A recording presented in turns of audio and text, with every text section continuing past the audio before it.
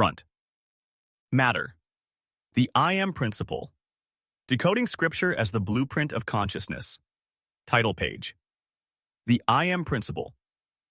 Decoding Scripture as the Blueprint of Consciousness. Pride. D. Mpofu, copyright and edition C. 2026 by Pride. D. Mpofu. All rights reserved. No part of this book may be reproduced or transmitted in any form or by any means without written permission from the publisher. First edition, 2026, printed in South Africa. Epigraph. Ehyeh Asher. Ehyeh, I am that I am. Exodus 3:14. How to use this book. This is not a book to read in one sitting. It is a curriculum for waking up. One gate per day. Read slowly. Let each decoding land. Do not rush to the next. Do the practice. Each gate ends with an embodied practice. Do not skip it. The practice is the point. Keep a journal. Write down your own decodings. The I Am speaks through your life as much as through Scripture. Repeat. The book will be different the second time. The I Am is not a destination. It is a deepening. A note on language. You will encounter words from many traditions: Hebrew, Greek, Arabic, Zulu, Xhosa, Shona, San, Sotho, Nguni. They are not foreign. They are maps pointing to the same territory. I have not translated them into a single language because some things cannot be carried across borders. Instead, I have let them breathe in their own air, trusting that you will come to know them the way you come to know a person, not by definition, but by encounter. If a word stops you, sit with it. Let it land. That is not confusion. That is the beginning of remembering. All Scripture quotations are used in the spirit of decoding, not to establish historical fact, but to uncover the psychological blueprint within. Table of Contents. Gate Title. Primary Text. 1. The First Sleep, Adam and Eve. Eve. Genesis 2:3. 2. The First Murder. Cain and Abel. Genesis. 3. The Ark and the Flood. Noah. Genesis. 6-9. 4. The Covenant of the Parts. Abraham. Genesis. 15-5. The Sacrifice of Isaac. Abraham. Genesis 22:6. Jacob's Ladder. Genesis 28:7. The Wrestling at Peniel. Jacob. Genesis 32:8. Joseph in the Well and the Palace. Genesis 37-50. The Burning Bush. Moses. Exodus. 3:10. The 10 Plagues and the Sea. Moses and Pharaoh. Exodus 7-14. 11. The Striking of the Rock. Moses. Exodus 17. Numbers 20:12. The Bronze Serpent. Numbers 21. John 3:13. David and Goliath. 1 Samuel 17:14. The Lion's Den. Daniel 6:15. The Fiery Furnace. Shadrach, Meshach, Abednego. Daniel 3:16. The Valley of Dry Bones. Ezekiel. Ezekiel 37. Gate Title. Primary Text. 17. The Four Living Creatures. Ezekiel and Revelation. Ezekiel 1, Revelation 4:18. Jonah and the Whale Book of Jonah. 19. The Cleansing of the Temple. Jesus. John 2, Matthew 21, Mark 11, Luke 19-20. The Tax Collector. Zacchaeus. Luke 19-21. The Woman Caught in Adultery. Jesus. John 8:22. Walking on Water. Peter. Matthew 4-23. The Transfiguration. Jesus. Matthew 17. Vois ma samtaitin. Mark 9, Luke 9:24. The Tomb and the Resurrection. Jesus. Matthew 28, Mark 16, Luke 24, John 20:25. The Road to Emmaus. Jesus. Luke 24-26. Pentecost. The Wind and the Fire. Acts 2:27. Musa, Moses and the Sea. The Quran. Surah 26:20, 10, 28-28. Ibrahim, Abraham, and the Fire. The Quran. Surah 20-21, Isin, 2:29. Yusuf, Joseph in the Well. The Quran. Surah 12:30. The Night Journey. Isra and Miraj. The Quran. Surah 17:53. Hadith. 31. The Sufi Annihilation. Al-Hallaj. Islamic Mysticism 32. Ukuthwasa. The African Initiation. Indigenous Nguni. 33. Idlozi. The Ancestral Frequency. Indigenous Nguni. 34. Isiviven. The Stone Cairn Legacy. Indigenous Nguni. 35. Ingoma. The Drum That Sings. Indigenous Nguni. 36. Kia and The San Trance Indigenous. San 37. Manyaradzo, The Great Quietening. Indigenous Shona 38. The New Jerusalem, the City That Was Never Lost. Revelation 21-22. Epilogue. The I Am Principle in one-page glossary. End of front matter. Gate 1. The First Sleep. Adam and Eve. Genesis 2:3. In the beginning, there was no beginning. There was only the I Am, the quiet, formless awareness that reads these words right now. But the story that has been told for millennia begins with a sleep. The text says that the Creator formed a human from the dust of the ground and breathed into its nostrils the breath of life. That breath, umoya, is the same awareness that animates you. But the human, alone, was placed into a garden. A garden is not a city, it is not a machine. It is a living, breathing ecosystem, a mind before the noise of the world entered it. In the middle of that garden stood two trees, the tree of life and the tree of the knowledge of good and evil. You have been told that this is a story about sin, about a forbidden fruit, about a woman who listened to a snake and ruined everything. That reading is a map drawn by people who wanted you to believe that you were born broken, that you need an external savior, that the I Am is somewhere else, waiting to punish you. But look again. The story is not history. It is a blueprint of your own consciousness. The human is you, the waking ego, the sense of me. Eve is not a separate woman. She is the feeling, intuitive aspect of your mind. The serpent is not a demon with scales. It is the voice of doubt, the conditional question that splits unified knowing into subject and object. Did God really say? That is the first fracture. Before the serpent speaks, the human and the woman are naked and unashamed. That is the state of pure awareness, no self-judgment, no comparison, no shame. The I Am simply is. Then the serpent asks its question. It does not command. It suggests. It plants a seed of separation. You will not die. You will be like gods, knowing good and evil. The lie is not that they will die. The lie is that they are not already like the source. The serpent tells them that knowledge is outside them, that they lack something, that they must reach for it. They eat the fruit, and immediately the world splits. They see their nakedness, not a physical observation, but the birth of judgment. They cover themselves. They hide from the voice that walks in the garden. The voice calls, "Where are you?" Not because the I Am doesn't know, because the I Am is asking you to remember. The curse that follows is not a punishment. Read it again. It is a description of life under the illusion of separation. To the serpent, you will crawl on your belly and eat dust. The dust is the material world, the endless consumption, the chasing, the hunger that is never satisfied. To the woman, in pain you will bring forth. Every birth of a child, of a dream, of a new self, comes with the friction of resistance. To the human, by the sweat of your face you will eat bread until you return to the ground. This is the life of the ego. Effort, toil, the constant struggle to survive, all ending in the dissolution of the body. Then the expulsion. The human is driven out of the garden, and the way back is guarded by cherubim and a flaming sword that turns every way. The church has taught that this is a locked door, a permanent exile. But the flaming sword is the law of consciousness. You cannot re-enter innocence the same way. The garden is not a place, it is a state. Once you have tasted duality, you cannot go back to not knowing. You must go forward. The sword turns every way to prevent you from clinging to a dead past. It forces you to evolve. This, my love, is Ukuthwasa, the dark phase of the moon before the new crescent emerges. The forgetting is not a mistake. It is the mechanical condition for awakening. The seed must be buried in the dark soil of the subconscious before it can sprout.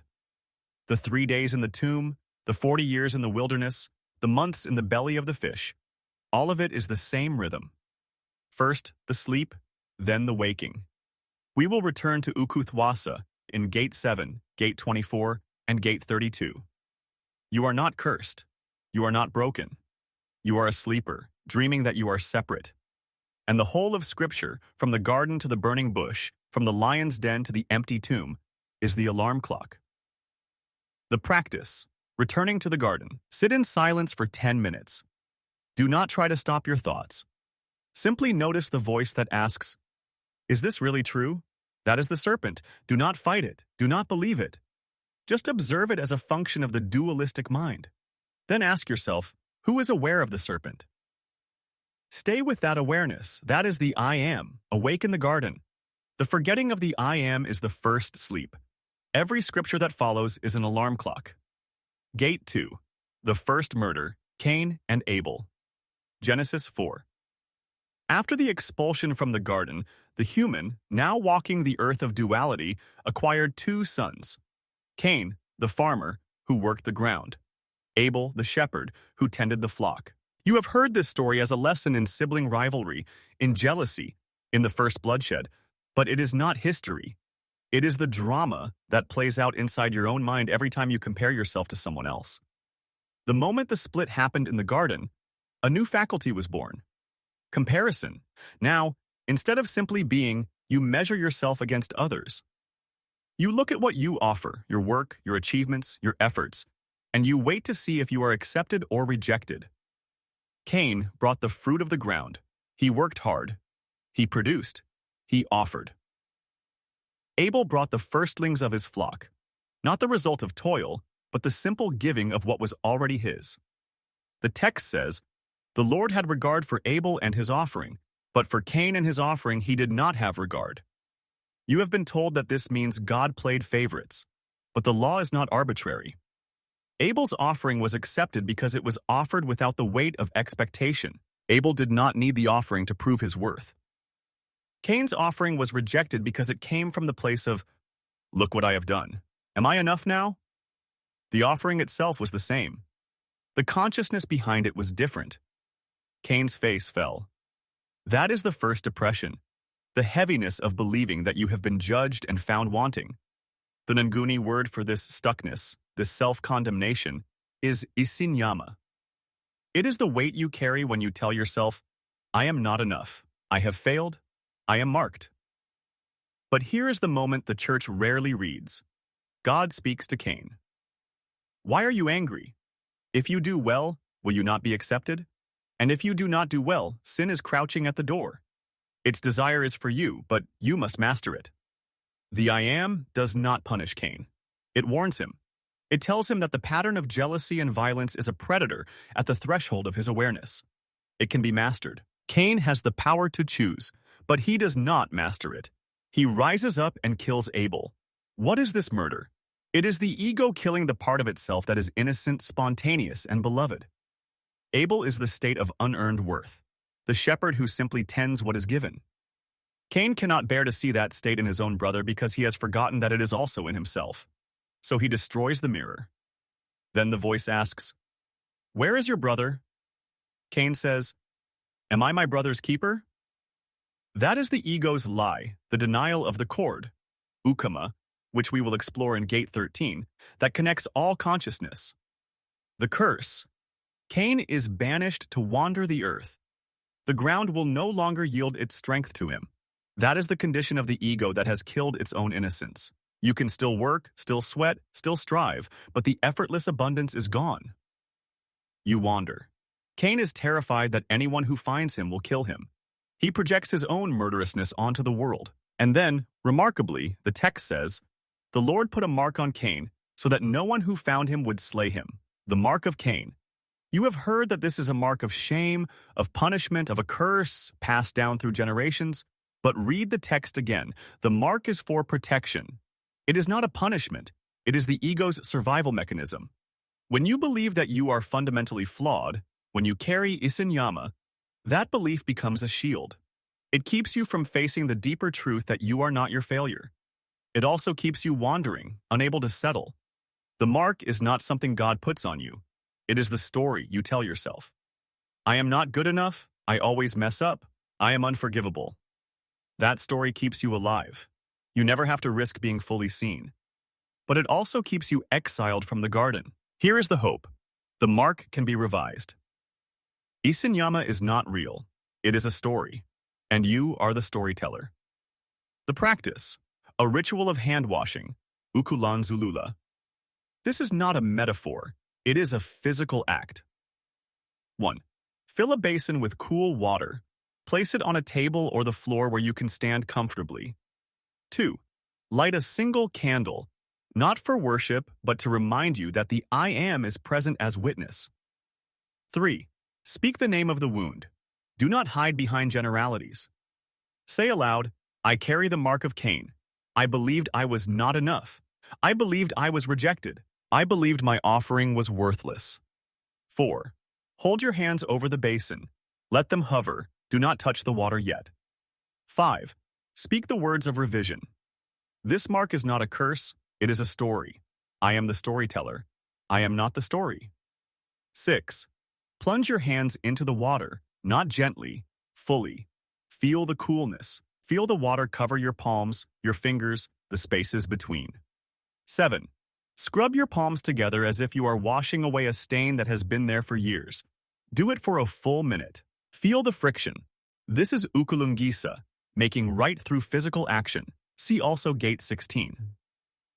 8. Lift your hands out. Let the water drip. Do not dry them immediately. Look at your wet hands. Say, these hands have held stones. They will hold stones no longer. 9. Pour the basin water onto the earth, outside or into a plant. Say, I return the weight to the ground. The ground does not judge. The ground receives. 10. Dry your hands with a cloth. As you dry, say, I am not my failure. I am not my mark. I am the I Am. This ritual is not magic. It is permission. Permission for the body to release what the mind has revised. The ancestors knew that water carries memory. When you wash your hands, you are not cleaning skin. You are washing the story. The mark of Cain is not a curse from heaven. It is the heavy story we carry when we forget that worth is not earned. Wash your hands. The water is waiting. Gate 3. The Ark and the Flood. Noah. Genesis 6-9. After the first murder, the world inside the mind grew darker. The ego, once only fractured, now began to multiply its fragments. Every inclination of the heart was only evil continually. That is the condition of the unconscious when it has been flooded with unrevised wounds, jealousy, shame, fear, violence. The ancient text says that the Lord regretted making humanity, but the I Am does not regret. Regret is a human projection. What the story reveals is this. When the ego forgets the I Am completely, the machinery of consciousness enters a phase of self-destruction. And so the flood came. You have been told that this was a global catastrophe, a divine tantrum that drowned every living thing. But look at the world around you. The flood is happening now. It is the rising tide of the subconscious, the ancestral trauma, the economic panic, the news that screams from every screen, the voice inside that whispers, you are not enough, you will not survive. Everything is falling apart. That is the flood. The Zulu call it Isivunguvungu, the whirlwind of collective fear. Noah found grace. Not because he was morally perfect, but because he was the remnant of the ego that still remembered the I Am. The text says he was perfect in his generations, meaning his lineage of awareness was unbroken. He could still hear the voice that said, build a vessel. The ark is your skull. It is the only vessel that can float above the chaos. Its dimensions, 300 cubits long, 50 wide, 30 high, are not ancient engineering specs. They are the proportions of stability. The one door is the threshold of your attention. The 3 decks are the 3 layers of your consciousness. The subconscious below, the waking self in the middle, the I Am above. And the pitch that seals the ark, kofar, the same word as atonement, is the discipline of closing your sensory gates. You must seal the mind against the rising water. Then the animals come. 2 of every kind. Not biological species marching 2 by 2, but the dualities within you. Light and darkness, hope and despair, courage and fear. The ark does not choose one side. It carries both in balance. You cannot reject your fear. You must bring it into the vessel. You cannot pretend you are not afraid. You must give it a place so that it does not drown you from below. The springs of the great deep burst open, and the floodgates of the heavens were opened. The subconscious erupts from below. Collective panic reigns from above. For 40 days and 40 nights, a full cycle of purification, the waters cover the earth. This is Ukuthula, sacred gestation. We will explore this term further in Gate 8, Gate 18, and Gate 29. The seed in the dark, the tomb that is a womb. You do not fight the flood. You float. The ark does not row. It simply rises. When the waters recede, Noah sends out a raven.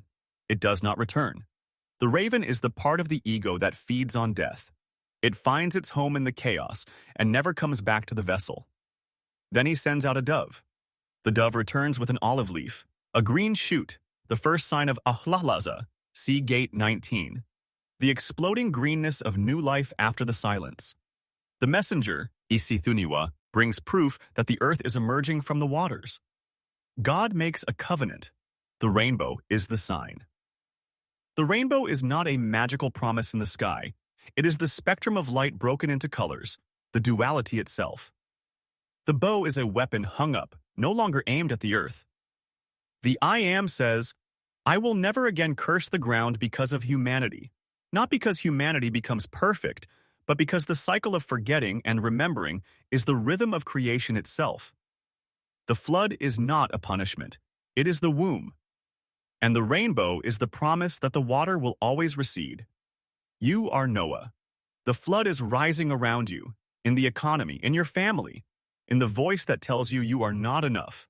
You cannot stop the water, but you can seal the vessel. You can close the door of the senses. You can bring every duality into the ark of your own skull, and you can float. The practice. Floating above the flood.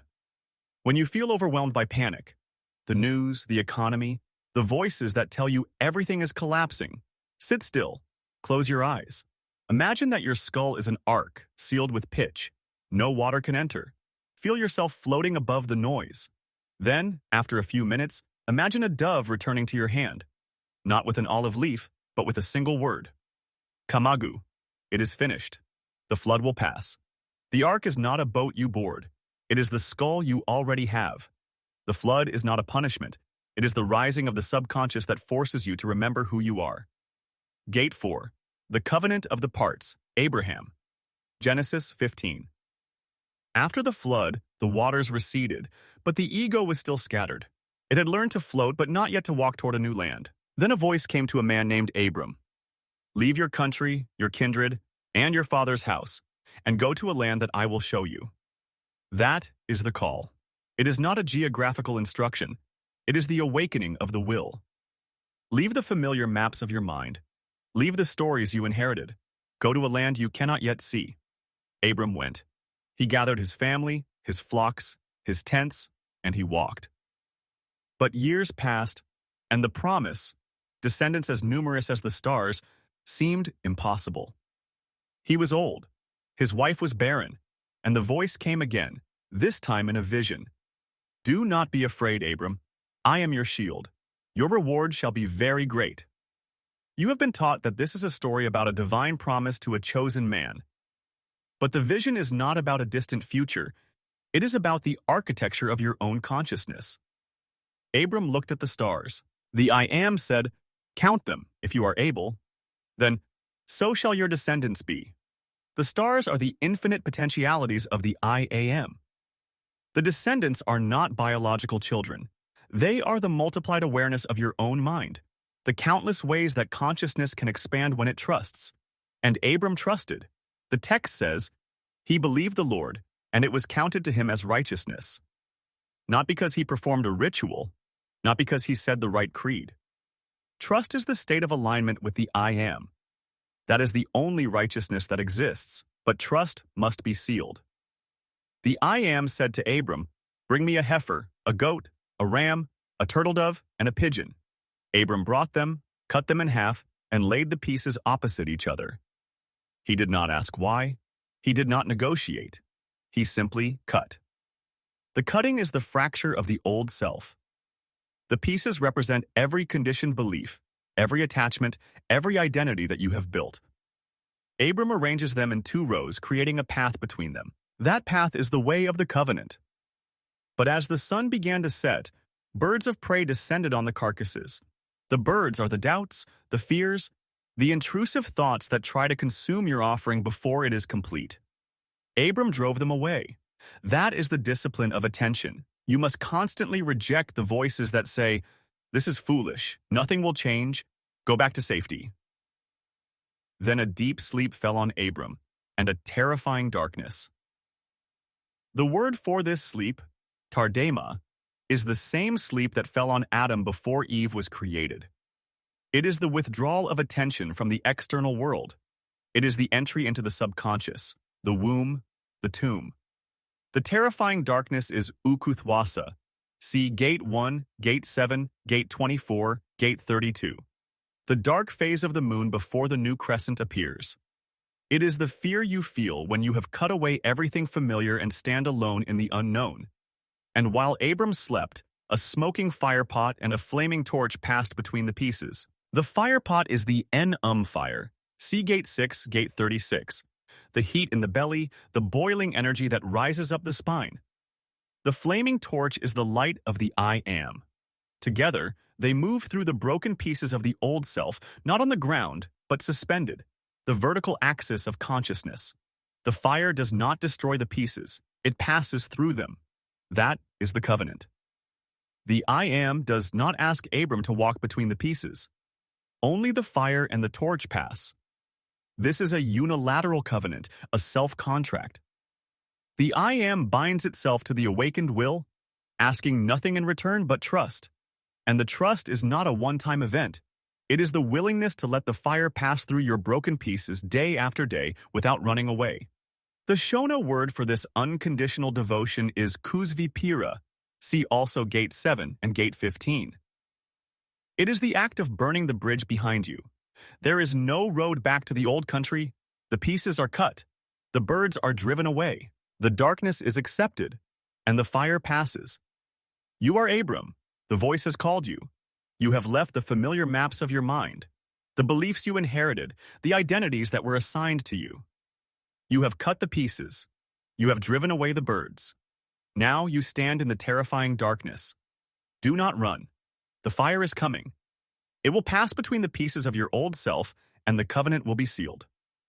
The practice, the fire that passes. Write down one attachment that you have been unwilling to release. A belief, a relationship, a pattern of behavior. Then sit in silence. Imagine yourself cutting that attachment as you would cut an animal offering. Say aloud, "I am not this. I do not need this to be who I am." Then sit in the dark. No phone, no distraction. For 10 minutes. Feel the terrifying darkness. Wait for the fire. It will pass. The covenant is not a deal. It is a self-contract. When you cut the pieces and drive away the birds, you are not bargaining with God. You are becoming the I Am. Gate 5. The sacrifice of Isaac, Abraham. Genesis 22. After the covenant of the parts, after the promise of descendants as numerous as the stars, Abraham had a son, the child of promise, Isaac, the one through whom the stars would be fulfilled. And then the voice came again.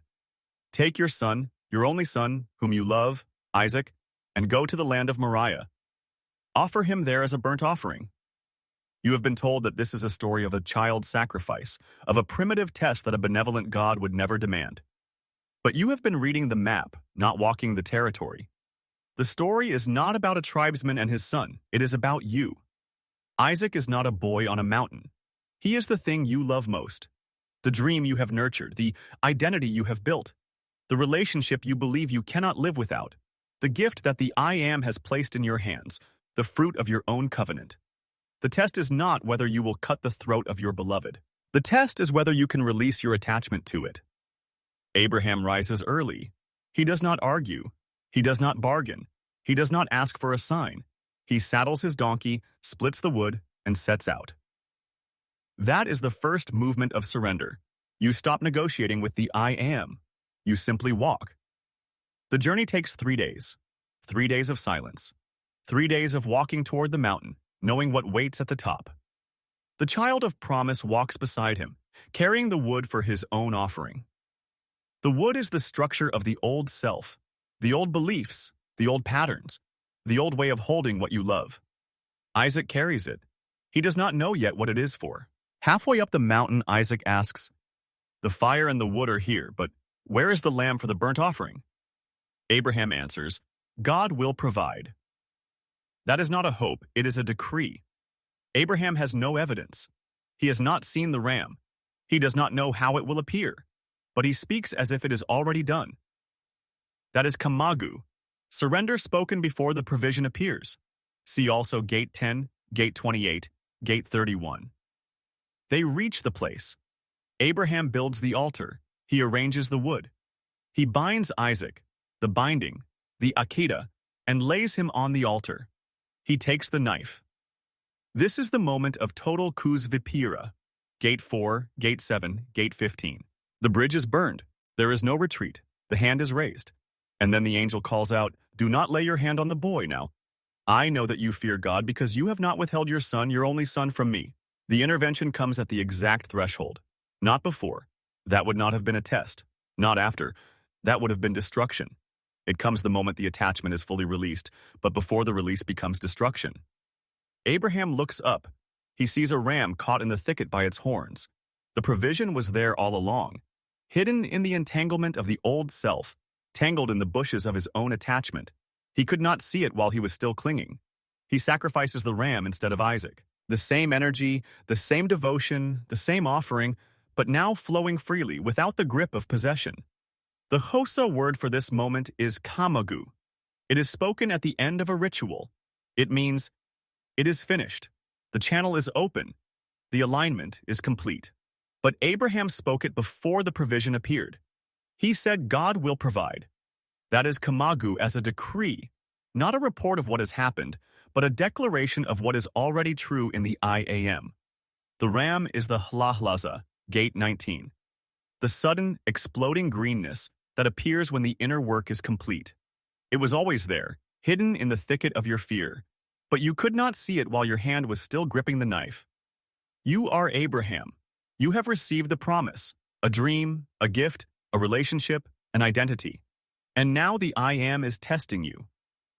Not because it wants you to suffer, but because it knows that your attachment to the gift is blocking the full flow of the blessing. The voice says, "Take your Isaac, the thing you love most, and go to the mountain. Do not argue. Do not bargain. Walk the 3-day silence. Let the child of promise carry the wood. When you reach the altar, bind the attachment. Raise the knife, not in violence, in willingness. Stay at the threshold until the angel speaks. Then look up. The ram is already there. The practice, the willingness to release. Identify one attachment that you have called your Isaac, a dream, a relationship, an identity. Sit in silence. Imagine yourself walking the 3-day journey. Do not argue. Do not negotiate. When you reach the altar, lift the knife, not in violence, but in willingness to release. Stay there. Wait for the ram. It is already caught in the thicket. You just could not see it while you were clinging. The sacrifice is not the destruction of the gift, it is the release of the attachment. And in that release, the gift returns, not as something you own, but as something that flows through you. Gate 6, Jacob's ladder. Genesis 28. Jacob was running. He had deceived his brother Esau, stolen his blessing, and fled into the night. He was alone, exposed, carrying nothing but the weight of his own fear. That night he came to a certain place and lay down to sleep, using a stone for his pillow. Not a soft cushion.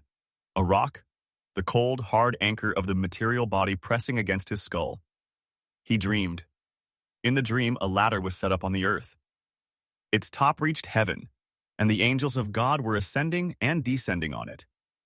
You have been told that this ladder is a staircase to a distant paradise, a one-way escalator for the righteous after death. But look again. The angels are not just ascending, they are also descending. The movement is two-way, continuous, unending.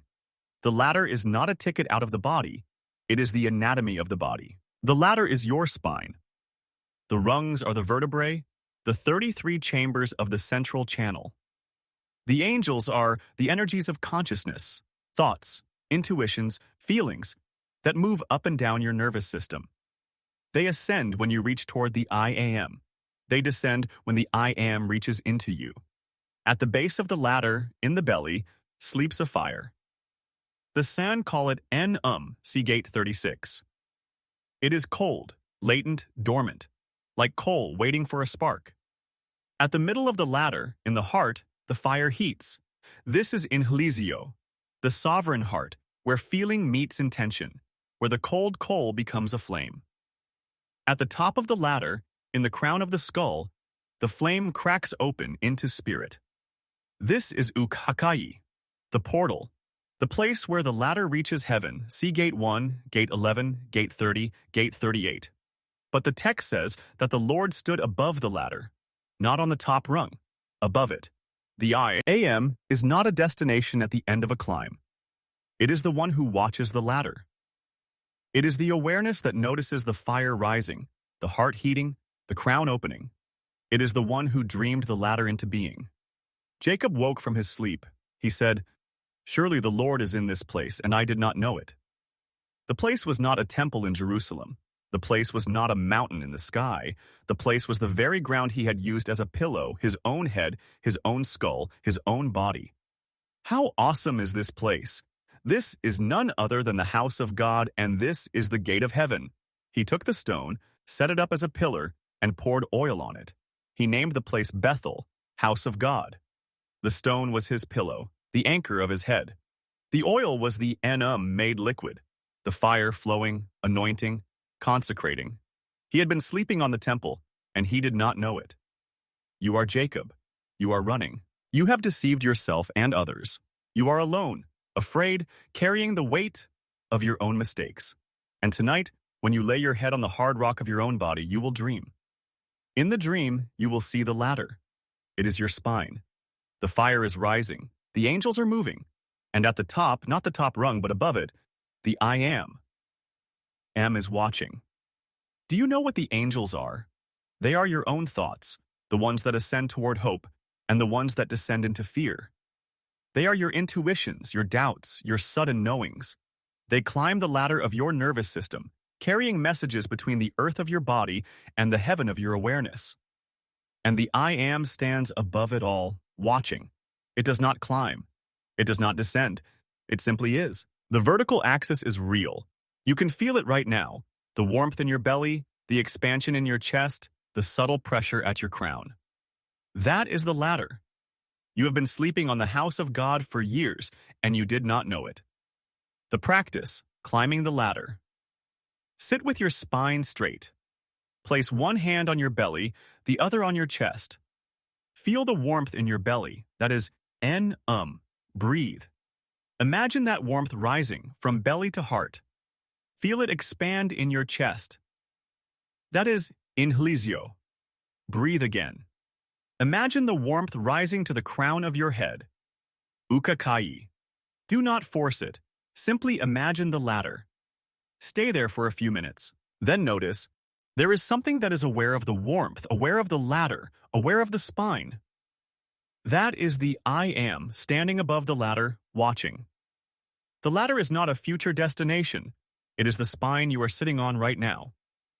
The I am is not at the top. It is the one who sees the ladder and the one who is the ladder. Gate 7.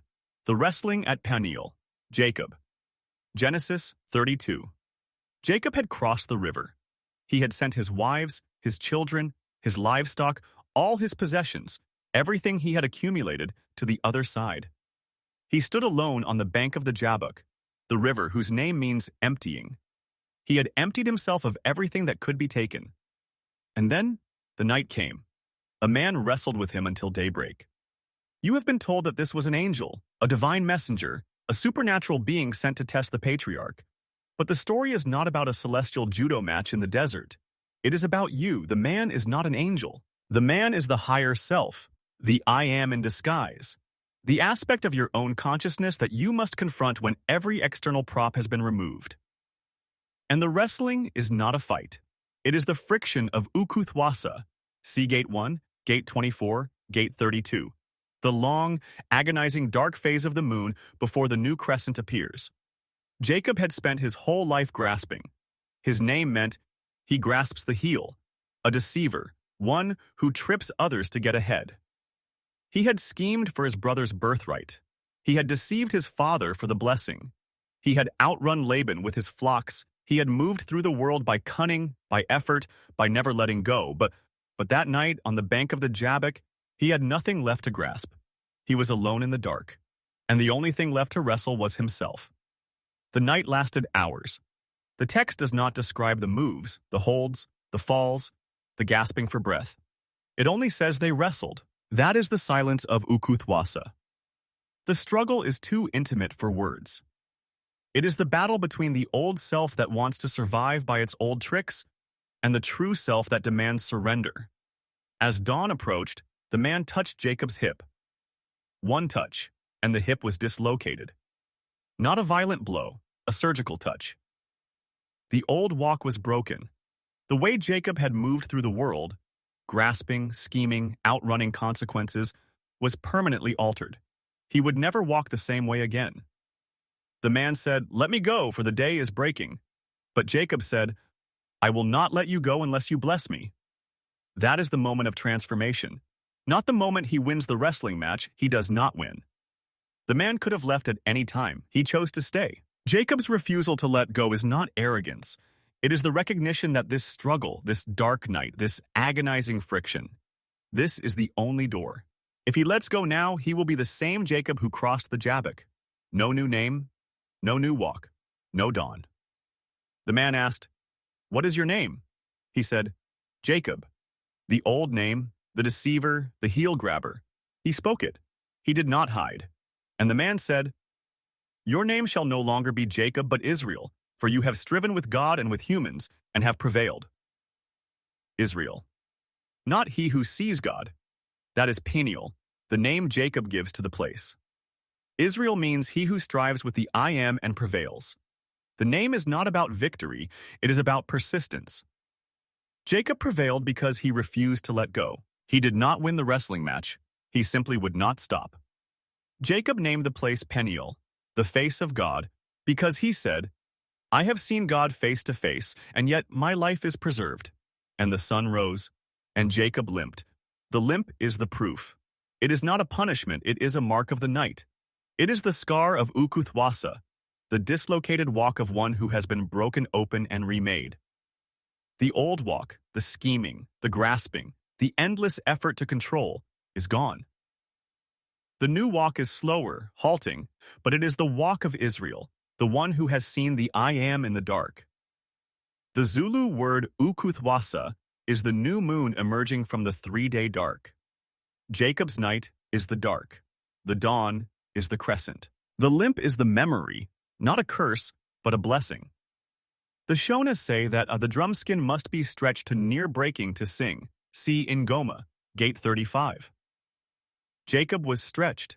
Now he sings, with a limp. You have your own Jabbok. You have sent your possessions, your relationships, your identities across the river. You are alone in the dark, and there is something wrestling with you. Not an enemy, but your own higher self.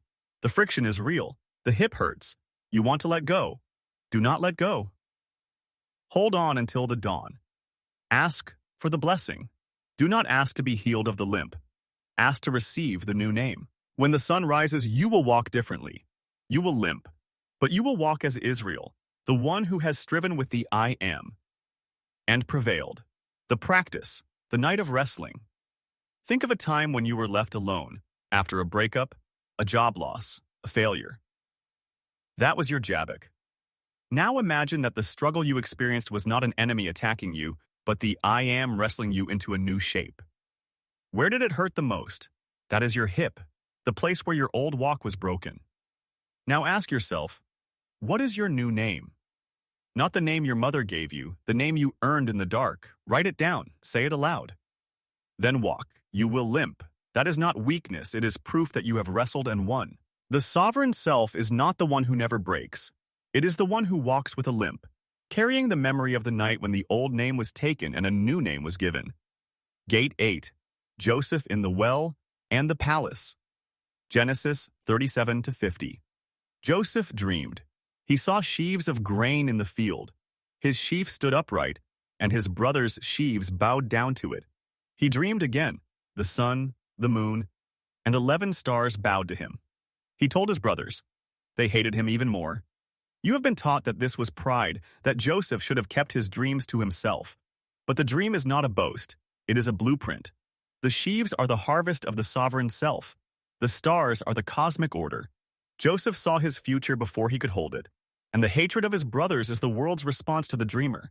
They threw him into a pit, a dry well, deep and dark. Then they sold him to traders passing by. He was carried down to Egypt. The pit is the subconscious. It is the place you go when the world rejects your vision. It is dry, no water, no nourishment, no comfort. But it is also a womb. The Zulu word Ukuthula, see Gate 3, Gate 18, Gate 29, means sacred gestation.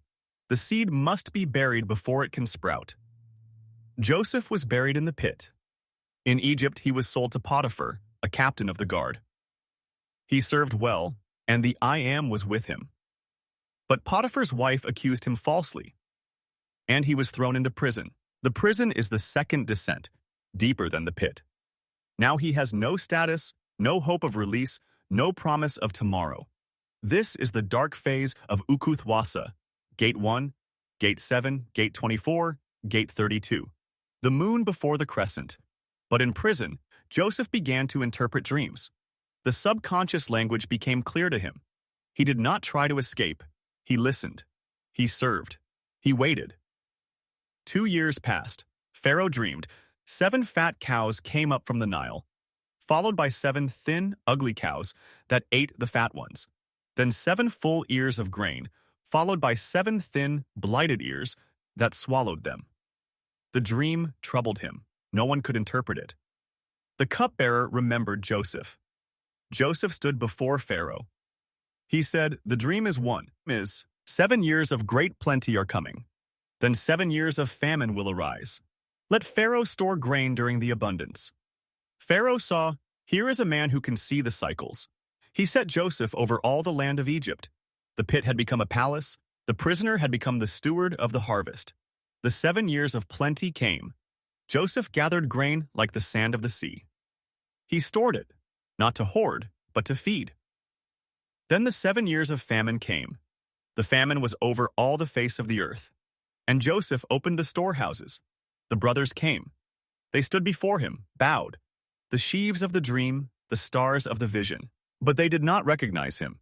He was dressed as an Egyptian. His name was different. His face was different. The one they threw into the pit was now the one who held their survival. Joseph tested them. He did not reveal himself immediately.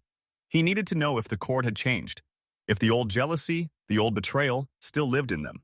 He planted a silver cup in Benjamin's sack, then accused them of theft.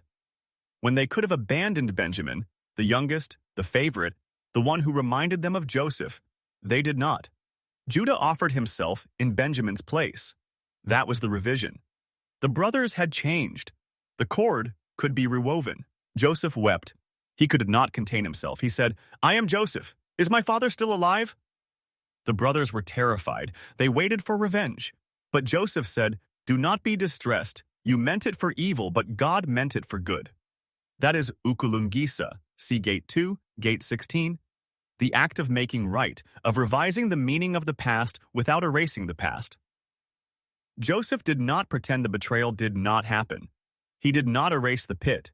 He saw that the pit was the womb, the prison was the classroom, and the famine was the harvest. The same act that was intended to destroy him became the mechanism of his sovereignty. The Zulu word Ukuthula is the sacred gestation, the waiting in the dark. Joseph's 17 years before his dreams were fulfilled, the 13 years from pit to palace, the 7 years of plenty, the 7 years of famine, all of it is the rhythm. You do not skip the dark, you store grain in the dark. Then when the famine comes, you are the only one who can feed the world. You have your own pit. You have been thrown down by betrayal, by failure, by the world's rejection. You have been imprisoned, in debt, in isolation, in the stories you tell yourself about your worth. You have dreamed of sheaves and stars, and the world has mocked you. But the pit is a womb. The prison is a classroom. The famine is coming, not as a punishment, but as the collective hunger for meaning. And you are the one who stored grain in the dark. The practice, storing grain in the dark. Write down a betrayal, something someone did to you that you have carried as a wound. Then write down one way that betrayal shaped you into who you are today, not as a justification, but as a recognition. Then say, you meant it for harm, but the I am meant it for growth. Do not do this to excuse the harm. Do it to release the weight. That is Ukuthwasa, revising the meaning of the past without erasing the past. The descent is not the end, it is the gestation. The pit is not a punishment, it is a womb. And the ones who threw you in will come to you for bread, not because they have become good, but because the famine is real, and you are the only one who stored grain in the dark. Gate 9. The burning bush. Moses. Exodus. 3. Moses was tending sheep. He had fled Egypt, left the palace, left his people. He was a shepherd in the wilderness of Midian, a nobody, a fugitive, a man who had lost his name. He had spent 40 years in the desert, stripped of everything he had been. And then he saw a bush, a thorny, ordinary desert shrub burning with fire. But the bush was not consumed. He said, I will turn aside and see this great sight. He turned, and a voice called his name. Moses, Moses. He answered, Here I am. You have been told that this is a miracle, a supernatural pyrotechnic display to impress a reluctant prophet. But the miracle is not that the bush burned. The miracle is that Moses turned aside. The bush is your body. The fire is the I am. The pure awareness that reads these words right now. The bush burns. Your body lives, feels, suffers, ages, but it is not consumed. The awareness that animates you is not burned by the fire of experience. It remains untouched. Moses turned aside. That is the act of attention. He was not lost in the routine of shepherding. He noticed the fire. He turned. That is the first step of awakening. You stop running, you stop grazing, you turn toward the source of awareness. The voice said, Do not come near. Remove your sandals, for the place on which you are standing is holy ground. Remove your sandals. The sandals are the hard, conditioned ego, the leather of identity, the protection you have built between yourself and the ground. They separate you from the earth. They are the beliefs, the labels, the I am this and I am that. Remove them. Stand barefoot on the holy ground of your own skull. The ground is not in a cathedral or a mountain. It is where you stand when you are aware of being aware. Moses hid his face. He was afraid. The ego is always afraid when it first faces the I am, because the I am has no form, no name, no history. It cannot be grasped. It cannot be possessed. It can only be seen. Moses asked, Who am I that I should go? The ego's doubt. I am not eloquent, I am slow of speech. Who am I? The I am answered, I will be with you. Not I will send an army, not I will give you a magic staff. Just, I will be with you. That is the only assurance. The presence that burns in the bush is the same presence that will be with you in every valley, every court, every sea. Then Moses asked for the name. He wanted a handle, a label, a map. He wanted to say to the people of Israel, The God of your fathers has sent me. But the I am refused the map. The I am said, Ehyeh asher Ehyeh, I am that I am in. Say to the children of Israel, I am has sent me to you. Not the God of Abraham, not the Lord of hosts, not the King of the universe, just I am. That is not a name. It is the refusal of all names. It is the territory before any map. Before you are a Catholic, a Muslim, a Jew, a Zulu, a South African, you are I am. That is the only identity that cannot be revoked, cannot be questioned, cannot be lost. The Zulu word for this ground is Ukuthwasa, the crown of the head, the place where the awareness sits. See Gate 1, Gate 6, Gate 11, Gate 30, Gate 38. The fire is the life force that animates the bush. See Gate 6, Gate 36. But the fire is not the bush. The awareness is not the body. The I am is not the thoughts, not the feelings, not the stories. The practice, standing on holy ground, sit still. Do not repeat a mantra. Do not visualize a deity. Simply notice, you are aware. You are. Do not add, I am tired or I am happy. Just, I am. Stay with that for 5 minutes. If a thought comes, notice it, then return to I am. That is the burning bush. The thought is the bush. The awareness is the fire. The fire burns, but the bush is not consumed.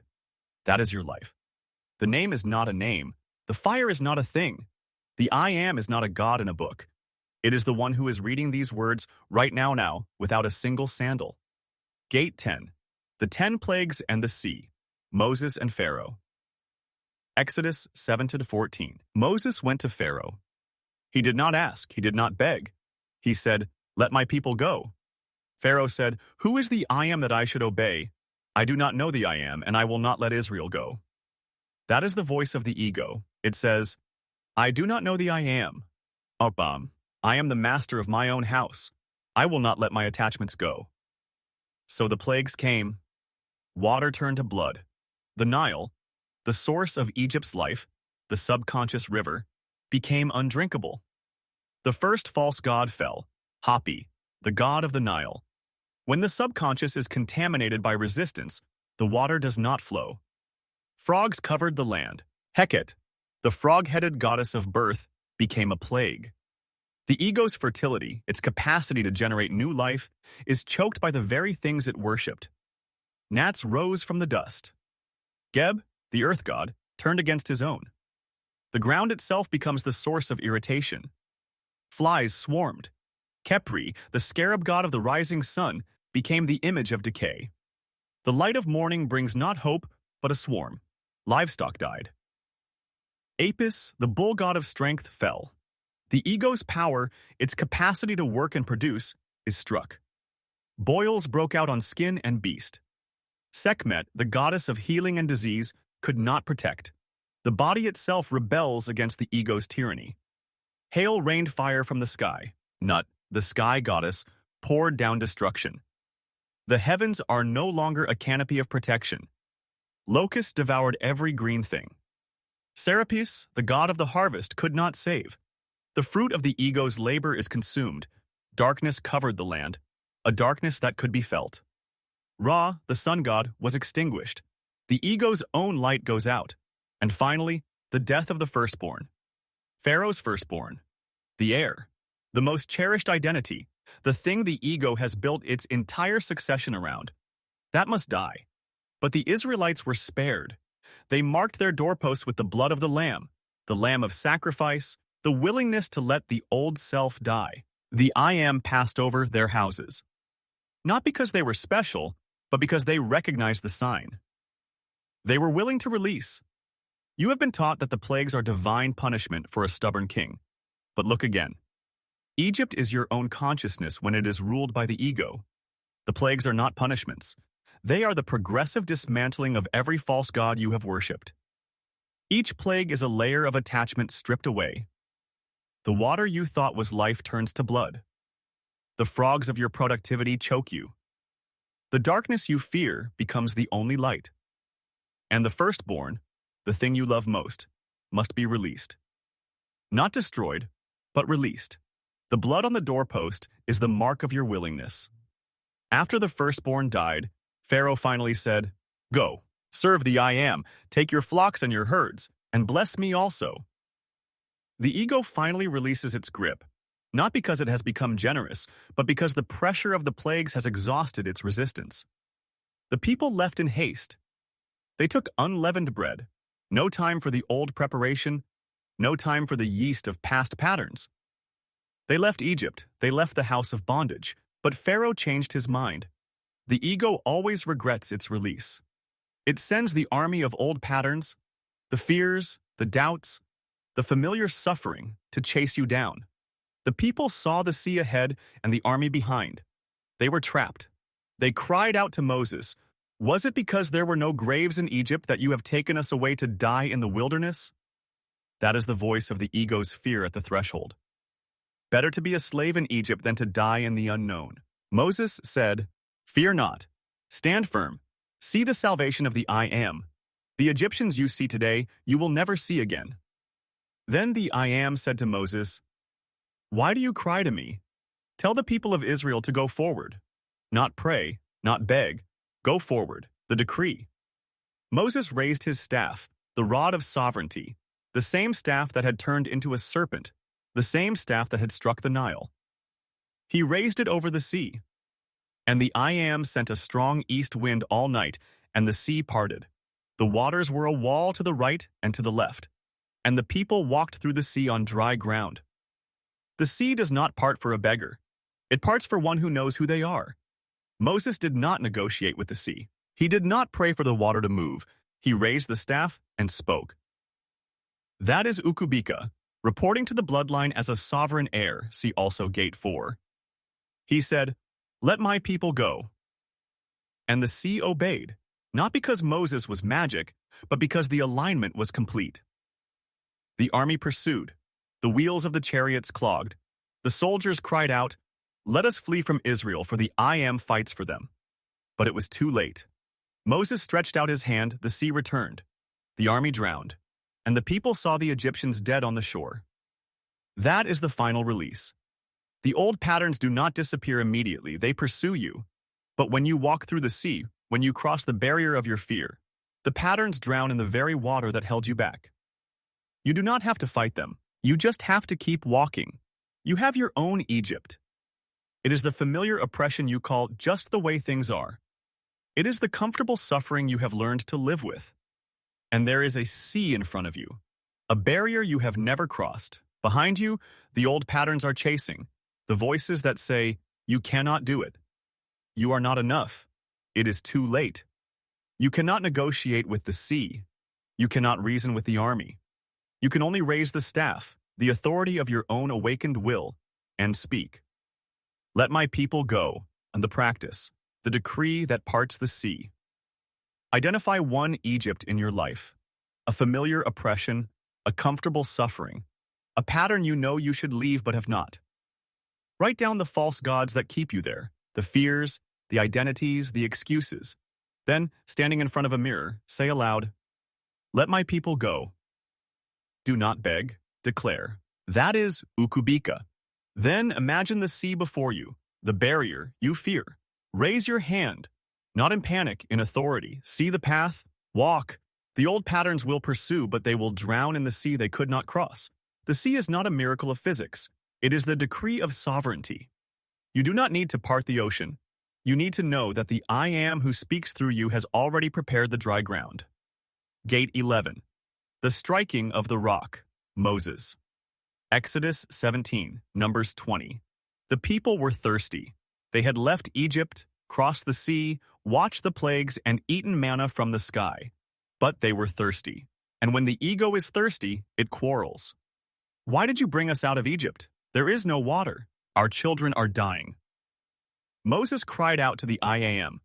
The I Am said, "Take your staff, strike the rock, water will come out." Moses struck the rock once. Water flowed. The people drank. That was the first time.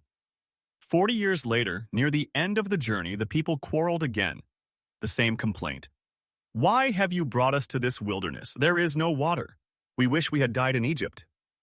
Moses and Aaron went to the tent of meeting. The I Am said, "Take the staff, assemble the people. Speak to the rock before their eyes, and it will yield its water. Speak, not strike." The command had changed. The first time, the rock needed to be struck. The initial breaking open of the subconscious, the forceful extraction of the living water. But the second time, the rock had already been opened. It only needed to be spoken to. Moses assembled the people. He was angry. The constant complaining had worn him down. He said, "Hear now, you rebels. Shall we bring water for you out of this rock? He raised his hand. He struck the rock. Not once, twice. Water flowed. The people drank. The I Am is merciful. The water still came. But the I Am said to Moses, because you did not trust me enough to honor me as holy before the people, you shall not bring this assembly into the land. Moses would see the promised land from a mountain. He would never enter. You have been taught that this is a story of harsh punishment for a small mistake. But the law is not arbitrary. The rock is your subconscious, the dense, resistant storehouse of every memory, every pattern, every untapped potential. The first time you access it, you may need to strike. You may need force, desperation, a crisis that breaks the surface. That is the first exodus, the initial awakening. But the second time, the mature, sovereign access, you do not strike. You speak. The rock knows your voice. It has been opened. It only needs to hear the decree. Moses struck twice because he doubted. He let frustration enter the command. The Shona say that the fire, gate 6, gate 36, must be heated fully to crack the crown. If you strike once, one focused, unwavering decree, the fire rises to full heat. The water flows without resistance. If you strike twice, if you flinch, if you hesitate, if you let the ego's frustration split your attention, the fire is not fully heated. The water may still come, but the charge is scattered. You may get the provision, but you will not enter the land. The promised land is not a geography. It is the state of complete sovereignty, where you do not need to strike, where you do not need to force, where you simply speak and the water answers. Moses came within sight of it. But his doubt, his 2 strikes, kept him on the mountain, looking across. You have your own rock. It is the problem you have tried to solve, the habit you have tried to break, the dream you have tried to manifest.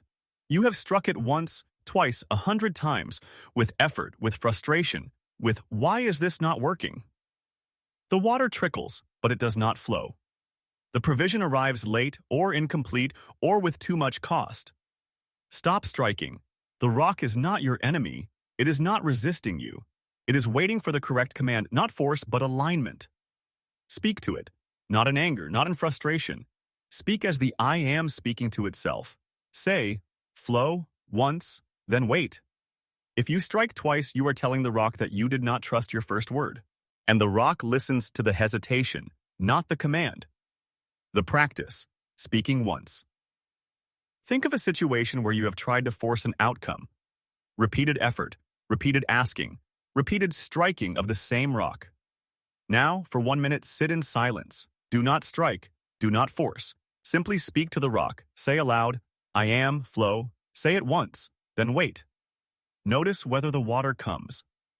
If it does not, do not strike again. Wait longer. The rock knows the voice. It only needs to hear it once. The rock does not need to be beaten. It needs to be addressed. 1 word from the sovereign heart is enough. 2 words. That is doubt. And doubt scatters the charge before the water can flow. Gate 12. The bronze serpent. Numbers 21, John 3. The people were on the journey.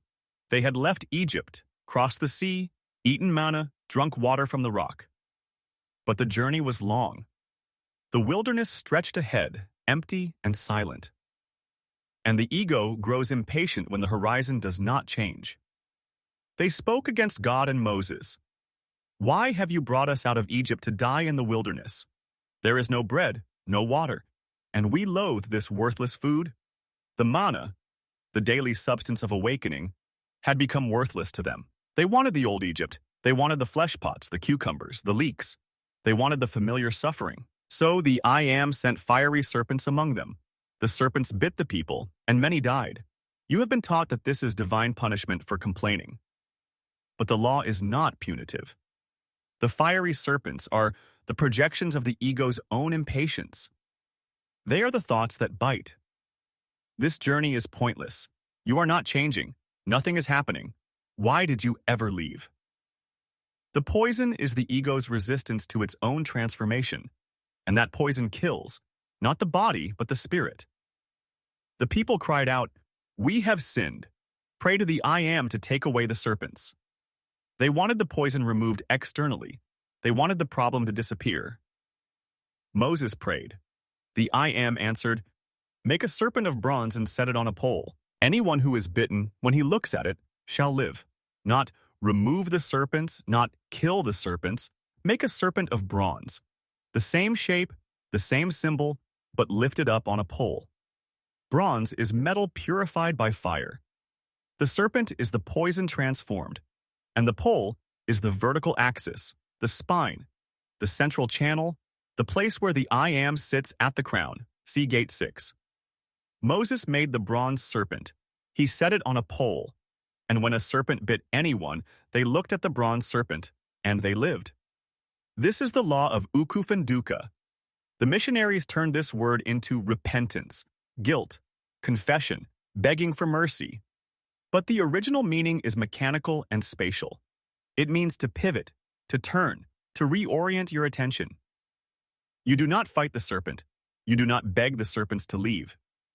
You lift the symbol of the poison. You bring it into the light of awareness. And you look at it. The poison is not destroyed. It is neutralized by attention. When you stop running from the thing that bites you, when you stop pretending it is not there, when you lift it up and look at it directly, the poison becomes the cure. Jesus knew this story.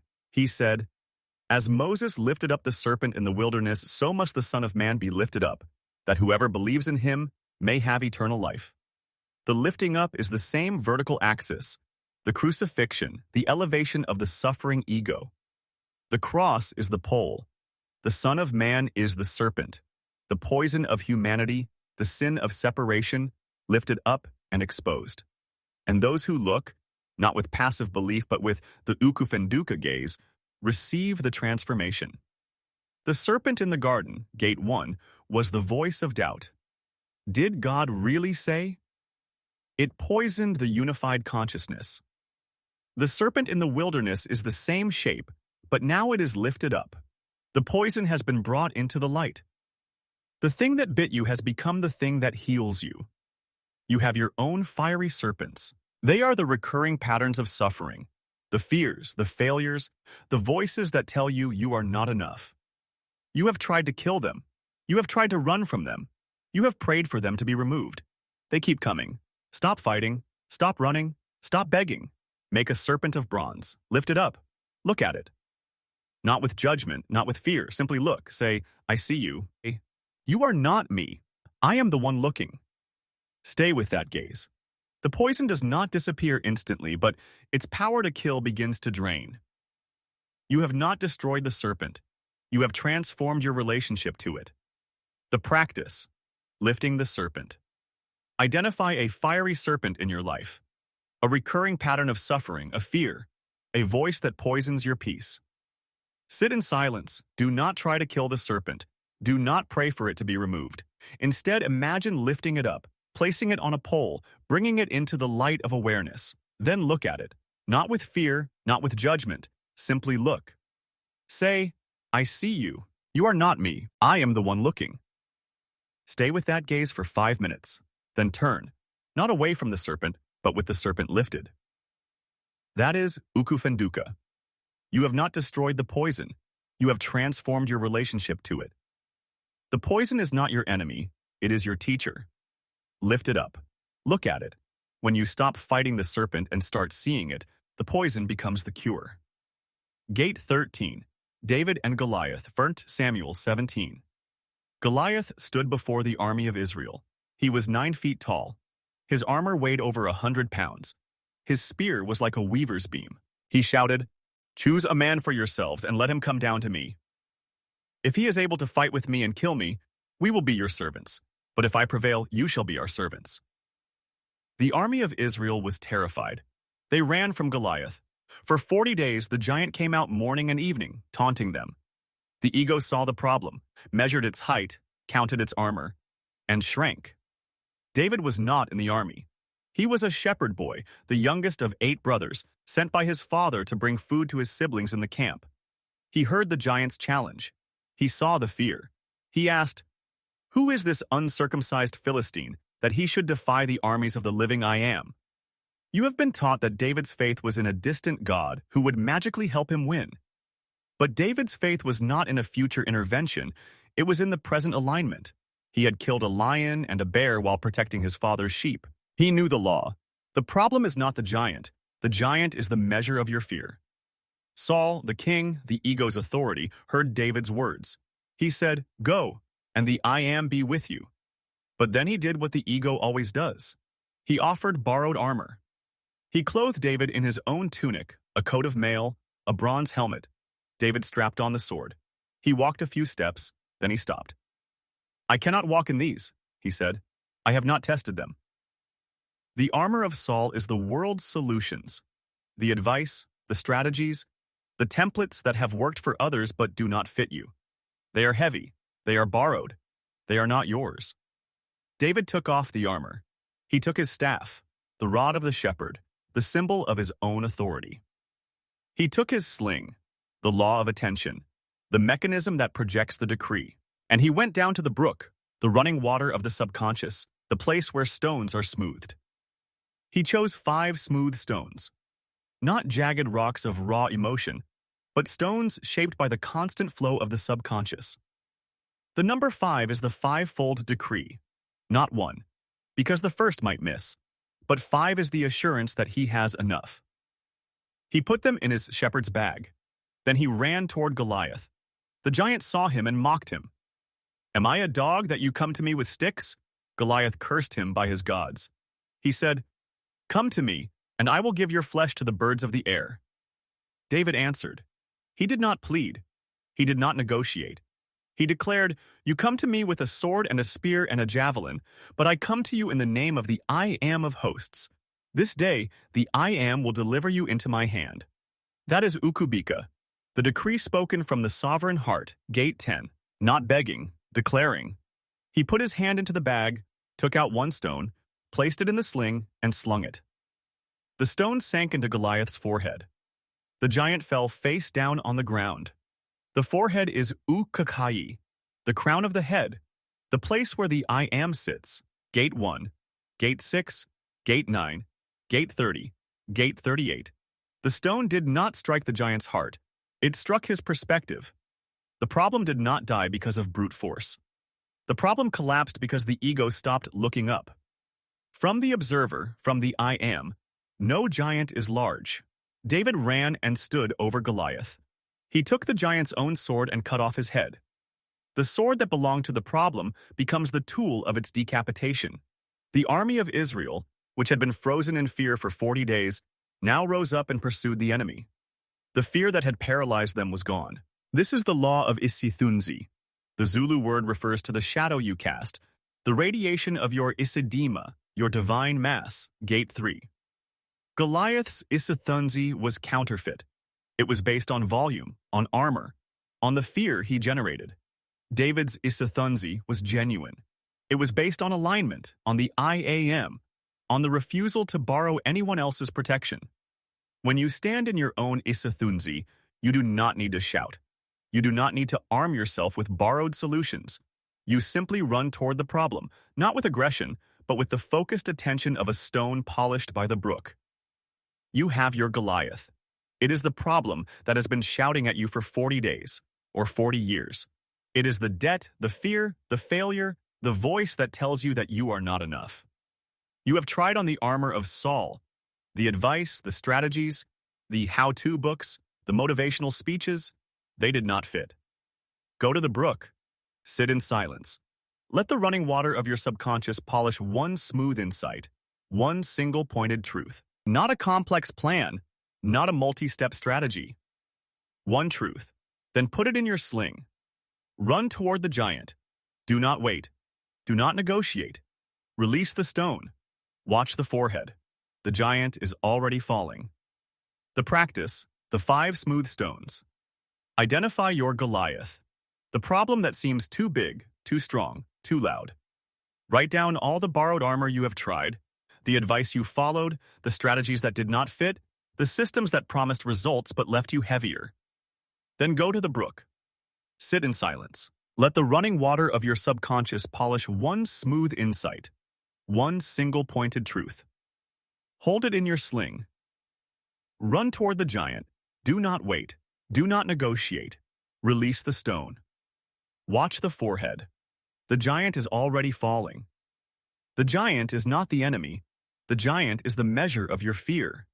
When you stop looking up and start looking across from the crown of your own sovereignty, the giant becomes a shadow, and a shadow cannot stand against the I Am. Gate 14. The Lion's Den. Daniel. Daniel 6. Darius ruled the empire. He appointed 120 administrators over the kingdom, 3 presidents over them, and Daniel was one of the presidents. Daniel distinguished himself. He had an excellent spirit. The king planned to set him over the whole realm. The other administrators were jealous.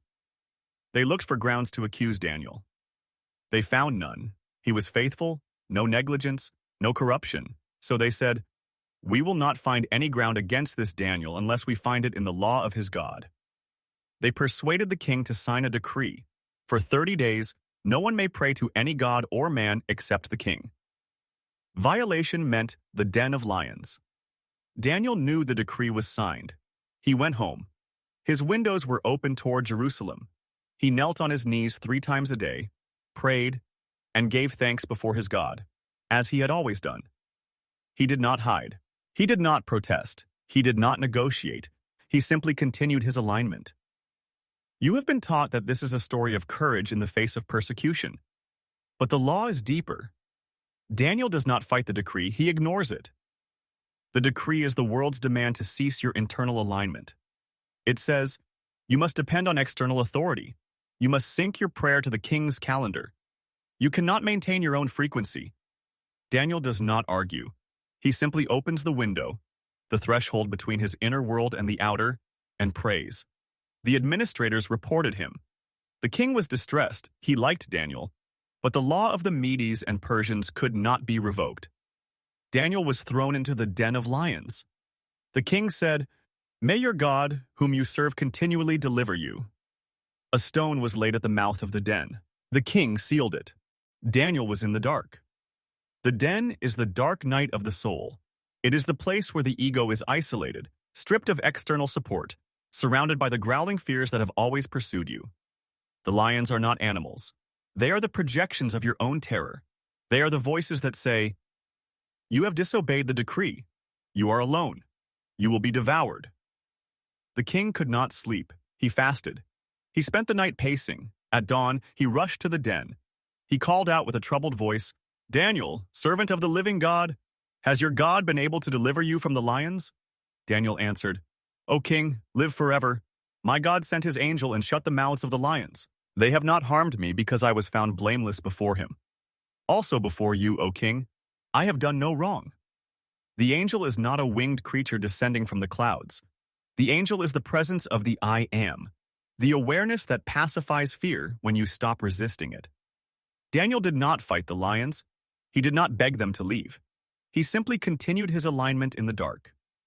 He prayed 3 times a day, even in the den.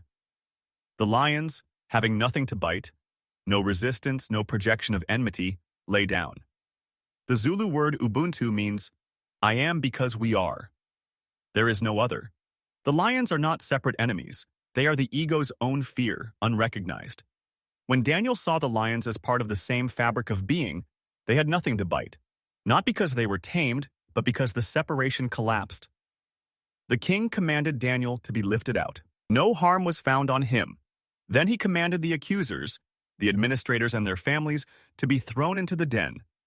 Before they reached the bottom of the pit, the lions overpowered them and broke their bones in pieces. The accusers could not survive the den. They had projected their own violence onto Daniel, but when they were placed in the same dark, they could not sustain the recognition. They did not have Daniel's alignment. The lions that were harmless to Daniel devoured them. The sealed stone is rolled away.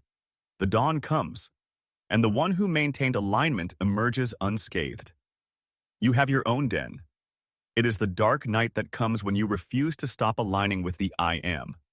The decree of the world says, be afraid, conform, beg the king for permission. You have ignored the decree. You have opened the window, the threshold of your awareness, and prayed. Now you are in the dark. The lions are circling. They are your fears of failure, of rejection, of poverty, of death. Do not fight them. Do not beg them to leave. Continue your alignment. Pray 3 times a day, morning, noon, evening. Not to beg, but to remember. The lions cannot harm what they recognize as themselves. When you stop seeing them as other, their mouths close. The practice, the angel in the den. Identify a lion in your life. A fear, a person, a situation that threatens you. Write down all the ways you have tried to fight it, run from it, or beg it to leave. Then sit in silence. Imagine yourself in the den. See the lion. Do not run. Do not fight. Simply say, "You are not other. You are me," projected. Stay with that gaze for 5 minutes. Notice the lion's posture. Does it still want to bite? Or has it begun to lie down? That is the angel shutting its mouth. You have not destroyed the lion. You have recognized it. The den is not a punishment. It is the place where you learn that there is no other. The lions are not enemies. They are your own fear, unrecognized. When you stop fighting them and start seeing them, the angel shuts their mouths, not by violence, but by recognition. Gate 15, the fiery furnace. Shadrach, Meshach, and Abednego. Daniel 3. King Nebuchadnezzar built a golden statue. It was 60 cubits high, a towering image of gold, set up in the plain of Dura. He commanded all the peoples of the empire. At the sound of the music, the horn, the pipe, the lyre, you must fall down and worship the golden statue. Whoever does not bow will be thrown into a furnace of blazing fire. The music played. Everyone bowed, everyone except 3 young men, Shadrach, Meshach, and Abednego. You have been taught that this is a story of religious martyrdom, 3 faithful Jews who refused to worship a pagan idol. But the golden statue is not a statue of a Babylonian god. It is the image of the ego's highest idol. It is the thing that the world says you must bow to. Success, approval, wealth, status, national identity, the image of yourself that you have constructed. The music is the social pressure, the collective demand to conform, and the furnace is the trial that comes when you refuse. The king was furious. He summoned the 3 men. He gave them a second chance. If you bow, you live. If not, you will be thrown into the furnace. And who is the God who will deliver you? They answered. Their words are the pearl of the story. O Nebuchadnezzar, we do not need to defend ourselves. The I Am whom we serve is able to deliver us. He will deliver us from your hand, O king. But even if not, let it be known to you that we will not serve your gods or worship the golden statue. That is Kuzvipira, unconditional devotion. Gate 4, Gate 7. The pearl is not for sale. They do not bargain. If you deliver us, we will believe. They do not negotiate. If you spare us, we will bow. They say, even if not. That is Kamagu, surrender to the outcome, not to the idol. Gate 5, Gate 10, Gate 28, Gate 31. The fire may come, the body may burn, but the I Am does not bow. The king's face turned red. He ordered the furnace heated 7 times hotter, the full intensity of the trial. The fire was so hot that the soldiers who threw the 3 men into the furnace were killed by the blast of heat at the door. The 3 men fell, bound, wrapped in their cloaks, their hats, their garments, into the fire. The ropes held them. The false self was still tied. But then the king looked into the furnace. He cried out, "Did we not throw 3 men bound into the fire? I see 4 men, walking free in the fire, unbound. And the 4th looks like a son of the gods." The ropes burned away. The fire could not touch the flesh because the flesh was not the fuel. The 4th figure, the I Am, was walking with them. Not a separate being descending from the sky, but the presence that had been there all along. Unburned because it was never the fuel. The king called to them, "Come out!" They walked out of the furnace. The administrators gathered around them. They saw that the fire had no power over their bodies. Not a hair of their head was singed. Their cloaks were not scorched, and there was no smell of fire on them. No smell of fire. The ordeal had left no residue. The fire had burned the ropes, not the men. The tension had tuned them, not destroyed them. The Shona call this ingoma. The drum stretched near breaking to sing, Gate 35. The animal hide is pulled tight, tightened until it seems it will tear. But when the striker hits it, the drum sings. The tension is not a punishment, it is the tuning. You are the drumhead. The fire is the tension. The golden statue is the idol that demands your bow. You have heard the music, the pressure to conform, to worship the image of success, to bow to the external measure of worth. You have refused. Now the furnace is lit. The heat is rising. The ropes that bind you, the attachments, the false identities, the fear of not bowing are being burned away. Do not run. Do not beg to be released. Walk in the fire. The fourth figure is already there.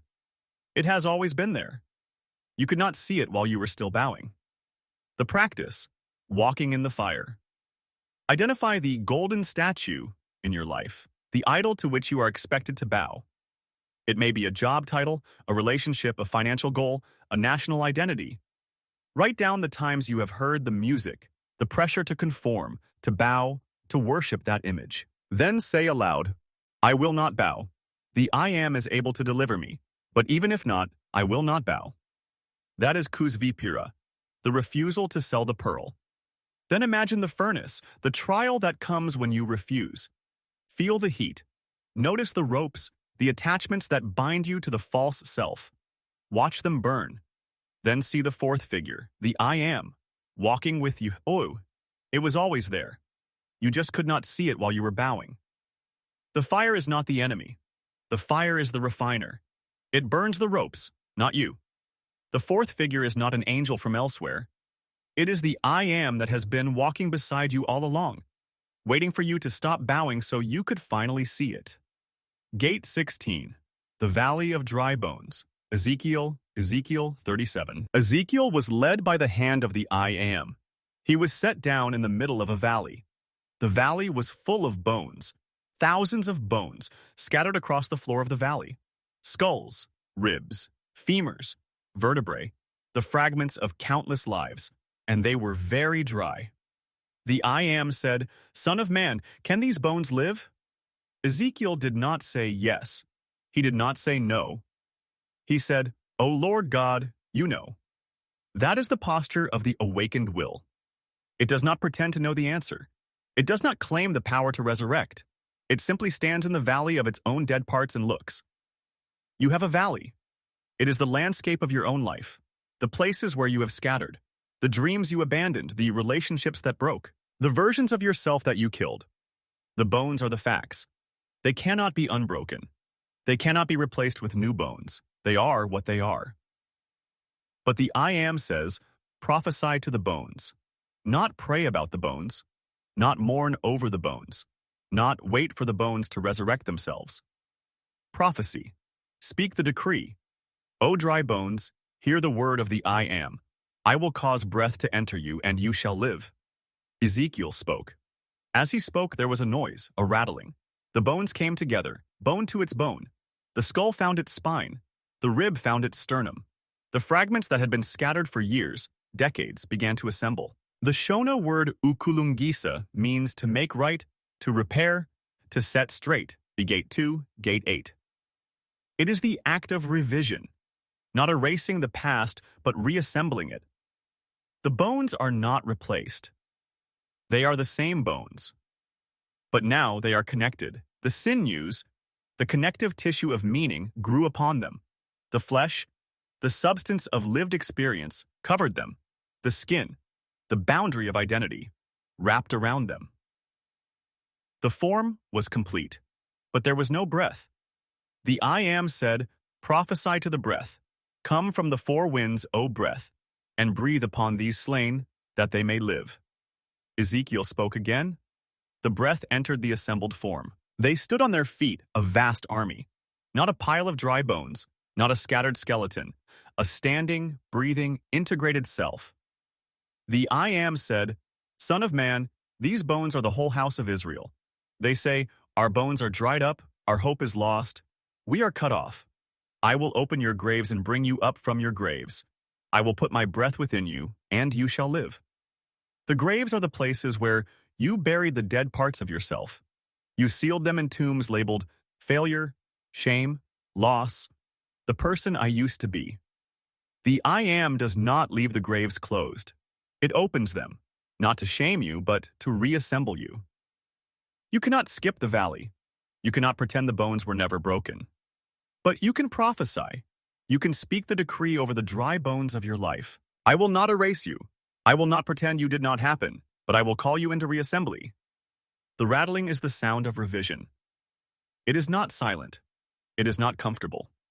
It is the noise of bones finding their place, the memory that was suppressed returning to its socket, the failure that was denied fitting back into the spine. The sinews are the stories you tell that connect the scattered events. The flesh is the meaning you give to what happened. The skin is the boundary that says, this is me, not the fragments, but the whole. And the breath is umoya, the I am, the life force that enters when the assembly is complete. Gate 1, Gate 26. You do not breathe yourself, you are breathed. The valley is not a grave, it is a workshop. The bones are not a curse. They are the raw material. And you are Ezekiel, the one who prophesies, not the one who resurrects. You speak. The I am assembles. The breath enters, and you stand. The practice, prophesying to the bones. Write down 3 dry bones in your life. Events, failures, or relationships that you have considered dead, beyond repair. Then, in silence, place them before you. Do not try to change the facts. Instead, speak to them. I do not erase you. I call you into reassembly. Then, one by one, ask, what sinew connects this bone to my present self? What flesh, what meaning covers it? What boundary, what skin gives it form? Write the answers. Then, at the end, breathe deeply 3 times. Say, umoya, enter, I stand. That is ukulungisa, revision as reassembly. The bones are not the enemy, they are the facts. The valley is not a grave, it is a workshop. When you stop wishing the bones had never broken and start prophesying to them, they rattle, they connect, they stand, and you breathe. Gate 17, the 4 living creatures, Ezekiel and Revelation. Ezekiel 1, Revelation 4. Ezekiel was by the river Chebar, among the exiles. The heavens opened. He saw visions of God. A stormy wind came from the north, a great cloud with flashing fire. And out of the fire came 4 living creatures. Each creature had 4 faces, a man, a lion, an ox, an eagle. Each had 4 wings. Their legs were straight, their feet like a calf's hoof. They moved without turning. Beside each creature, a wheel on the earth, a wheel within a wheel. Their rims were full of eyes. Above the creatures, a firmament like crystal. Above the firmament, a throne like sapphire. On the throne, a figure like a man, fire and rainbow surrounding him. The Apostle John, centuries later, saw the same throne. He saw 4 living creatures around it, full of eyes in front and behind. The first like a lion, the second like an ox, the third like a man, the fourth like a flying eagle. They never ceased to say, Holy, holy, holy, the Lord God Almighty, who was and is to come. You have been taught that these are angels, cherubim, seraphim, supernatural beings guarding a throne in a distant heaven. But the vision is not about a place elsewhere. It is about the architecture of time itself. The 4 faces are the 4 fixed constellations that anchor the processional wheel of the zodiac. The ox is Taurus, the spring equinox of the ancient epic. The lion is Leo, the summer solstice. The eagle is Scorpio, the autumn equinox, the eagle rising from the scorpion. The man is Aquarius, the winter solstice. These 4 markers do not move. They are the fixed points against which the slow 25,772-year wobble of the Earth's axis is measured. You do not need to know the names of the constellations. You only need to know that there are fixed points in the sky and your life moves between them. The 4 faces are the 4 seasons of consciousness: birth, growth, harvest, rest. They return, always in the same order. The wheels are the cycles of time. The smallest wheel is the daily rotation, the wheel that turns every 24 hours, carrying you from waking to sleeping and back again. The next wheel is the yearly orbit, the wheel of seasons, of planting and harvest, of anniversaries. The largest wheel is the processional, the slow drift of the ages, the wheel that turns once every 25,772 years, shifting the entire context of human consciousness. The wheels are within wheels. They are not separate. Your daily thoughts are nested inside your yearly patterns. Your yearly patterns are nested inside your generational inheritance. Your generational inheritance is nested inside the processional drift of the collective mind. Most people live only on the smallest wheel. They wake, work, sleep, and never see the larger cycles. Their lives are a blur of reaction. No perspective, no prediction, no sovereignty. But the rims of the wheels are full of eyes. The eyes are the stars, the fixed points of observation. They are not passive, they see. The wheels are not blind mechanisms, they are observed. And the observer is not in the wheels. The observer is on the throne. The throne is the still center. It does not turn. The wheels turn around it. The figure on the throne is not a bearded king. It is the I Am, the pure awareness that watches the cycles without being caught in them. The fire and rainbow are the and the covenant, the energy that drives the wheels and the promise that the pattern will not break. In Revelation, the four living creatures cry out, "Holy, holy, holy, who was and is to come." That is not a statement about God's existence in 3 time periods. It is a statement about the observer's relationship to the wheels. The observer is the one who was, the cycles that have already turned, who is, the present turn, and who is to come, the cycles that will turn. The I Am is not in the wheel. The I Am is the one who sees the wheel. The long view is not a distant perspective on the future. It is the immediate realization that you are not the turning. You are the turner, not as a doer, but as a witness. When you sit on the throne, the wheels do not stop, but they no longer terrify you. You see the pattern. You know that the ox of spring always follows the eagle of autumn. You know that the lion of summer always gives way to the man of winter.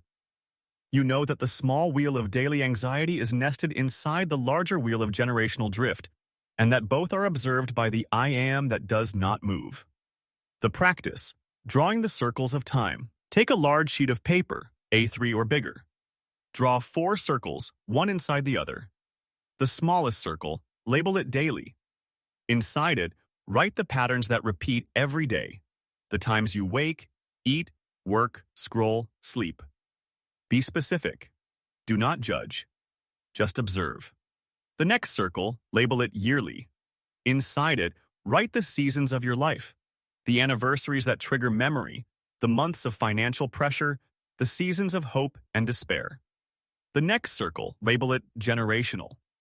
Inside it, write the patterns you inherited, your parents' attitudes to money, your grandparents' fears, the silent agreements about what is possible. The largest circle, label it precessional. Inside it, write the slow drifts, the changing of cultural assumptions, the erosion of old beliefs. In the center of all circles, draw a small dot. Label it I Am. That is the observer. It does not move. The circles turn around it. Place your finger on the center dot. Close your eyes. Breathe 3 times. Say, I am not the wheel. I am the one who sees the wheel. Keep this drawing. When you feel trapped in a repeating pattern, look at the circles. Ask, which wheel is spinning? Am I caught in the daily, the yearly, the generational? Then place your finger on the center dot and breathe. That is the long view. The wheels do not stop turning. The faces do not change. But you can stop being the bone caught in the spokes and become the eye that watches from the rim. Gate 18, Jonah and the Whale. The Book of Jonah. The word of the I Am came to Jonah. Arise, go to Nineveh, that great city, and cry out against it, for their wickedness has come up before me. Jonah arose. He went down to Joppa. He found a ship going to Tarshish. He paid the fare and went down into it to go with them to Tarshish, away from the presence of the I Am. You have been taught that this is a story about a reluctant prophet who ran from God's command. But the law is deeper. Jonah ran because he already knew the I Am's mercy. He was not afraid of punishment. He was afraid that the I Am would forgive. Nineveh was the enemy. The great city of Assyria, the empire that would one day destroy his own people. Jonah wanted them destroyed, not saved. He ran not from fear, but from compassion. He did not want his enemies to receive the same mercy he had received. That is the ego's deepest resistance, not the fear of the task, but the refusal to see the other as worthy of the same grace. The ship sailed. But the I Am hurled a great wind upon the sea. A mighty storm threatened to break the ship. The sailors were afraid. Each cried out to his own god. They threw the cargo into the sea to lighten the ship. Jonah was not on deck. He had gone down into the hold, lain down, and fallen into a deep sleep. The captain found him. "What do you mean, you sleeper? Arise, call out to your God. Perhaps your God will give a thought to us, that we may not perish." The sailors cast lots to find who was responsible for the storm. The lot fell on Jonah. They said, "Tell us, who is responsible? What is your occupation? Where do you come from?" He said, "I am a Hebrew. I worship the I Am, the God of heaven, who made the sea and the dry land." They were terrified. "What have you done?" The sea grew more tempestuous. They asked, "What shall we do with you that the sea may quiet down?" Jonah said, "Pick me up and throw me into the sea. Then the sea will quiet down, for I know it is because of me that this great storm has come upon you." They did not want to. They rowed hard to get back to dry land, but they could not. Finally, they cried out to the I Am, "Please do not let us perish for this man's life." Then they took Jonah and threw him overboard. The sea ceased from its raging. The storm is the crisis that arises when you run from your calling. It is not a punishment. It is a correction. The sailors are the parts of your psyche that try to solve the problem through external means, rowing harder, throwing cargo overboard, changing the environment. But the storm does not stop until you recognize the Jonah within. You are the one who must be thrown overboard, not to be destroyed, to be sent into the dark. The I Am appointed a great fish to swallow Jonah. He was in the belly of the fish 3 days and 3 nights. The fish is not a punishment. It is a womb. The Hebrew word for belly is the same word used for the womb. Jonah descended down to Joppa, down into the ship, down into the hold, down into the fish. That is the descent of Ukuthwasa. Gate 1, Gate 7, Gate 24, Gate 32. The dark phase of the moon before the new crescent appears. The 3 days are the 3-day silence. The tomb that is not a grave. The gestation that cannot be rushed. In the belly, Jonah prayed. His prayer is not a plea for rescue. He does not say, "Get me out." He says, "I called out to the I Am out of my distress, and he answered me. Out of the belly of Sheol I cried, and you heard my voice." He recites the law. Those who pay regard to vain idols forsake their hope of steadfast love. But I, with the voice of thanksgiving, will sacrifice to you. What I have vowed I will pay. Salvation belongs to the I Am. That is the prayer of surrender. Not "save me," but "I recognize you." Jonah has stopped running. He has stopped negotiating. He is in the dark, and he knows that the dark is where the I Am hears him. The I Am spoke to the fish, and it vomited Jonah onto dry land. Not a gentle delivery, not a dignified emergence. Vomited, forced out, sputtered, gasping, covered in the residue of the womb. That is the reality of Ukuthula, Gate 3, Gate 8, Gate 29. You do not emerge gracefully. You are expelled, blinking in the light, still wet from the dark. The word came again. Arise, go to Nineveh, that great city, and call out against it the message that I tell you. This time Jonah went. He walked 1 day's journey into the city and proclaimed, "Yet 40 days, and Nineveh shall be overthrown." The people of Nineveh believed him. They proclaimed a fast. They put on sackcloth from the greatest to the least. The king rose from his throne, took off his robe, covered himself with sackcloth, and sat in ashes.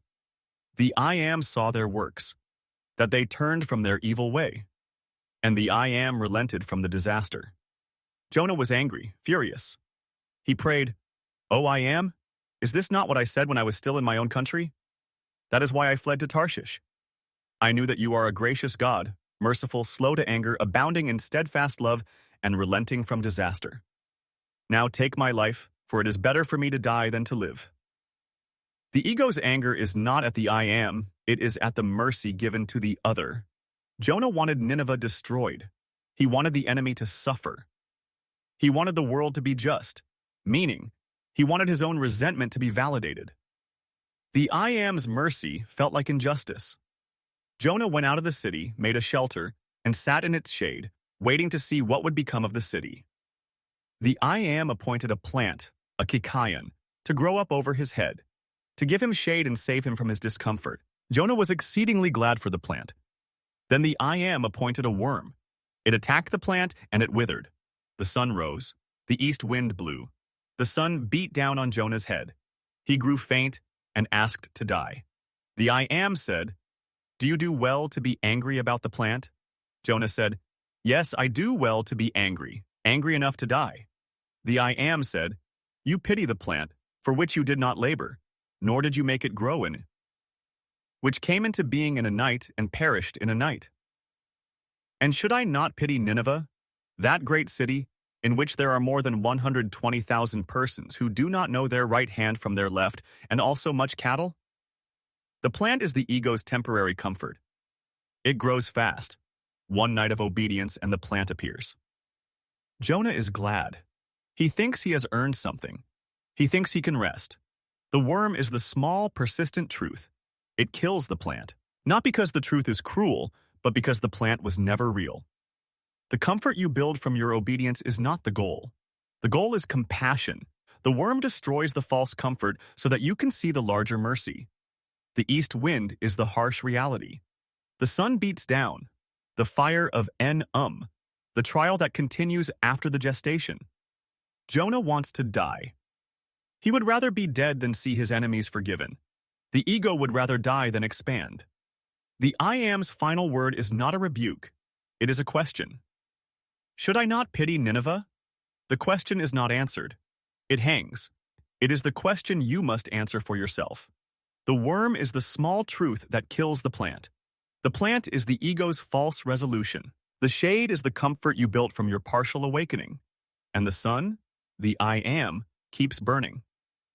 Jonah is you. You have heard the call to go to your Nineveh. The person you resent, the part of yourself you have exiled, the task you have been avoiding. You have boarded the ship to Tarshish.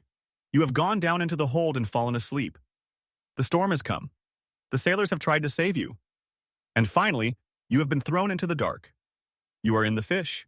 It is dark. It is tight. It is 3 days. Do not pray for rescue. Pray for recognition. Out of the belly of Sheol, I cried. You heard me. When you emerge, you will be vomited onto dry land, gasping, blinking, covered in the residue of the womb.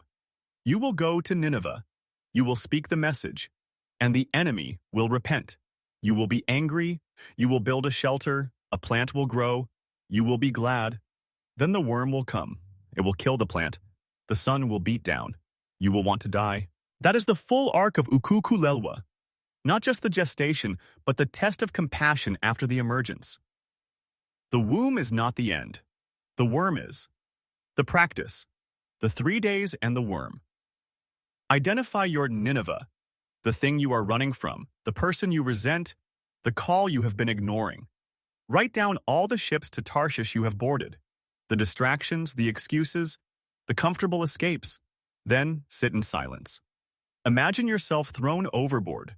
Feel the dark of the fish's belly. Do not pray for rescue. Pray for recognition.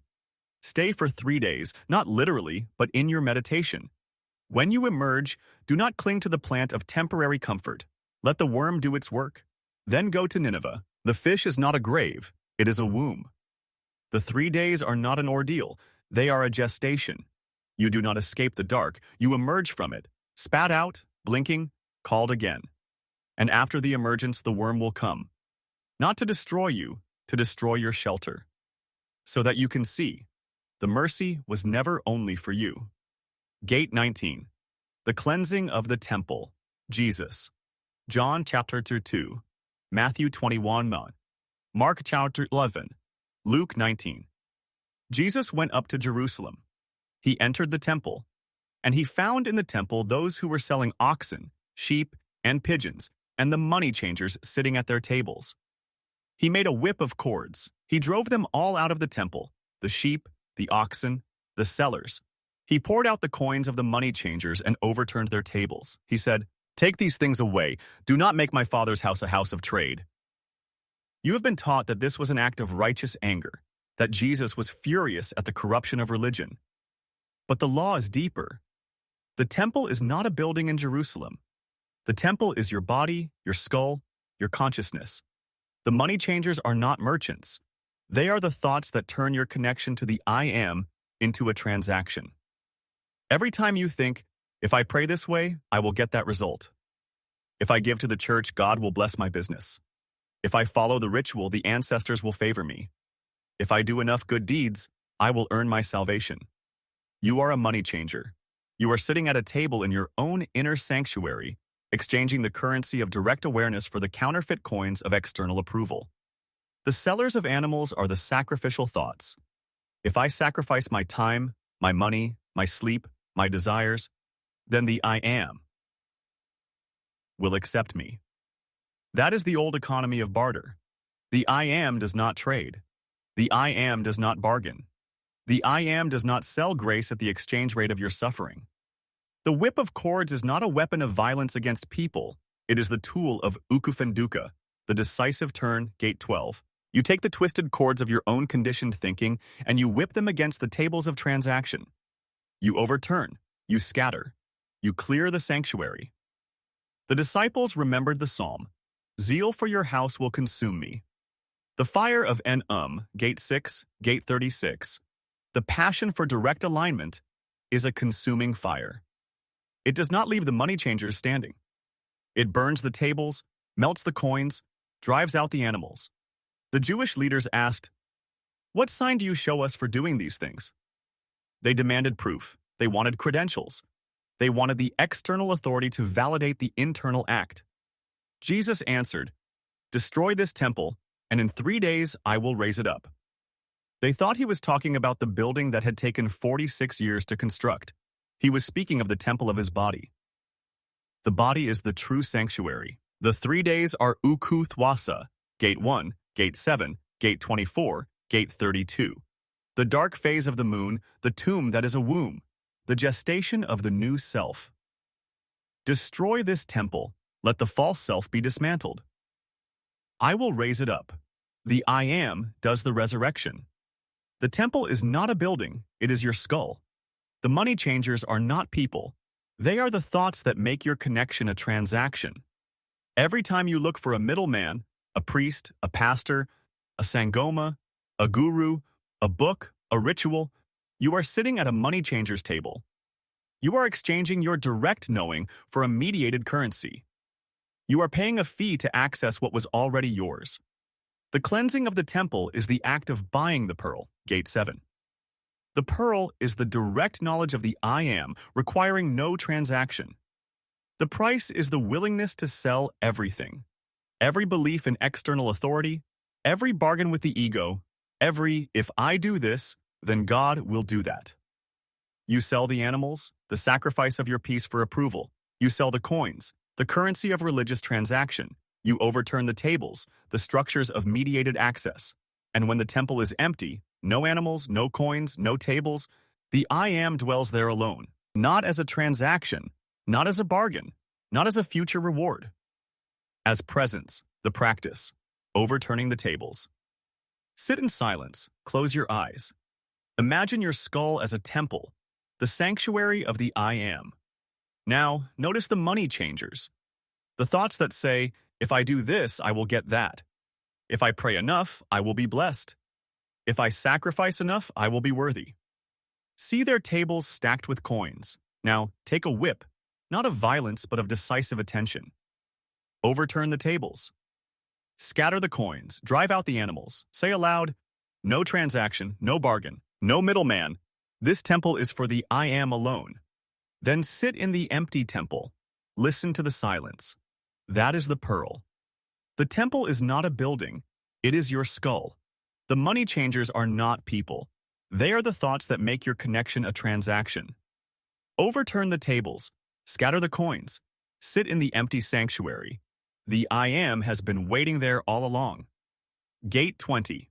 The tax collector, Zacchaeus. Luke 19.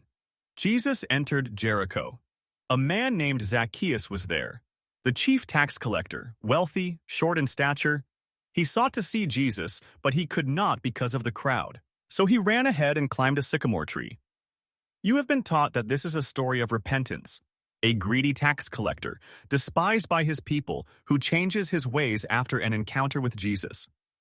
But the law is deeper. Zacchaeus is not seeking forgiveness. He is seeking to see. He is curious. He wants to know what this teacher looks like. The crowd blocks his view. The crowd is the collective judgment, the voices that have already labeled Zacchaeus as sinner, traitor, corrupt. They have written his story. They have decided he is not worth looking at.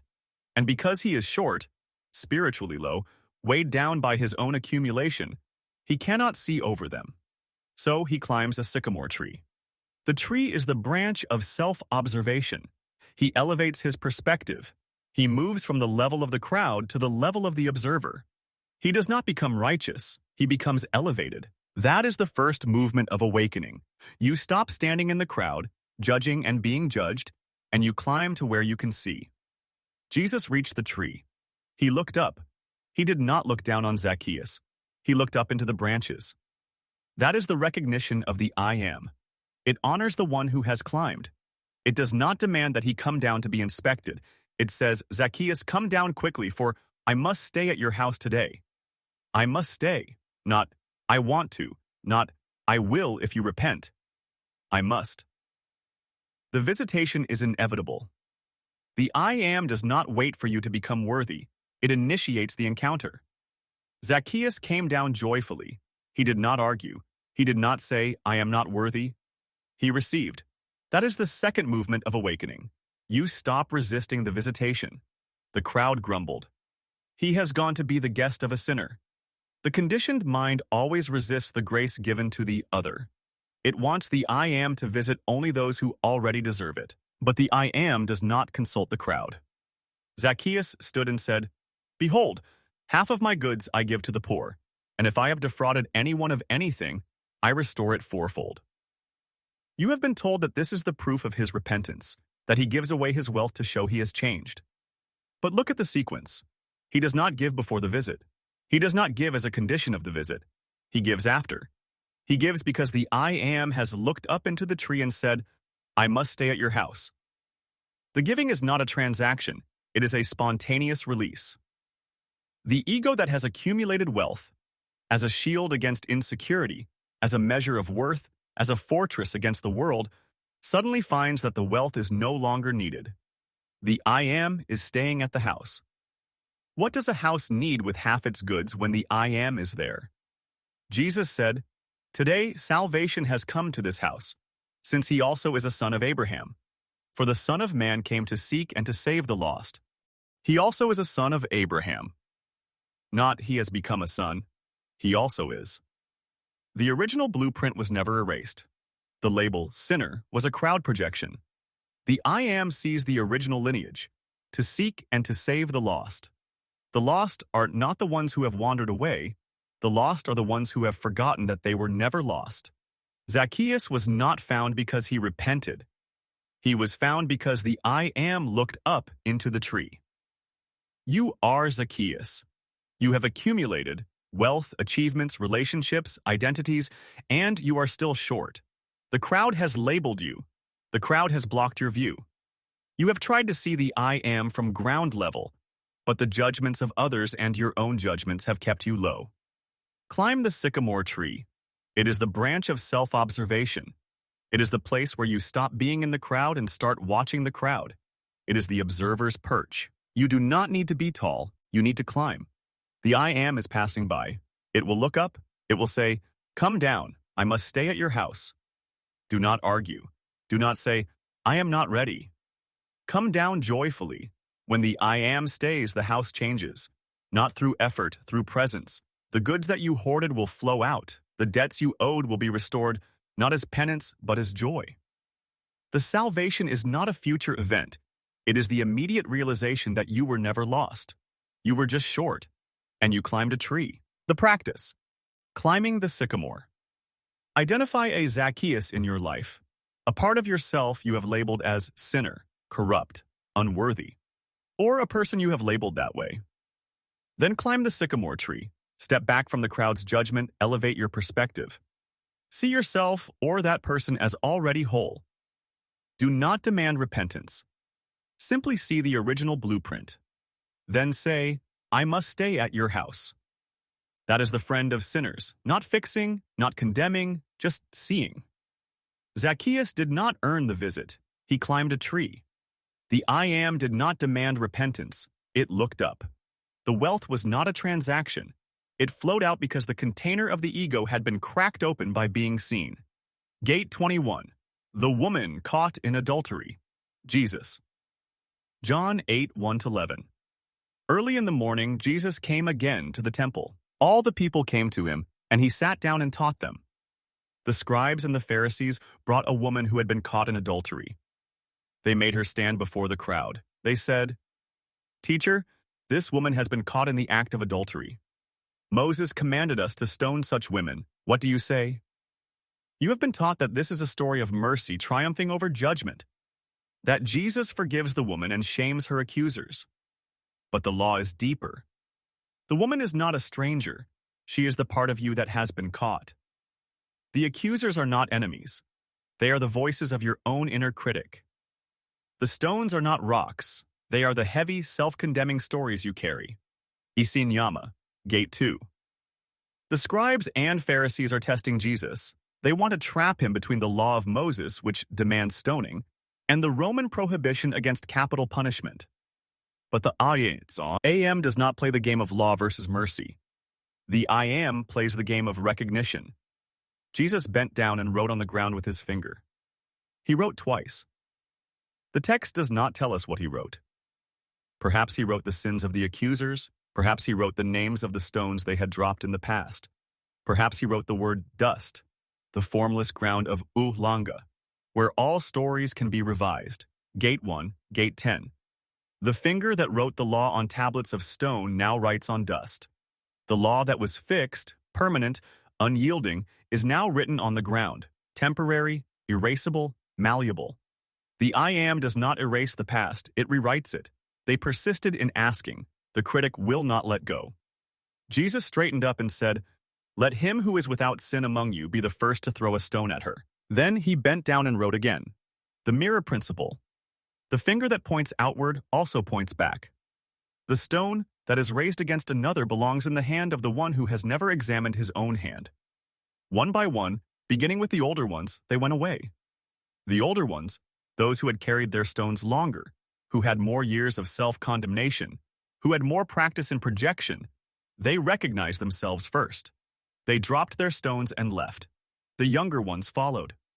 Jesus was left alone with the woman, the I Am and the shamed part of the self alone.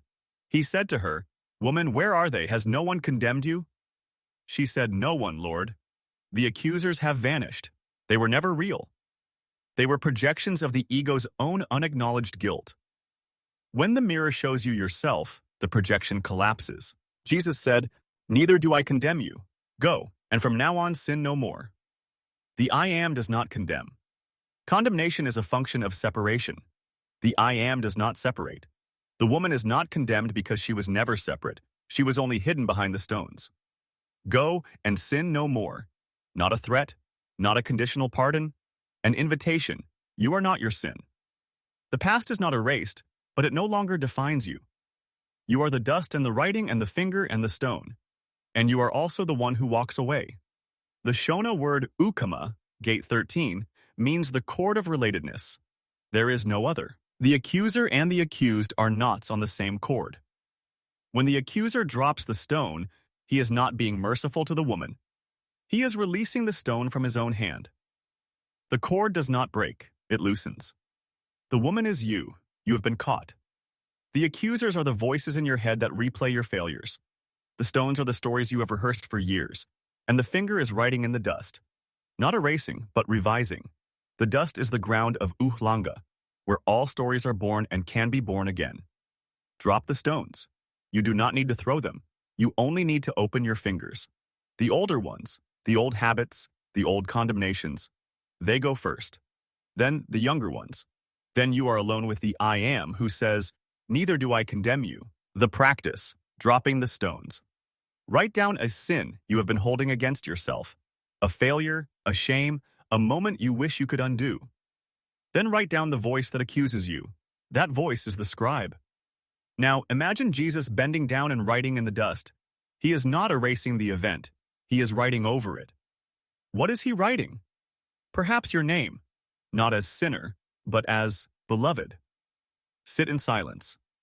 Then, one by one, let the stones drop from your hands. You do not need to throw them. You only need to open your fingers. When the last stone has fallen, hear the voice. Neither do I condemn you. Go and sin no more. That is Ukama, the cord that holds you, not as a prisoner, but as a whole. The stones were never about her. They were about the ones who held them. When the mirror shows you yourself, the hand opens, and the I am does not pick up the stone. Gate 22. Walking on water. Peter. Matthew 14:22-33. After Jesus fed the 5,000, he sent the disciples ahead in a boat while he dismissed the crowd. He went up the mountain to pray alone. The boat was far from land, battered by waves, the wind against them. In the fourth watch of the night, the darkest hours before dawn, Jesus came to them, walking on the sea. The disciples saw him walking on the water. They were terrified. "It is a ghost," they cried out. Jesus spoke, "Take heart, it is I. Do not be afraid." Peter answered, "Lord, if it is you, command me to come to you on the water." Jesus said, "Come." Peter got out of the boat. He walked on the water. He came toward Jesus. You have been taught that this is a miracle of divine power, that Jesus suspended the laws of physics, and Peter shared in that suspension as long as he had faith. But the law is deeper. The water is not the enemy. The water is the chaos of the material world, the evidence of the senses, the storm of circumstance, the appearances that scream, "You cannot do this." Jesus walked on the water not because he was a magician, but because he did not look at the water. He looked at the I am. The water was irrelevant. Peter stepped out of the boat. That is the decree. The come is the permission of the I am. Peter walked not because the water had changed, but because his attention was fixed. Then he saw the wind. He saw the waves. He saw the impossibility. He felt the cold spray, heard the roar, remembered that he was a fisherman who knew what water does to flesh. He was afraid. He began to sink. He cried out, "Lord, save me!" Jesus immediately reached out his hand and caught him. He said, "O you of little faith, why did you doubt?" The word for doubt is distazo, to stand in two places, to be divided. Peter did not fail because he lost faith. He failed because he split his attention.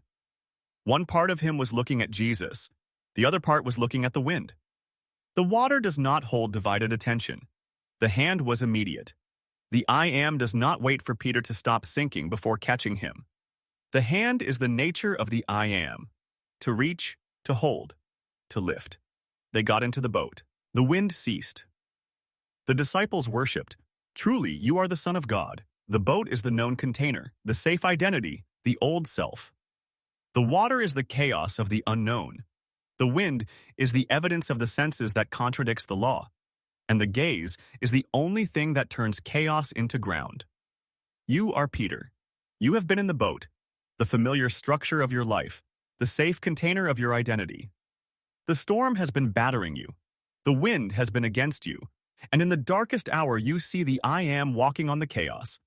You hear the command, "Come." You step out, you walk. For a moment, you are walking, not because you are special, but because your attention is fixed. Then you see the wind, the evidence that says you cannot, the debt, the rejection, the failure, the voice that says, "Who do you think you are?" You look at the problem, and you begin to sink. The sinking is not failure. The sinking is the lesson. The hand is immediate. The I am does not say you should have known better. It catches you. It says, "Why did you doubt?" Not as accusation, but as invitation. Examine where you placed your gaze. The law of attention management is this. Where you place your attention, you place your reality. The water does not hold you, the gaze does. The wind is not stronger than you, it is just louder. The I am is not distant, it is the hand that is already reaching. You will sink. You will cry out. The hand will catch you. The wind will cease, and you will worship, not the miracle, but the law. The practice, the gaze that walks. Identify a storm in your life, a situation that seems chaotic, out of control, impossible. Then identify the boat, your default response, struggling, fearing, trying to row harder. Now, imagine Jesus walking on the water toward you. Hear him say, "Come, step out. Do not negotiate. Keep your gaze on him. When you feel the wind, the evidence that seems to contradict, do not look at it. Keep looking. If you sink, cry out. The hand is immediate. That is attention management, not controlling the storm, but controlling the gaze. The water does not hold you. The gaze does. When you look at the I am, chaos becomes ground. When you look at the chaos, you sink. The hand is not a reward. It is the nature of the I am to catch. Gate 23. The Transfiguration. Jesus. Matthew 17:1-9, Mark 9:2, and Luke 9:28-36. Jesus took Peter, James, and John up a high mountain. He was transfigured before them. His face shone like the sun, and his garments became dazzling white. Moses and Elijah appeared, speaking with him. Peter said to Jesus, "Lord, it is good that we are here. If you wish, I will make 3 tents here, one for you, one for Moses, and one for Elijah." While he was still speaking, a bright cloud overshadowed them. A voice from the cloud said, "This is my beloved Son, with whom I am well pleased. Listen to him." The disciples fell on their faces, terrified. Jesus touched them and said, "Rise and have no fear." They looked up and saw no one but Jesus. You have been taught that this was a supernatural vision, a rare glimpse of Jesus' divine nature, granted only to 3 chosen disciples. But the law is deeper. The high mountain is not a hill in Galilee. It is Ukuthwasa, the crown of your own head, the apex of the body, the place where the I am sits. Gate 1, Gate 6, Gate 9, Gate 30, Gate 38. The Transfiguration is not an event that happened to Jesus 2,000 years ago. It is the moment when the I am shines through the body and the veil of the ego is lifted.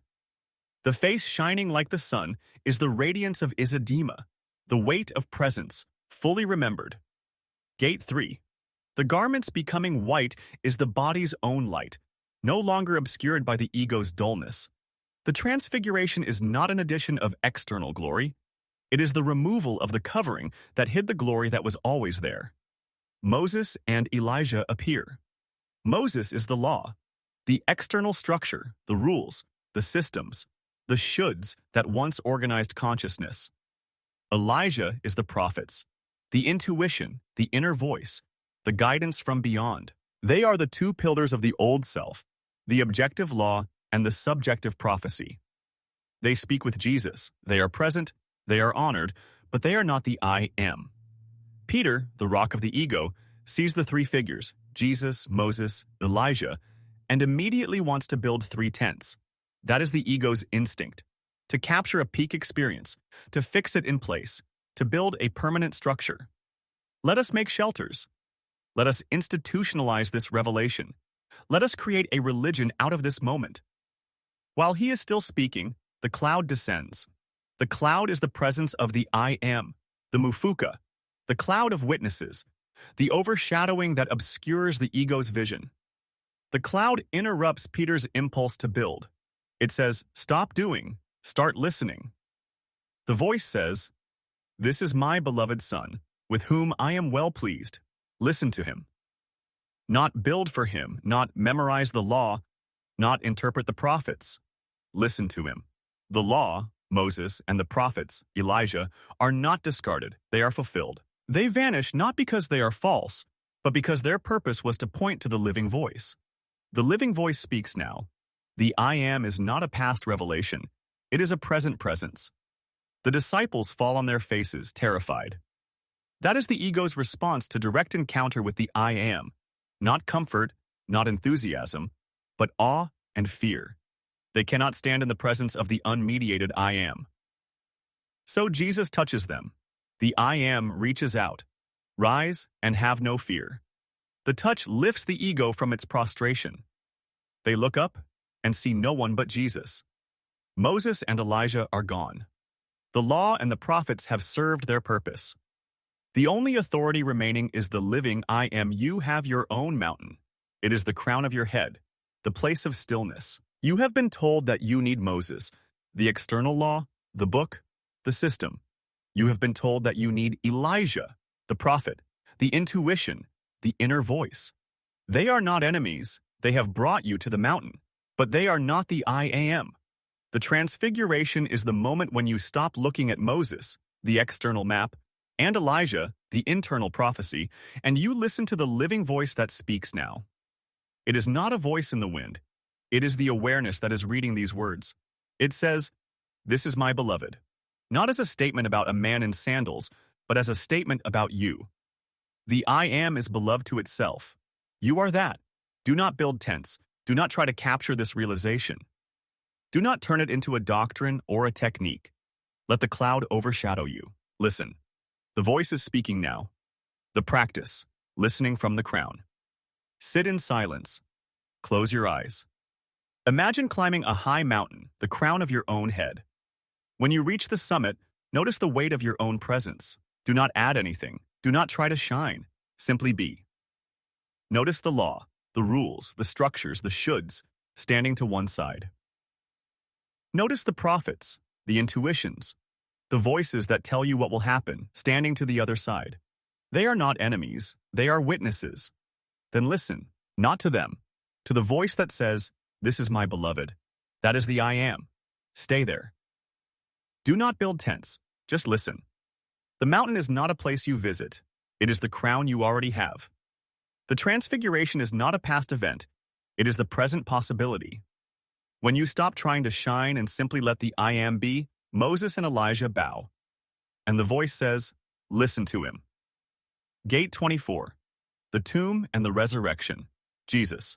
Matthew 28, Mark 16, Luke 24, John 20. After the crucifixion, Jesus' body was taken down from the cross, wrapped in linen cloths, and laid in a tomb cut from rock. A great stone was rolled against the entrance. The tomb was sealed. The guard stood watch. You have been taught that this is history, a corpse in a borrowed grave, a heavy stone, a sealed door. But the law is deeper. Golgotha, the place of the skull, is Ukuthwasa, the crown of your own head. Gate 1, Gate 6, Gate 9, Gate 30, Gate 38. The crucifixion is the death of the old self, the ego that identified with the body, with the story, with the past. The tomb is the 3-day silence, the dark womb of Ukuthwasa, Gate 1, Gate 7, Gate 32. On the 3rd day, early in the morning, Mary Magdalene came to the tomb. She saw that the stone had been rolled away. She ran to tell Peter and the beloved disciple. They raced to the tomb. They saw the linen cloths lying there and the face cloth folded separately. They entered. The tomb was empty. The stone is rolled away. Not by an angel descending, though the story uses that image, but by the I am's own nature. The I am cannot be sealed. The stone is the weight of the old identity, the false self, the story that said, you are this body, this name, this history. That stone is rolled away because it never had the power to hold what is eternal. The linen cloths are left behind. They are folded, not thrown away, not burned, but neatly arranged. The old self is not destroyed. It is completed, organized, laid to rest. The I am does not need to destroy the past. It only needs to stop wearing it. Mary stood outside the tomb, weeping. She looked in and saw 2 angels in white. They asked, "Woman, why are you weeping?" She said, "They have taken away my Lord, and I do not know where they have laid him." She turned and saw Jesus standing there, but she did not know it was him. He said, "Woman, why are you weeping? Whom are you seeking?"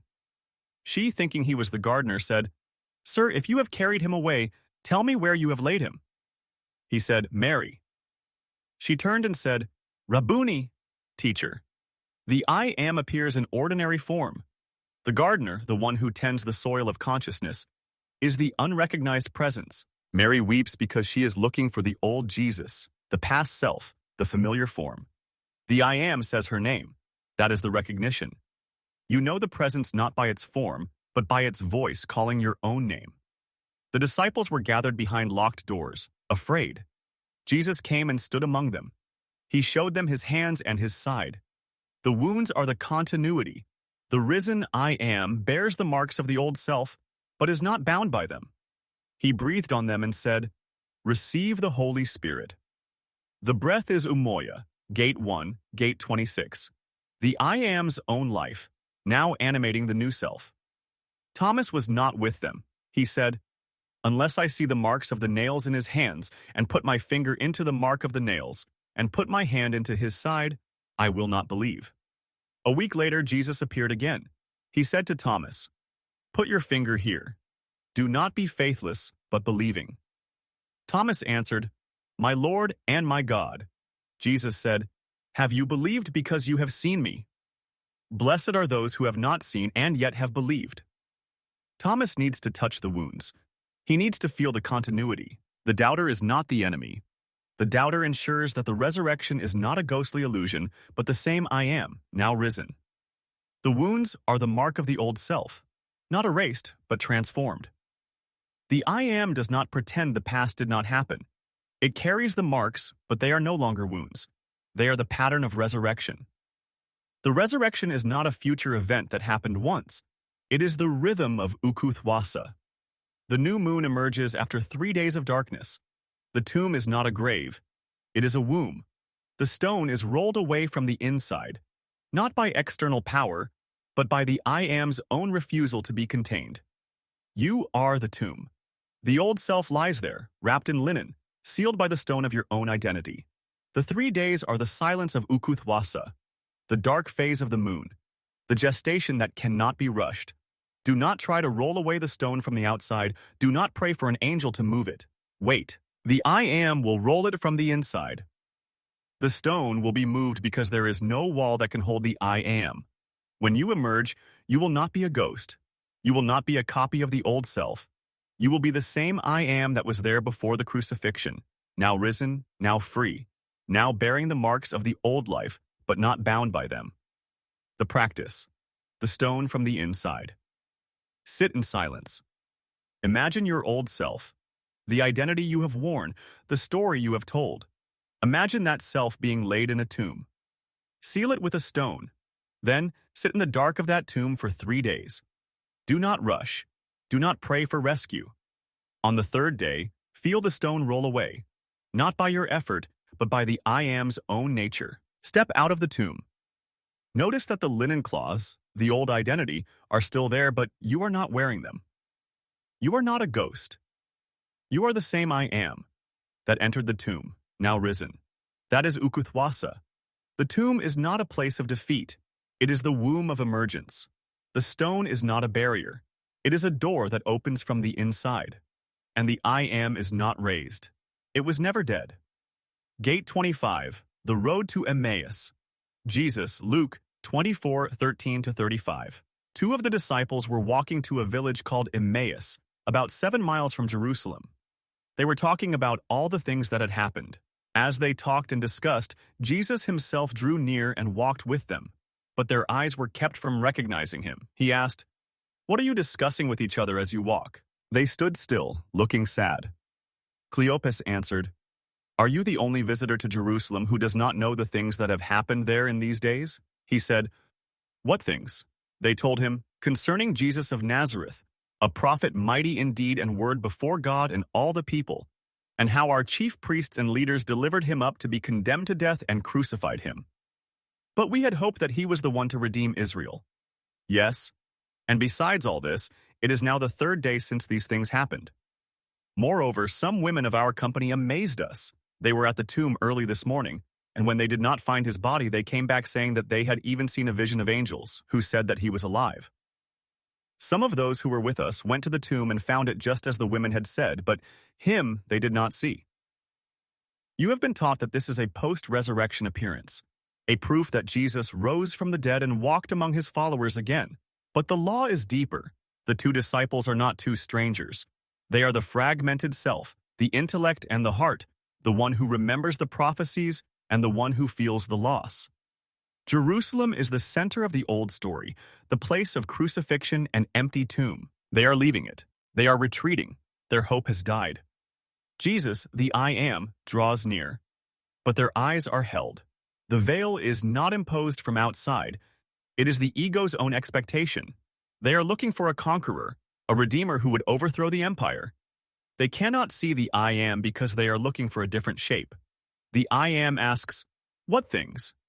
It invites the ego to articulate its disappointment. The ego recites the story, the prophet who was killed, the hope that died, the third day, the empty tomb, the women's vision. It is a story of confusion, not of faith. Then the I Am speaks. "O foolish ones, slow of heart to believe all that the prophets have spoken. Was it not necessary that the Christ should suffer these things and enter into his glory?" Beginning with Moses and all the prophets, he interprets to them the things concerning himself in all the scriptures. The I Am decodes the old maps, not to prove a point, but to reignite the burning heart. They reach Emmaus. The I Am acts as if he is going further. He does not force himself on them. He respects the ego's freedom. But they urge him, "Stay with us, for it is toward evening, and the day is far spent." So he stays. He takes bread, blesses, breaks it, and gives it to them. Their eyes are opened. They recognize him, and he vanishes from their sight. The breaking of the bread is the ordinary act, not a temple sacrifice, not a mountain revelation, a meal. The taking, blessing, breaking, giving is the rhythm of Ukuthula, the pouring out of alignment, gate 2, gate 33. And in that ordinary moment, the eyes open. Then he vanishes. Not because he abandons them, but because they no longer need the external form. The I Am is not a figure to be worshipped at a distance. It is the burning heart, the opened eyes, the walking, the breaking. They say to each other, "Did not our hearts burn within us while he talked to us on the road, while he opened to us the scriptures?" The burning heart is heating, gate 6, gate 36, the fire in the belly rising to the chest. The recognition happens before the eyes open. The eyes open only when the heart has already been lit. They return to Jerusalem. They tell the others, "The Lord has risen indeed and has appeared to Simon." They tell what happened on the road and how he was known to them in the breaking of the bread. They go back to the center, not as the same disappointed seekers, but as witnesses of the I Am's presence in the ordinary. You are on the road. You are walking away from Jerusalem, away from the center of your old story, away from the crucifixion of your hopes. You are sad. You are talking about the things that went wrong. The I Am is walking beside you, but you do not recognize it because your eyes are held by your expectations. You are looking for a rescue, a miracle, a sign. You are not looking for a stranger who asks questions. The I Am asks, "What things? Tell it. Speak your disappointment. Recite your failures. Let the story out, then listen." The I Am interprets, not with a booming voice, but with a burning in your chest. The heart heats. Rises. When you reach Emmaus, the ordinary place, the warm spring, the everyday, the I Am will seem to go further. It will not force itself. You must invite it. "Stay with us." That is the prayer, not a plea for rescue, but an invitation to abide. The bread will break. The eyes will open. You will recognize, not a figure, but a presence that has been there all along. And then it will vanish, not because it leaves, but because you have become it. The practice, the breaking of the bread. Go for a walk. Any road, any destination. As you walk, notice that you are not alone. There is a presence walking with you, but you cannot see it because your eyes are held by your expectations. Talk to it as if it were a stranger. Tell it what has disappointed you, what hopes have died.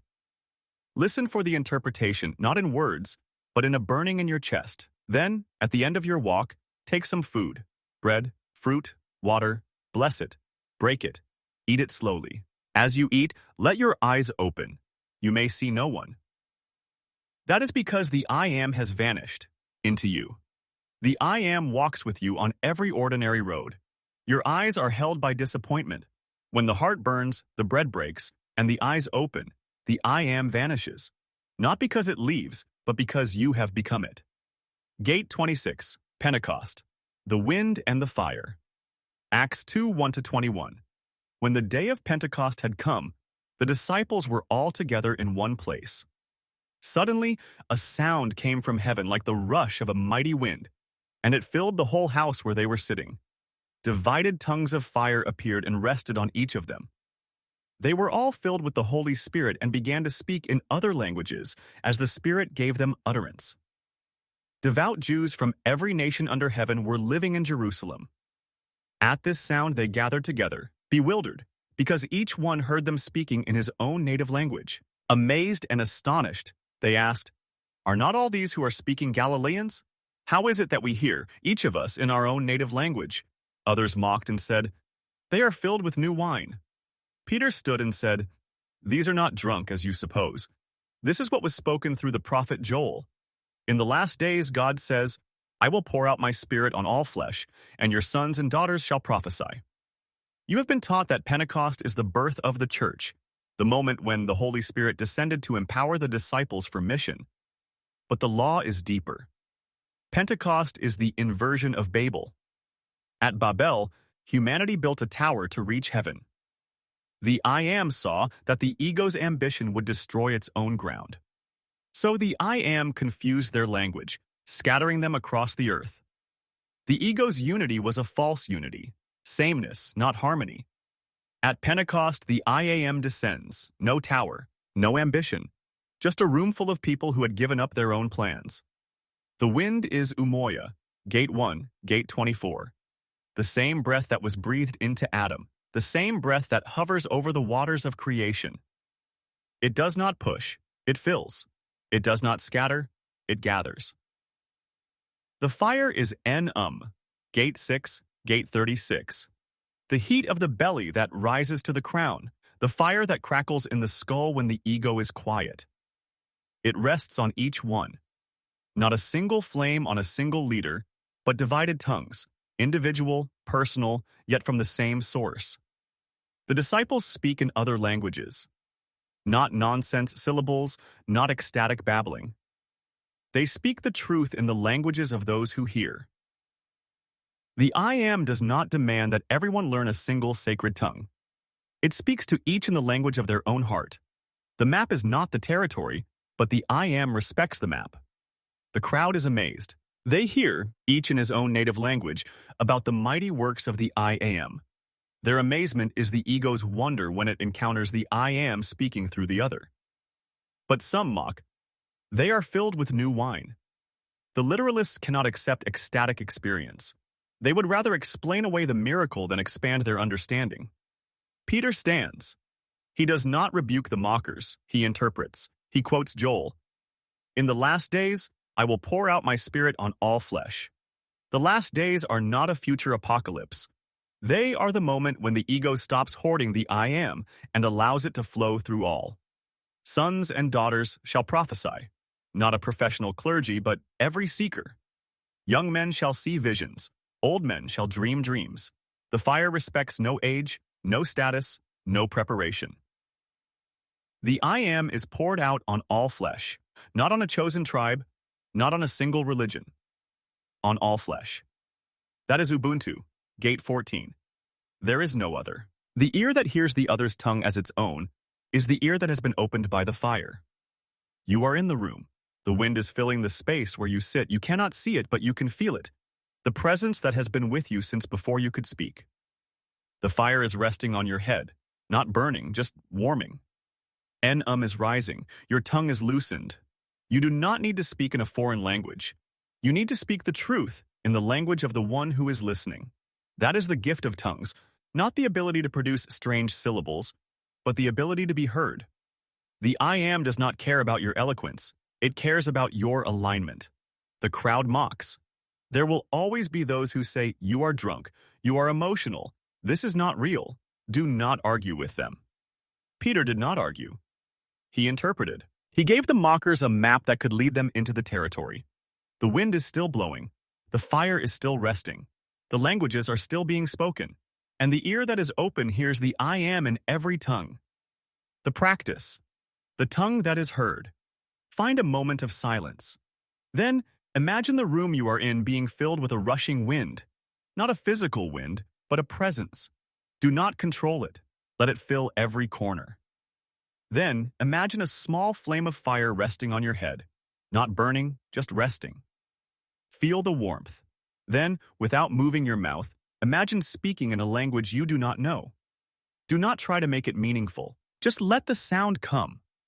Then, imagine a person from a different tradition, a different religion, a different culture, hearing that sound and understanding it as the I am. That is Ubuntu. The I am speaking through you, heard by the other. The wind is not a storm, it is breath. The fire is not destruction, it is illumination. The tongues are not confusion, they are translation. When you hear the I am in the voice of the other, Babel falls and Pentecost rises. Gate 27, Musa, Moses, and the sea, the Quran. Surah 26, 52-68, 20, 77, 80, 10, 90, 28, 50. Musa led the people out of Egypt. They traveled by night. The exodus of the soul from the house of bondage, hidden from the eyes of the waking ego. But Pharaoh, the hardened self, gathered his armies and pursued. The old patterns never released their grip easily. They reached the sea. Before them, the endless water, the barrier of impossibility, the fear that stops the heart. Behind them, the dust of the pursuing army, the voices that whisper, "You are not enough. You will fail. Go back to what you know." The people cried out, "We are overtaken." Surah 26:61. The egos panic at the threshold. Musa did not join their fear. He said, "No, my Lord is with me. He will guide me." Surah 26:62. That is the decree of trust. Not a prayer for rescue, but a declaration of presence. The command came, "Strike the sea with your staff." Surah 26:63. Not pray to the sea. Not beg the sea to part. Strike. The staff was not a magic wand. It was the rod of authority that Musa had carried through earlier trials. It had become a serpent that swallowed the magician's snakes. Surah 7:107.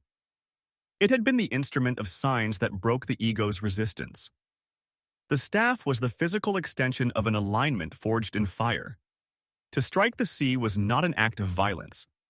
It was an act of ukubika, the sovereign decree spoken from the heart that does not beg. Gate 10.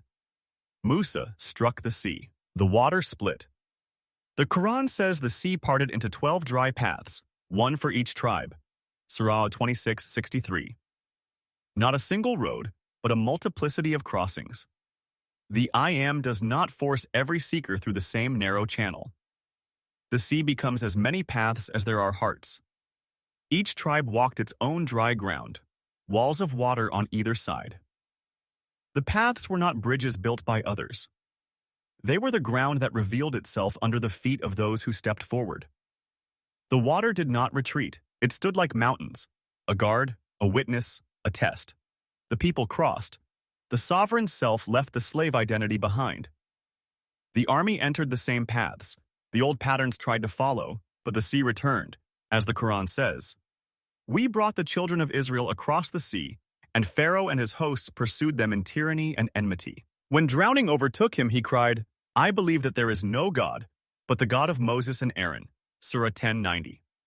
That cry is the ego's last realization, the moment when the false self finally sees the truth. But the response came, "Now, when you have rebelled before and been among the corruptors." Surah 10:91. The crossing is not a negotiation. The time for belief was before the sea parted, in the stillness before the strike, in the silence when the command was given. The drowning Pharaoh is not punished. He is preserved. His body is kept as a sign, not to shame him, but to show that the ego's resistance is real and that it can drown. The old self does not disappear. It is left behind, swallowed by the sea it tried to cross. The Zulu word Ukuthwasa means to cross, not just to move from one bank to another, but to undergo a ritual transition, a passage that changes the one who crosses. In many African traditions, a crossing is not complete until you have left something behind. A name, a garment, a stone. Pharaoh left his body. You will leave something else. The staff is the intonga, the rod of sovereignty, carried by leaders, by herders, by those who have the authority to part the herd, to open a path. Your staff is not made of wood. It is your attention, your alignment, your refusal to beg. The practice, the line in the earth. Find a threshold, a doorway, a line in the dirt, a crack in the pavement. This will be your sea. Find a stick, a twig, a pen, a ruler. This is your staff. Stand on one side. Behind you, name the Pharaoh, the old pattern that pursues. Before you, name the sea, the fear, the debt, the impossibility. Raise your staff. Say aloud, I do not beg, I strike. Strike the ground. Not hard, but decisively. The line is your sea. Step over the line. As you step, say, the water parts, the path is dry. Do not look back. After you step, turn. You will see the line. It is still there. The sea has returned. The pursuit is over. The sea does not part for a beggar. It parts for one who knows who they are. Strike the water, the dry path appears. Do not look back. The drowning is not your concern. Gate 28. Abraham, and the fire. The Quran. Surah 21:51-70, 29:16, 37:83-98, 2:258. Ibrahim stood before his people. They worshipped idols, carved stone and wood, the works of their own hands. He asked, do you worship what you yourselves have carved when God created you and all that you do? Surah 37:95-96. They had no answer. The ego's idols are always silent when questioned directly. Ibrahim took the idols, all but the largest, and smashed them. Surah chapter 21:58. When the people returned, they were enraged. Who has done this to our gods?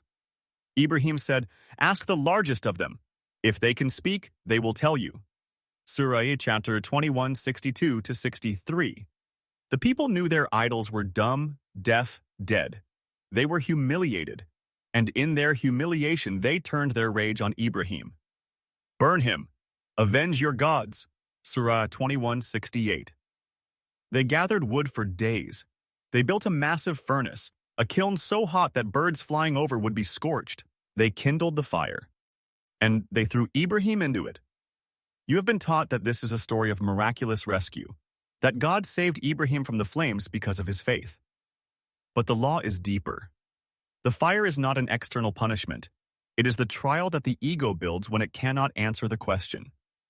The furnace is the crisis that you fear, the thing that would destroy the false self. The flames are real, they burn, but they are not the enemy. As Ibrahim was thrown into the fire, the angel Gabriel, appeared.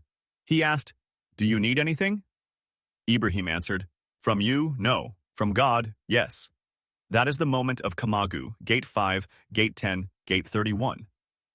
The Hosa word is spoken at the end of a ritual. It means, it is finished, the channel is open, the alignment is complete. Ibrahim did not ask the angel to rescue him. He did not ask for the fire to be extinguished. He said, from you, no. From God, yes. He surrendered the attachment to any intermediary, to any external rescue, to any outcome. He did not need the fire to go away. He needed only the I Am's presence. The I Am spoke, not to Ibrahim, to the fire. O fire, be cool and safe for Ibrahim. Surah 21:69. The fire did not disappear. It was not extinguished. Its quality changed. Bardan Salaman, cool and safe. The same flames that would have consumed anyone else became a garden of roses for Ibrahim. He walked through the fire. He emerged unharmed. The people watched, astonished. The fire is the trial. It is the thing you fear. The confrontation, the failure, the loss, the end of a story. The ego says, if I go into that fire, I will be destroyed. The I Am says, the fire is not your enemy. Your fear is the enemy. The fire remains. You walk through it. And you find that it is cool. Not because the fire changed, but because your relationship to it changed. In many African traditions, the ordeal of fire is a test of spiritual authority. The initiate who has been cooked, purified, stripped of the ego's attachments, can walk on coals, sit in the smithy, hold hot iron, The fire does not burn because the fire recognizes the one who is already aligned. It is not magic. It is resonance. The fire becomes Bardan Salaman, cool and safe. Ibrahim did not ask to be saved from the furnace. He asked only for the I Am's presence. He said, from you, no, from God, yes. That is kamagu. Not a prayer for rescue, but a declaration that you are already safe even in the flames. The trial you are facing is not your enemy. It is the furnace that has been built by your own fear, or by the collective fear of those who cannot answer your question. The wood is the stories you have gathered. The flames are the intensity of your resistance, but the I Am can speak to the fire. And when it does, the fire does not go out. It becomes a garden. The practice, the cooling of the fire. Find a small flame, a candle, a lighter, a match, light it, sit before it. Stare into the flame. Name the trial that you fear, the conversation you have been avoiding, the decision you have been postponing, the loss you cannot face. Say aloud, this fire is my trial. Then, without blowing it out, place your hand near the flame, close enough to feel the heat, but not to burn. Breathe. Say, O fire, be cool and safe for me. Do not ask the fire to go out. Ask it to change. Stay there for 1 minute. Feel the heat. Notice that you are not burning. The fire has not changed. Your relationship to it has. That is kamagu, not the absence of the trial, but the transformation of its power over you. Then extinguish the flame. The trial is over. You walked through it. The fire does not disappear. It becomes a garden. The trial is not removed. It is transformed. Kamagu is not a prayer for rescue.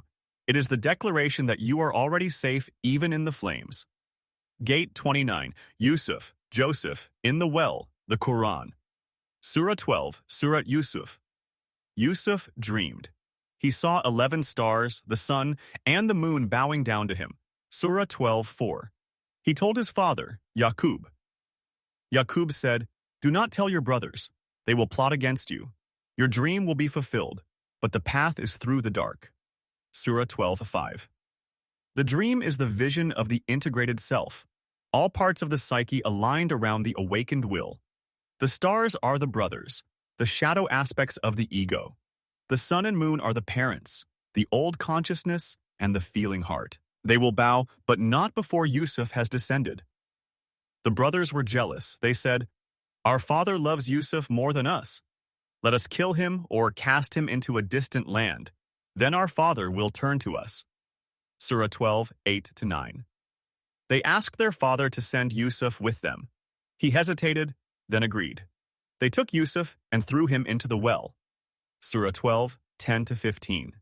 The dark, deep cistern, dry, abandoned, silent.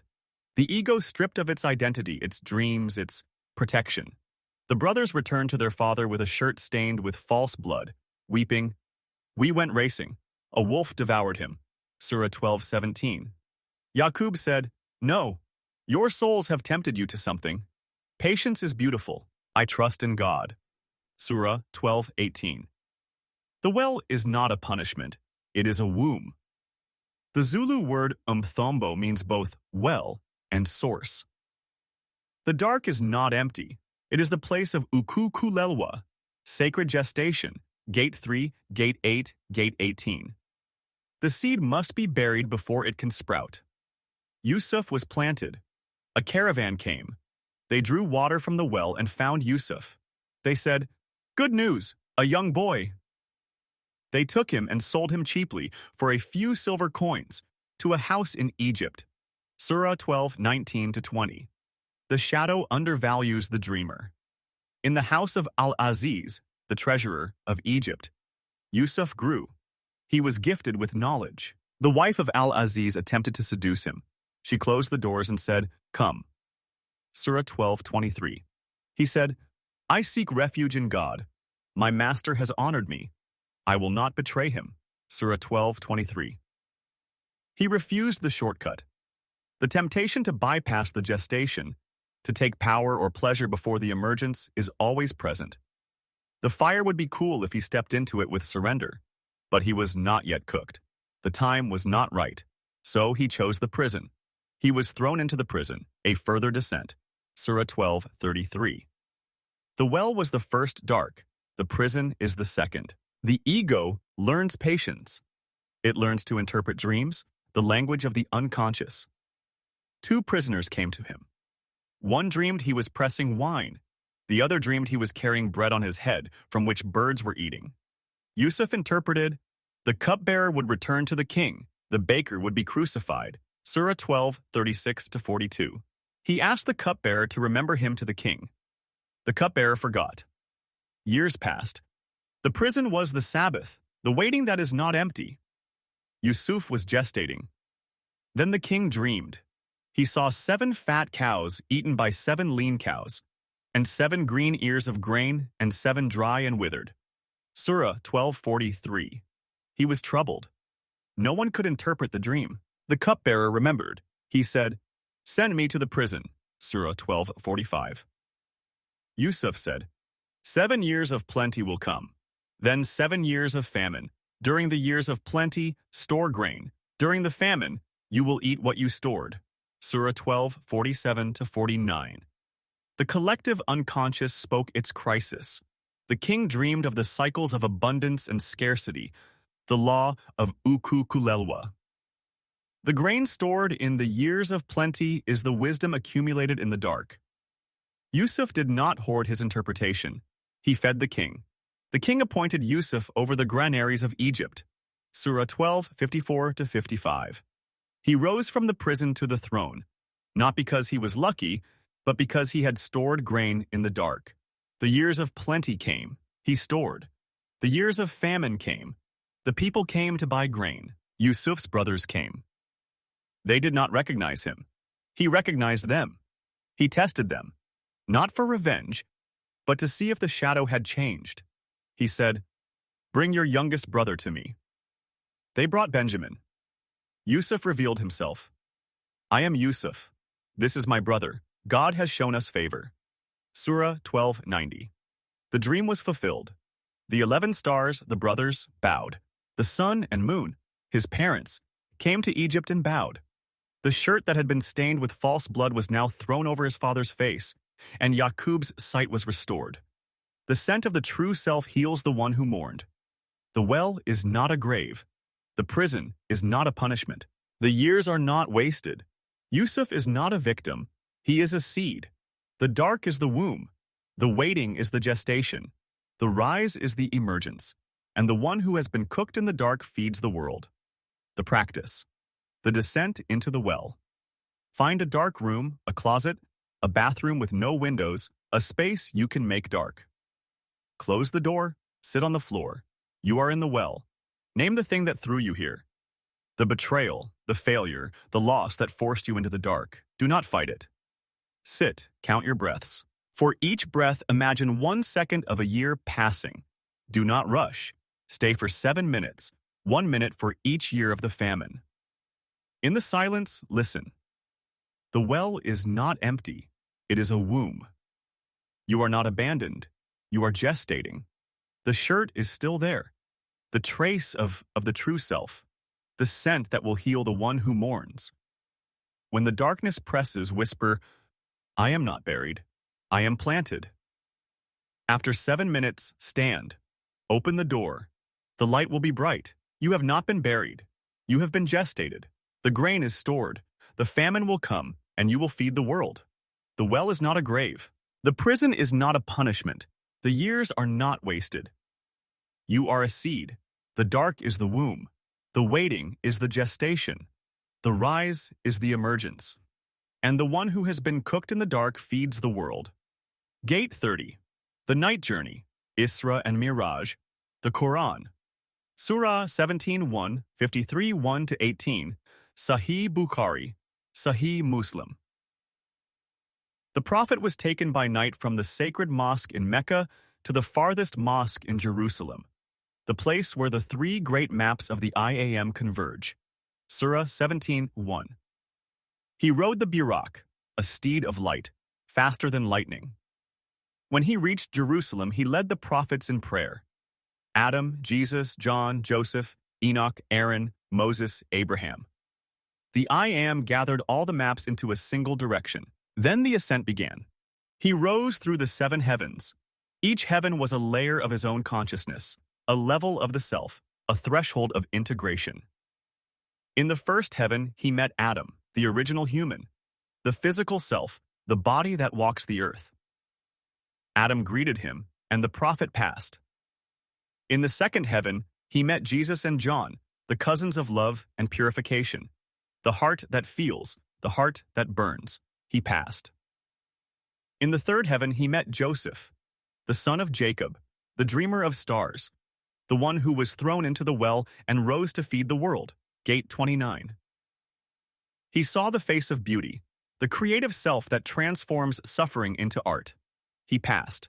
In the fourth heaven, he met Enoch, Idris, the one who walked with God and was taken up without dying, the mystical self, the part of consciousness that has always known the I Am directly. He passed. In the fifth heaven, he met Aaron, the priest, the brother of Moses, the voice of the law spoken with compassion, the moral self, the one who holds the structure of right action. He passed. In the sixth heaven, he met Moses, the lawgiver, the one who struck the sea and received the tablets. Gate 10, Gate 27. The prophetic self, the authority that guides nations. He passed. In the seventh heaven, he met Abraham, the father of faith, the one who walked into the fire and found it cool. Gate 28.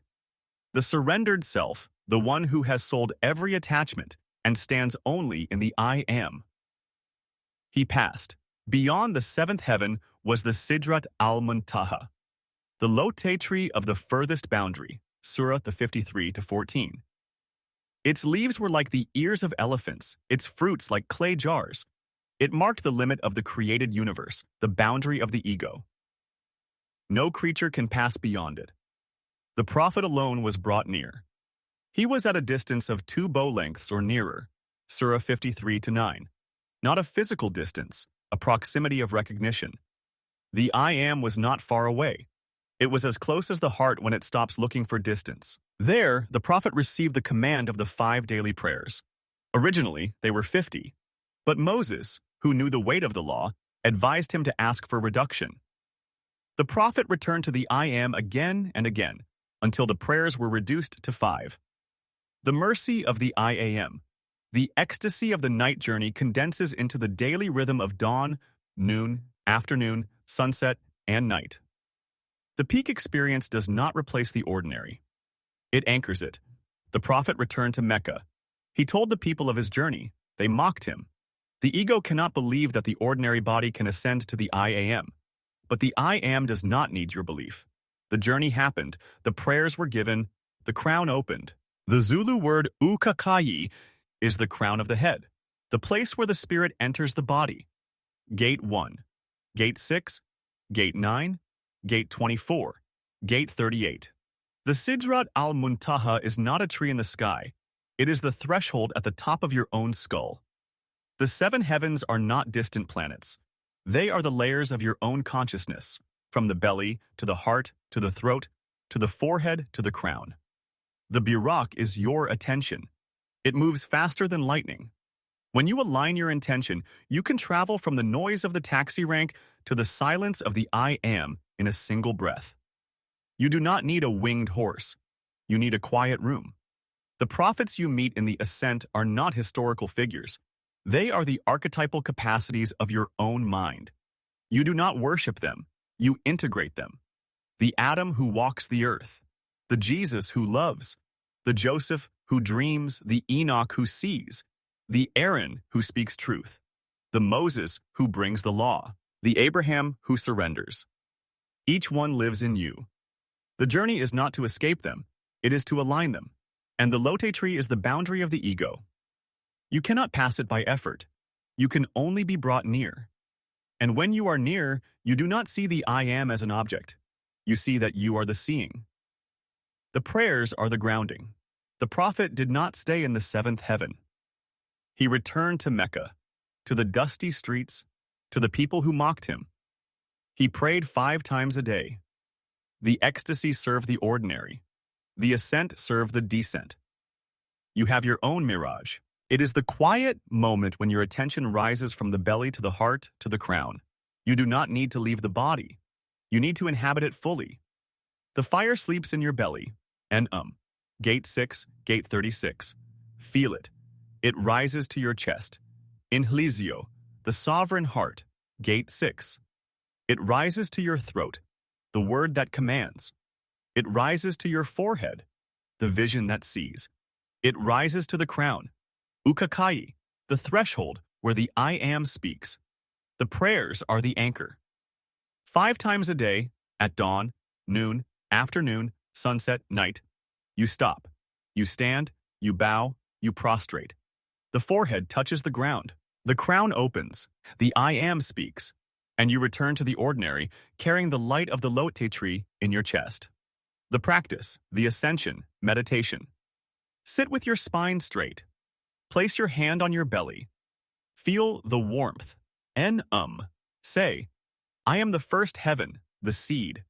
Place your hand on your chest. Feel the warmth rise. Inhlizio.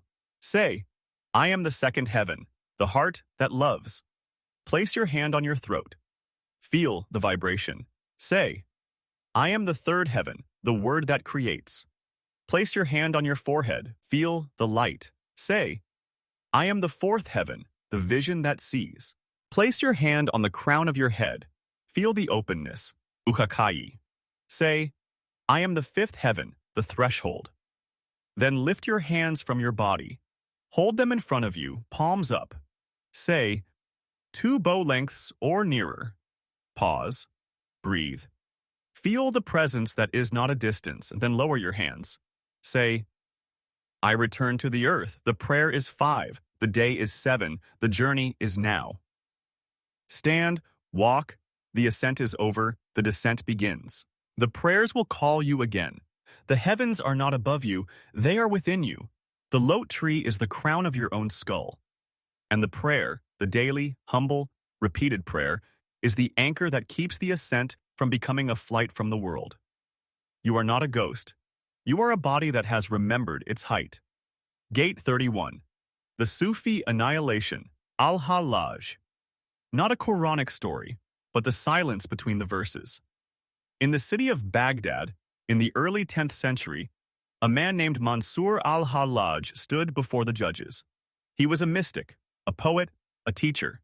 He had walked the path of annihilation, fana, the disappearance of the ego.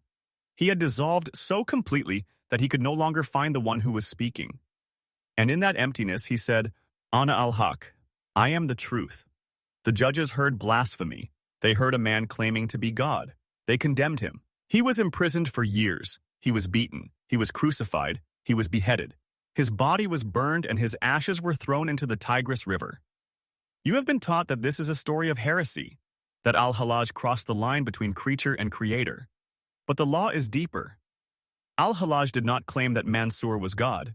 He claimed that Mansur was no longer there. The I that spoke was not the man who was born in Persia, who walked the streets of Baghdad, who loved and wept and taught. That I had been annihilated. What remained was the I Am, the same I Am that spoke to Moses from the burning bush, Gate 9. The same I Am that breathed Adam into being, Gate 1. The same I Am that reads these words right now. Ana al-Haq, I am the truth. The truth, al-Haq, is one of the names of the divine in Islam. It is the reality beneath all appearances. Al-Hallaj was not saying I, Mansur, am God. He was saying, there is no I but the I Am. The one you call Mansur is a coat. The coat is empty. Only the truth remains.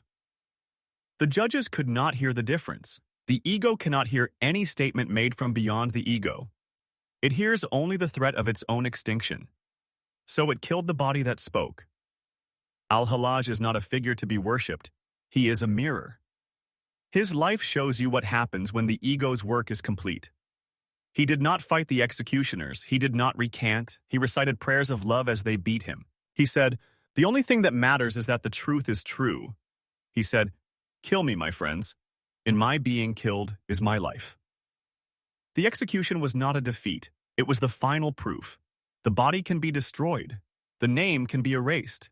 The ashes can be scattered. But the I am is not in the body, not in the name, not in the ashes. It was never there. It was always the one watching. The Zulu word kamagu is spoken at the end of a ritual. It means it is finished. The channel is open. The alignment is complete.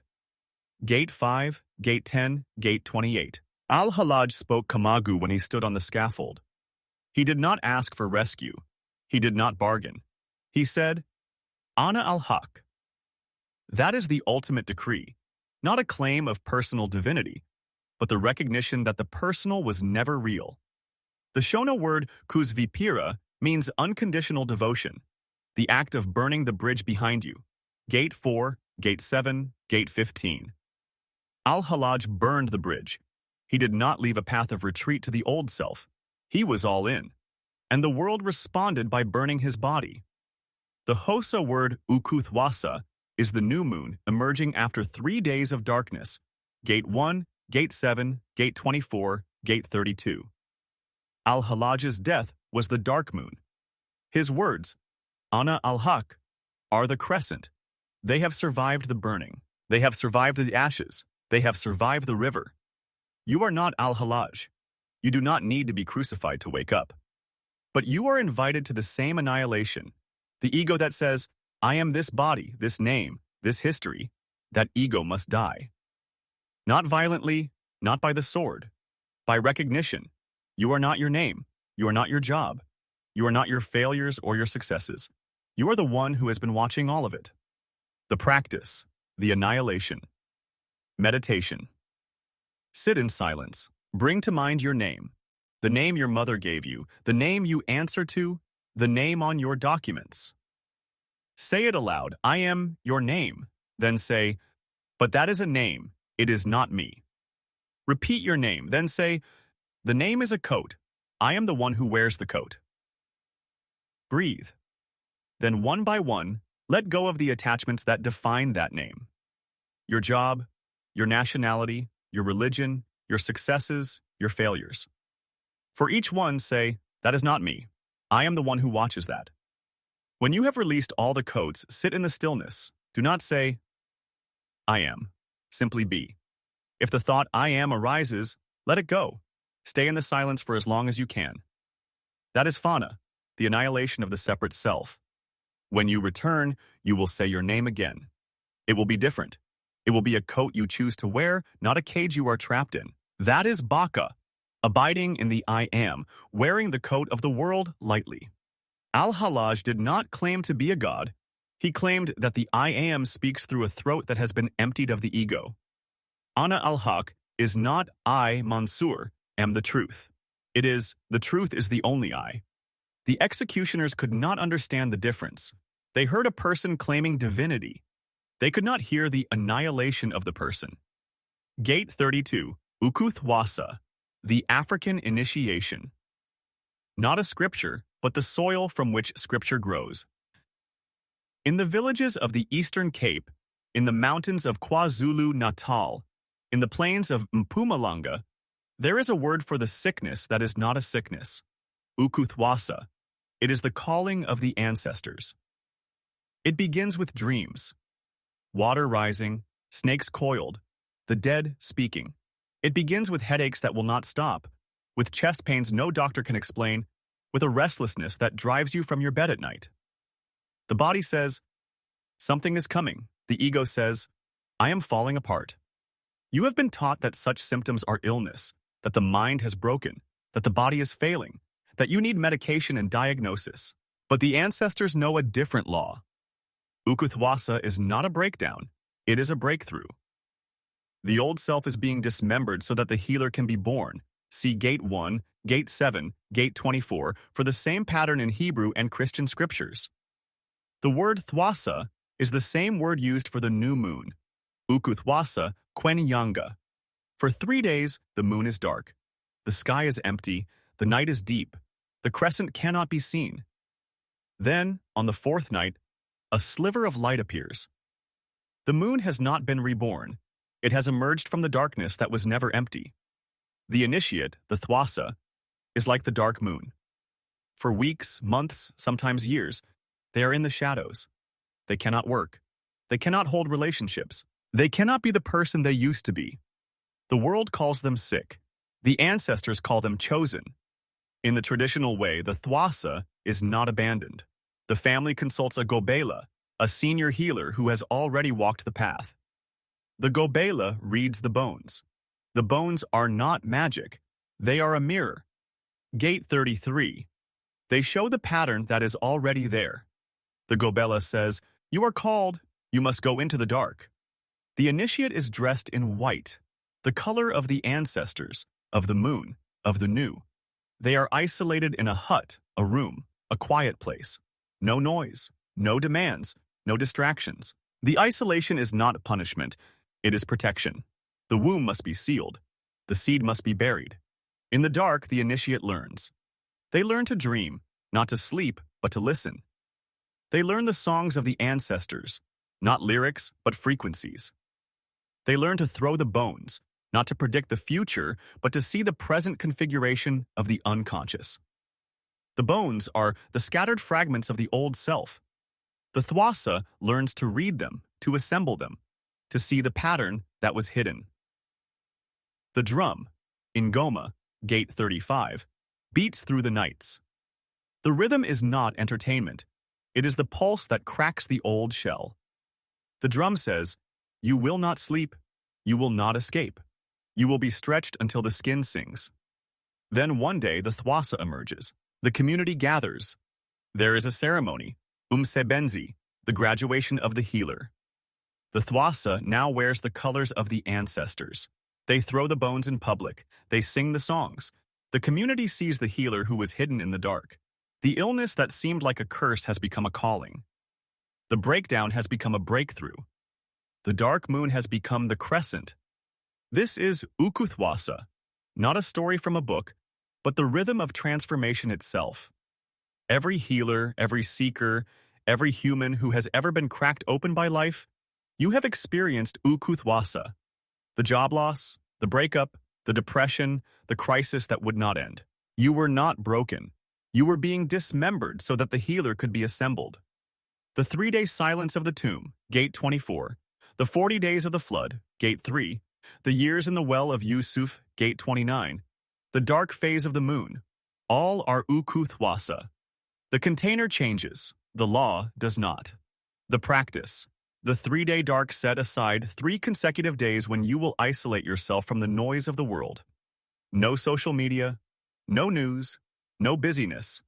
You are not sick. You are in Ukuthwasa. Create a small space, a room, a corner. That will be your hut. Day 1. Write down everything that is crumbling in your life. Do not try to fix it. List it. That is the old self dismembering. Day 2. Sit in silence. Do not read. Do not listen.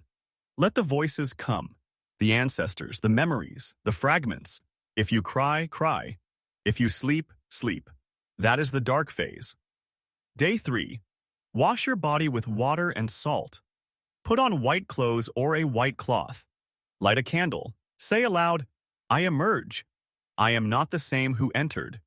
Then step out of the space. That is the crescent.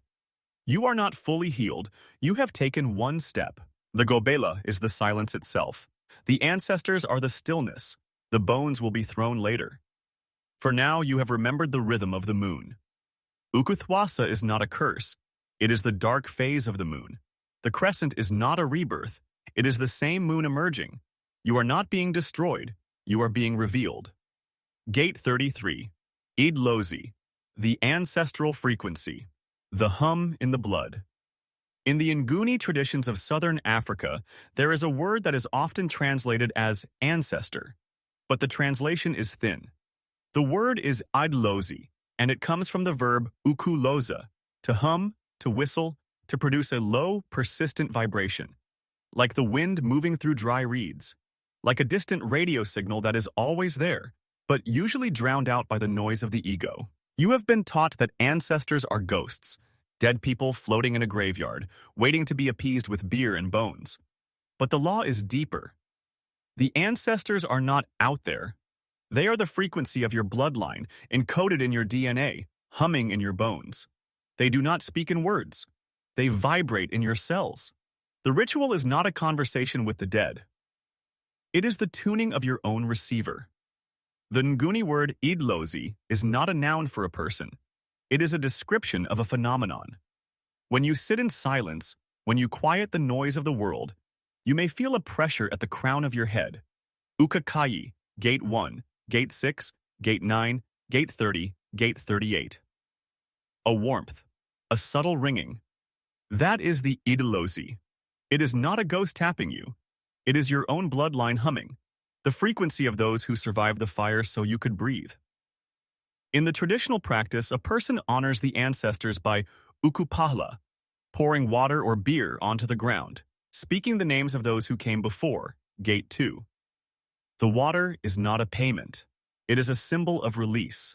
The names are not a summoning spell. They are the act of focusing attention. Each name carries a frequency. When you speak it, you align with the pattern that name represents. The ancestors are not gods. They are not worshipped. They are part of the community, the same community that includes the living, the dead, and the unborn. The cord of Ukama, Gate 13, Gate 21, stretches in all directions. The Idlozi are the knots behind you. Their hum is the sound of the cord vibrating. When a Sangoma throws the bones, she is not asking the dead to predict the future. She is throwing random objects, pieces of bone, stone, shell, and reading the pattern they make on the ground. The pattern is not random. It is the configuration of the client's unconscious. The Idlozi speak through the pattern because the pattern was already there. The bones are a mirror. The Sangoma is a frequency reader. The symptoms of Ukuthwasa, Gate 32, the headaches, the dreams, the restlessness, are the Idlozi humming louder because the time for healing has come. The initiate does not choose the calling. The frequency chooses them. The Gobela, healer, teaches the Thwasa to listen, to distinguish the signal from the noise, to honor the hum without being overwhelmed by it. You have your own Idlozi. It is the pattern you did not choose. Your father's silence, your mother's fear, your grandmother's resilience, your grandfather's wandering. It is the talent that appeared without training, the fear that has no rational source, the way you cry at certain songs for no reason you can name. That is the hum. That is the frequency of your bloodline. You cannot escape it. You do not need to. You need to learn to listen. The practice, tuning to the Idlozi. Find a quiet place. Pour a small amount of water into a bowl or onto the earth. Say aloud, I pour water for the hum that never stopped. Close your eyes. Bring your attention to the crown of your head. Ukakayi. Do not imagine anything. Simply wait. Listen for a low, persistent vibration. Not a thought, not a sound, but a feeling. It may feel like a pressure, a warmth, a subtle ringing. That is the Idlozi. Do not try to interpret it. Do not ask it questions. Simply notice that it is there. After a few minutes, say the names of 3 ancestors, the ones you knew, the ones you never met. As you speak each name, feel the hum intensify or shift. Then say, I am not alone. The frequency is in my blood. Sit for another minute. Then open your eyes. You have tuned the receiver. The ancestors have not come. They have always been there. You have just stopped blocking them. The ancestors are not dead. They are the hum in your blood. You do not need to summon them. You need to stop blocking them. The water is not a sacrifice. It is a permission slip for your body to listen. Pour it. Speak the names. Feel the crown open. The frequency has never stopped. Gate 34. Ehyeh, the stone cairn legacy. The pile that grows without your name. There is a mountain pass. You do not know its name. It is the place where the path becomes steep, where the breath grows thin, where the distance ahead seems impossible. You are tired. Your pack is heavy, the sun is low. You are not sure you will make it. Then you see a pile of stones. Not a wall, not a hut, a heap. A cairn, Ehyeh. Someone before you stopped here. Someone before you was tired, uncertain, afraid. And they added a stone. You look around. There is no sign, no plaque, no name. The cairn has been built by hundreds, thousands of travelers over centuries. No one knows who placed the first stone. No one cares. The gift is the pile itself. The Zulu word isivivane comes from viva, to heap up, to pile. It is not a memorial, it is an accumulation. When a traveler reaches a difficult pass, they find a stone. Not special, not carved, just a stone from the ground. They spit on it, imparting their isithunzi, their life force, their shadow, gate 13. They add it to the pile. The cairn grows. You have been taught that legacy is about your name. A building named after you, a book with your name on the cover, a statue in a square. But the law is deeper. The isivivane does not remember names. It remembers stones. The stone you add is not about you. It is about the pile. The traveler who comes after you will not know your name. They will not thank you. They will not even know you existed, but they will see the cairn, larger than it was before, and they will know that they are not alone. That is the legacy, not recognition, accumulation. The spitting is the act of transfer. Your saliva carries your isithunzi, the shadow of your presence, the trace of your life. When you spit on the stone, you are saying, I was here. I added my weight. I am part of the chain. The stone absorbs your essence, not magically, but materially. The cairn is not a symbol. It is a physical receipt of countless lives. The mountain pass is not a geography. It is the difficult crossing of your life, the debt you are paying off, the illness you are fighting, the relationship you are healing, the dream you are pursuing. You are on the pass. Your pack is heavy, the path is steep. The isivivane is the knowledge that you are not the first. Your ancestors added stones. Your neighbors added stones. Strangers you will never meet added stones. The cairn is the visible proof that the path is passable. Your stone is your contribution. It may be a kind word. It may be a gift of money. It may be a letter you write, a child you raise, a garden you plant. It does not need to be grand. It needs to be added. Spit on it. Give it your breath, your presence, then place it on the pile. Do not wait for applause. Do not carve your name. Let the stone be absorbed. The cairn will grow, the path will be marked. The traveler who comes after you will see the pile and breathe easier. They will not know your name. That is the gift. The practice, adding your stone. Find a small stone, one that fits in your palm. Hold it. Think of the mountain pass you are currently crossing. The difficulty, the uncertainty, the fear. Spit on the stone. If spitting is not your way, breathe on it. Your breath is your isithunzi. Say aloud, I am not the first. I will not be the last. I add my weight. Then place the stone somewhere significant. On a windowsill, in a garden, at a crossroads near your home. Do not mark it with your name. Do not take a picture. Let it be anonymous. The stone will be there long after you forget it. That is the isivivane. That is your legacy. The isivivane does not remember your name. It remembers your stone. Your legacy is not the monument. It is the accumulation. Add your weight. Spit on the stone. Walk on. The cairn will grow without you. Gate 35. Ingoma. The drum that sings. The tension that tunes you. The hide is taken from the animal. The ox, the elephant, the antelope. It is soaked in water, scraped clean of hair and fat. It is soft, pliable, silent. Then it is stretched over the hollowed log, the body of the drum, ingoma. The pegs are driven in. The ropes are pulled tight. The skin resists. It wants to return to its slackness, but it is held. The drum is placed near the fire. The heat shrinks the hide. The skin tightens further. It creaks. It groans. It seems it will tear, but it holds. Then the drummer strikes, and the drum sings. You have been taught that tension is a sign of failure, that if you are stressed, you are doing something wrong. If you feel stretched, you are on the verge of breaking. The world sells you comfort, massage chairs, meditation apps, tranquil holidays. Escape the tension. Calm the mind. Soften the skin. But the law of ingoma is different. The drum does not sing when the skin is loose. It is mute. It speaks only when it is stretched, when the ropes are tight, when the fire has done its work, when the hide resists the striker. You are the drumhead. Your life is the frame. The pressure is the tuning. The Nguni word ingoma means drum, but it also means song, dance, ritual. The drum is not a decoration, it is a technology of transformation.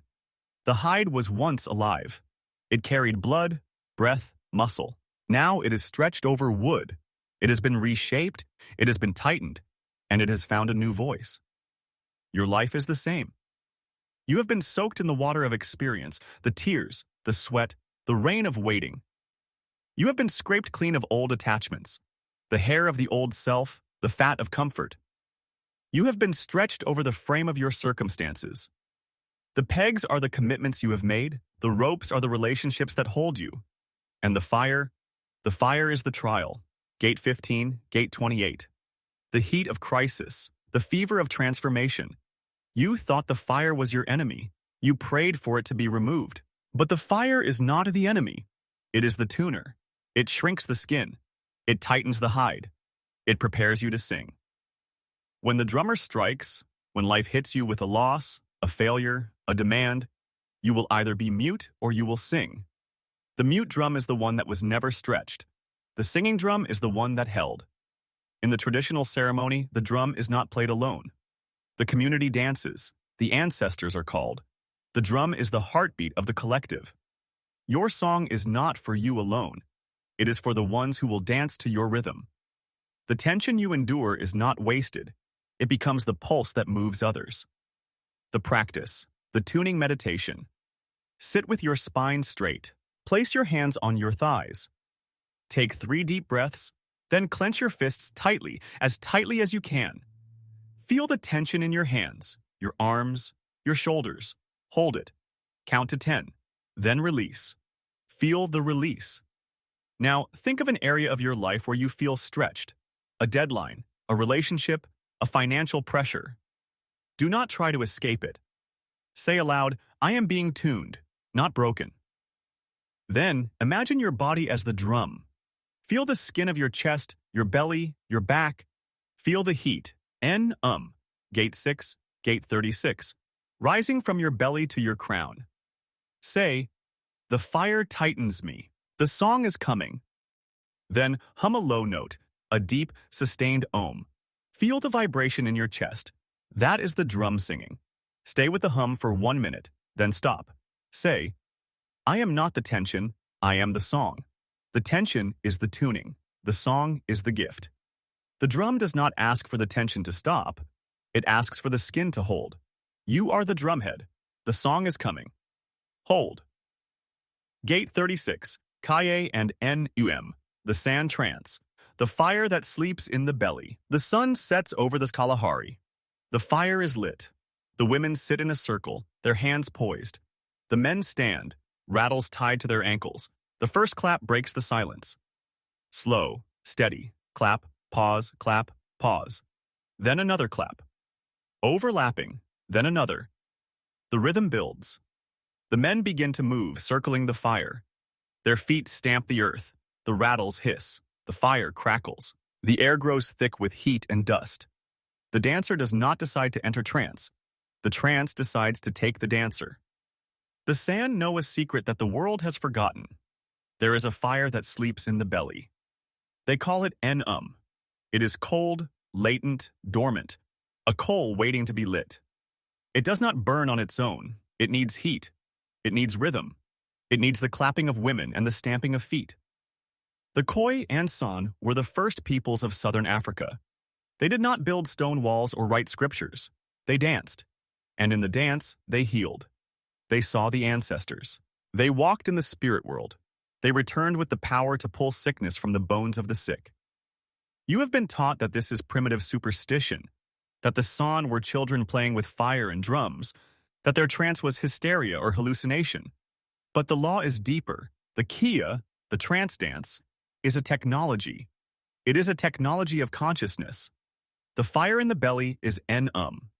It is the same fire that Moses saw in the burning bush, Gate 9. The same fire that rose in Jacob's ladder, Gate 6.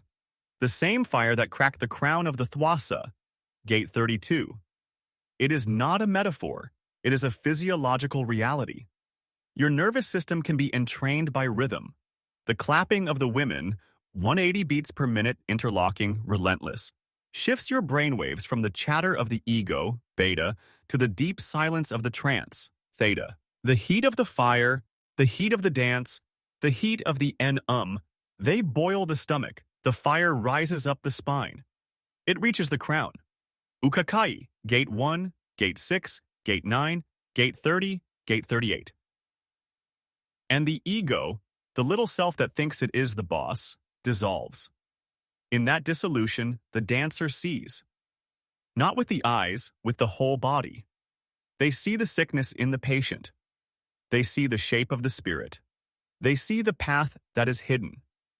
They reach into the body of the sick and pull out the illness, not physically, but energetically. And the patient, the community, the dancer, all are healed. The trance is not a goal, it is a tool.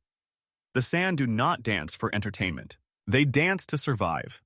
The sick need healing. The community needs cohesion. The ancestors need to be heard. The dance serves. You have your own it sleeps in your belly. It has been sleeping for years, perhaps decades. The drum of your life, the rhythm of your breathing, the beat of your heart, the pulse of your daily routine can wake it. You do not need to dance around a fire in the Kalahari. You need to find your rhythm. You need to stop trying to control the experience. You need to let the fire rise. The practice, the home trance. Find a piece of rhythmic music with a steady, repetitive beat. Drumming, electronic, whatever moves you. Sit in a comfortable position, not lying down. Close your eyes. Begin to sway or tap your foot to the beat. Let the rhythm entrain your body. Do not try to think. Let the beat occupy your attention. As you sway, bring your attention to your belly. Feel the warmth. Say in your mind, wake. Do not force an experience. Let the rhythm do the work. After 10 to 15 minutes, slowly slow your sway. Open your eyes. Do not rush to stand. Notice how your awareness has shifted. That is the seed of Kia. The fire sleeps in your belly. The rhythm wakes it. The trance is not a miracle, it is a technology. Your ancestors danced it. You can remember it. Not to escape the world, to see it clearly. Gate 37. Manyaradzo, the great quietening. The sound, then the silence. In the Shona tradition of Zimbabwe, when someone dies, the community does not whisper. They do not tiptoe around grief. They gather. They sit through the night. They wail. They sing. They cry until the air is thick with sorrow. This is Mario, the sounding. It is loud. It is raw. It is necessary. Then, after the burial, after the wailing has exhausted itself, there is Manyaradzo, the great quietening. The dust of the storm of grief settles. The heart does not forget, but it rests. The silence is not empty. It is dense, heavy, full of the presence of those who have sounded together. You have been taught that grief should be private, controlled, silent. Keep a stiff upper lip. Don't burden others. Time heals all wounds. But the law is deeper. The Shona know that grief must be sounded. The loss must be voiced. The pain must be shared. Not because sharing fixes it, but because unsounded grief turns to stone in the chest. Mario is the noise. It is the wailing of the women. It is the songs sung through the night. It is the testimonies of those who love the departed. It is not polite. It is not comfortable. It is the sound of the community saying, "We are broken. Hold us." The night passes. The body is buried. The community returns to the home. And then, the sound begins to fade.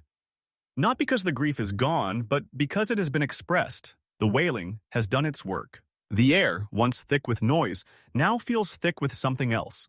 Presence. The quiet is not an absence. It is the settling of dust after a storm. That is Manyaradzo, the great quietening.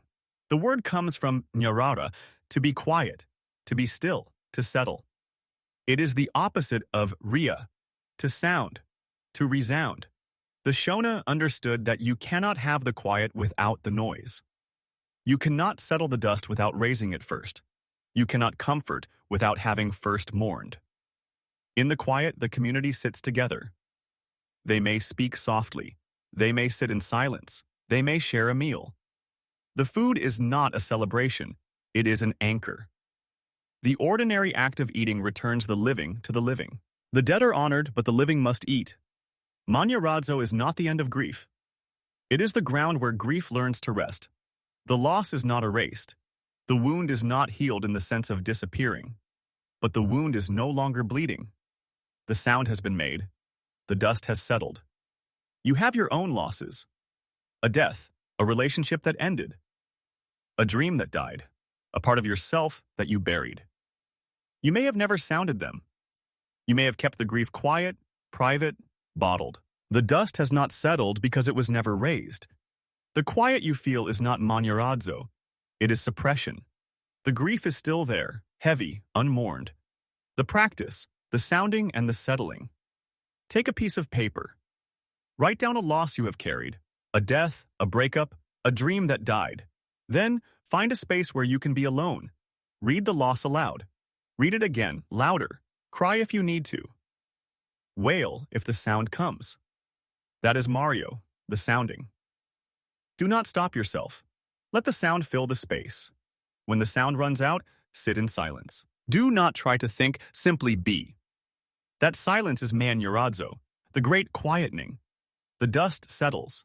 You do not need to fix anything. You do not need to feel better. You only need to be still. Stay for 5 minutes. Then drink a glass of water. Eat a small piece of bread. That is the meal that marks the return. The loss is not gone. It is settled. The loud is not the enemy. It is the path to the quiet. Sound the loss. Let the dust rise. Then sit. The dust will settle. The quiet will hold you. That is, Manyaradzo, not the end of grief, but the ground where grief learns to rest. Gate 38, the New Jerusalem, the city that was never lost. Revelation 21-22. The old heaven and earth passed away. There was no more sea, no more separation, no more chaos, no more barrier between the self and the I am. The holy city, New Jerusalem, descended from heaven. It came down, not up. The sacred did not require an ascent. It descended into the ordinary. You have been taught that this is a future vision, a city of gold and pearls that will appear after the end of the world. But the law is deeper. The city is not a place in space. It is a state in consciousness. It is the mind that has stopped seeking, the heart that has stopped bargaining. The skull that has remembered it is a throne. Gate 1, Gate 6, Gate 9, Gate 30. The voice from the throne said, "Behold, the dwelling of God is with humanity. He will dwell with them, and they will be his people. He will wipe away every tear from their eyes. Death shall be no more. Mourning, crying, and pain shall be no more." This is not a promise about a future death of the body.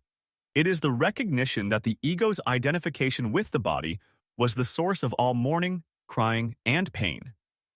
When the I am wakes up, the ego does not die. It is seen through.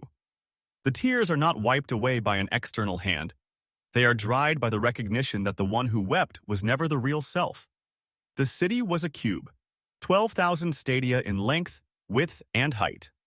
Perfectly balanced. The cube is the shape of the Holy of Holies in the ancient temple. The city is the Holy of Holies. You are the Holy of Holies.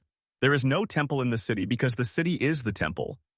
No building, no middleman, no priest, no pastor, no sangoma, no guru. You do not need an intermediary to access the I am.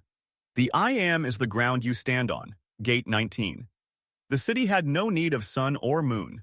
The glory of the I am illuminated it. That is the light of awareness itself. You do not need the sun to see when you are the seeing. You do not need a scripture to tell you the truth when you are the truth. The gates of the city were 12 gates, each made of a single pearl. Pearls are formed through irritation. A grain of sand enters the oyster, and the oyster transforms it into a pearl. The gates of the New Jerusalem are not pristine, untouched. They are made of wounds that have become thresholds. Gate 8, Gate 21. Your pain is not an obstacle. It is a gate. Your suffering is not a curse. It is a pearl. The river of the water of life flowed from the throne of God and the Lamb, clear as crystal. The river is Umoya, Gate 1, Gate 26. The living water, the flow of awareness that never stops. It does not come from outside. It flows from the throne, from the crown, from Ukuthwasa, from the center of your own skull. Drink it. You have been drinking it your whole life. You just called it something else. On either side of the river, the tree of life. It bore 12 kinds of fruit, yielding its fruit every month. The tree of life is the integrated self, Gate 16. The 12 fruits are the 12 aspects of the whole person, not one perfect fruit, but a cycle of different offerings for different seasons. Some months bring courage, some bring patience, some bring joy, some bring grief. All are fruit. All are from the same tree. The leaves of the tree were for the healing of the nations. The nations are the fragmented parts of the collective self. The leaves are the small, quiet truths that heal the divisions, the kindness, the patience, the listening.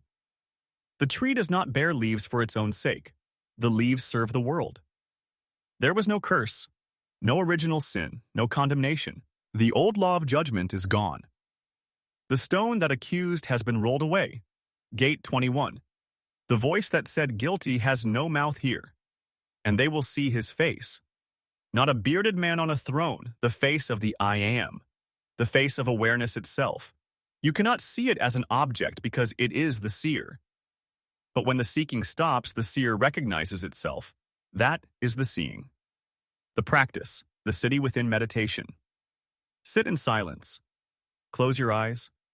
Imagine a city descending, not from the sky but from your crown.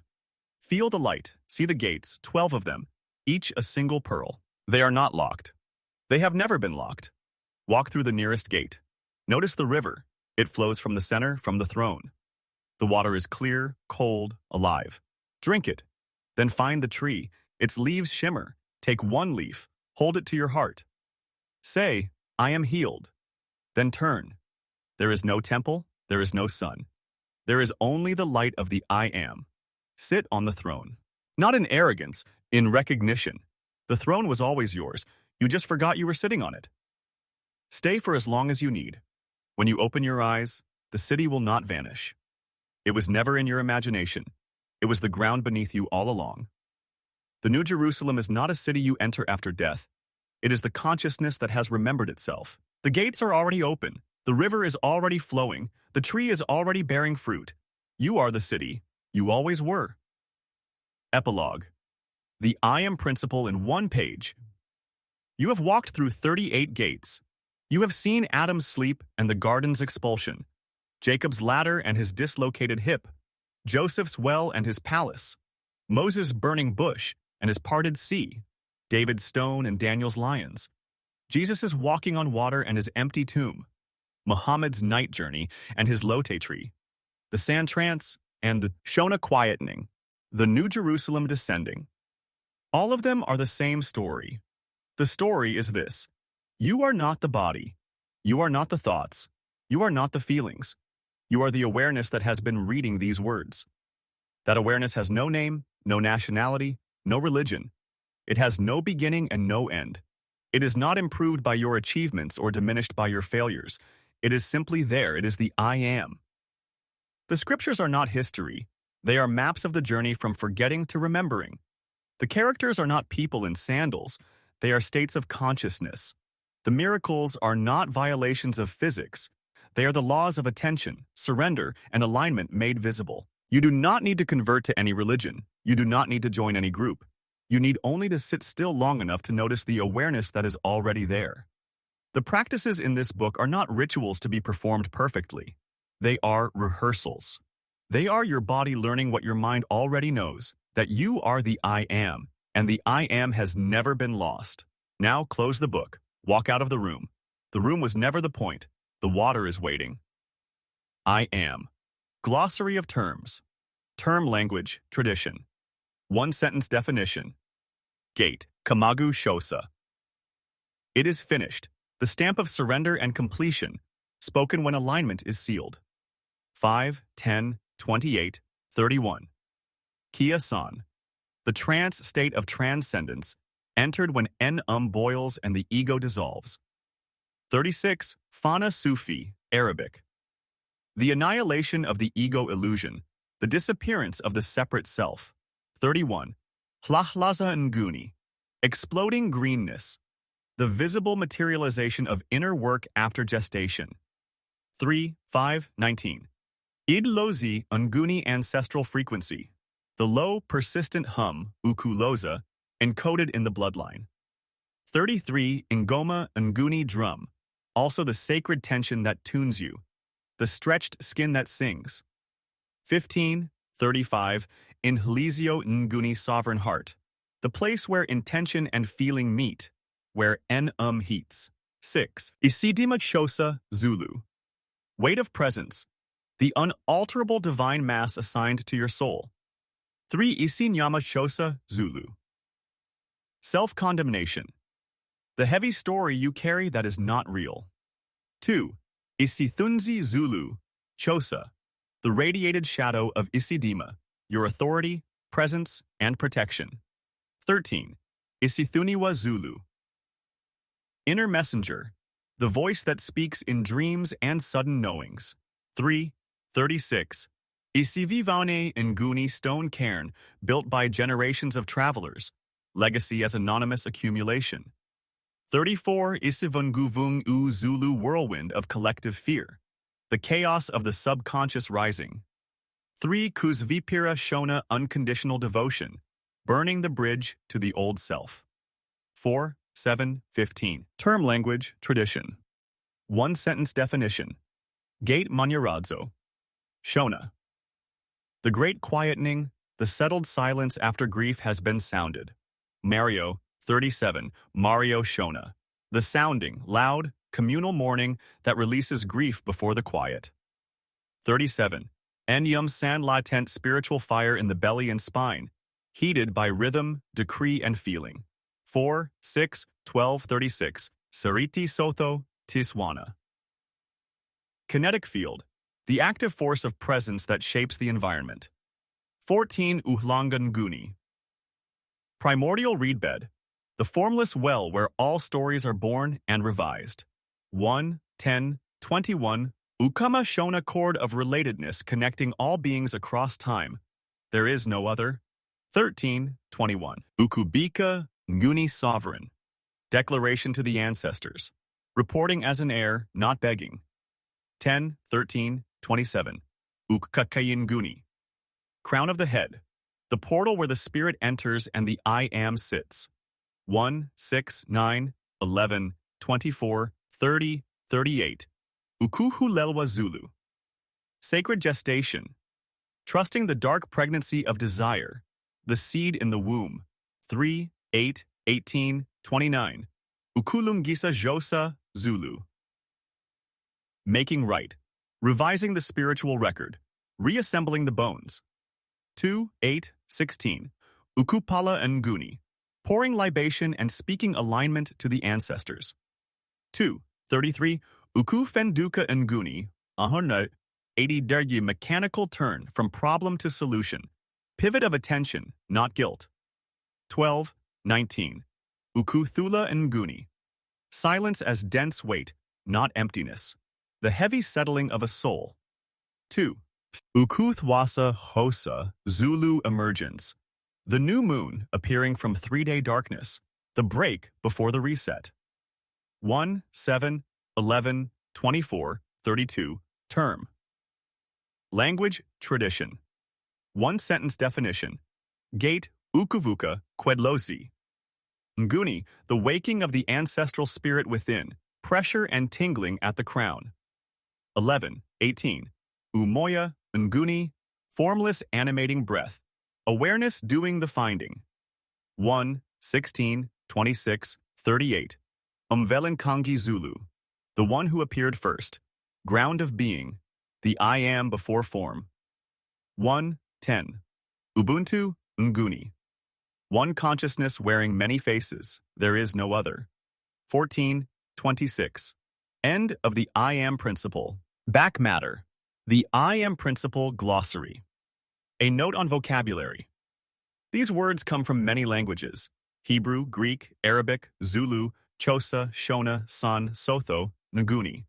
The land shifts, but the meanings are rooted in the same soil. Term, language, tradition. One-sentence definition. Gate Kamagu Chosa.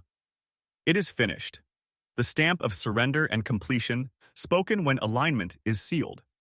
5, 10, 28, 31. Kia-san, the trance state of transcendence, entered when boils and the ego dissolves. 36. Fana Sufi, Arabic. The annihilation of the ego illusion, the disappearance of the separate self. 31. Al-Hallaj Nguni. Exploding greenness, the visible materialization of inner work after gestation. 3, 5, 19. Term, language, tradition. One-sentence definition. Gate Idlozi Nguni ancestral frequency. The low, persistent hum, Ukuthwasa, encoded in the bloodline. 33. Ingoma Nguni. Drum, also the sacred tension that tunes you, the stretched skin that sings. 15. 35. Inhalizio Nguni sovereign heart, the place where intention and feeling meet, where heats. 6. Isidima Josa Zulu, weight of presence, the unalterable divine mass assigned to your soul. 3. Isinyama Josa Zulu self-condemnation, the heavy story you carry that is not real. 2. Isithunzi Zulu Chosa, the radiated shadow of Isidima, your authority, presence, and protection. 13. Isithuniwa Zulu, inner messenger, the voice that speaks in dreams and sudden knowings. 3. 36.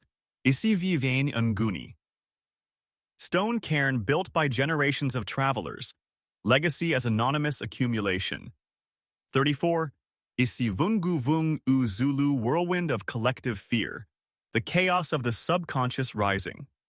3. Kuzvipira Shona, unconditional devotion, burning the bridge to the old self. 4, 7, 15. Manyaradzo Shona, the great quietening, the settled silence after grief has been sounded. Mario.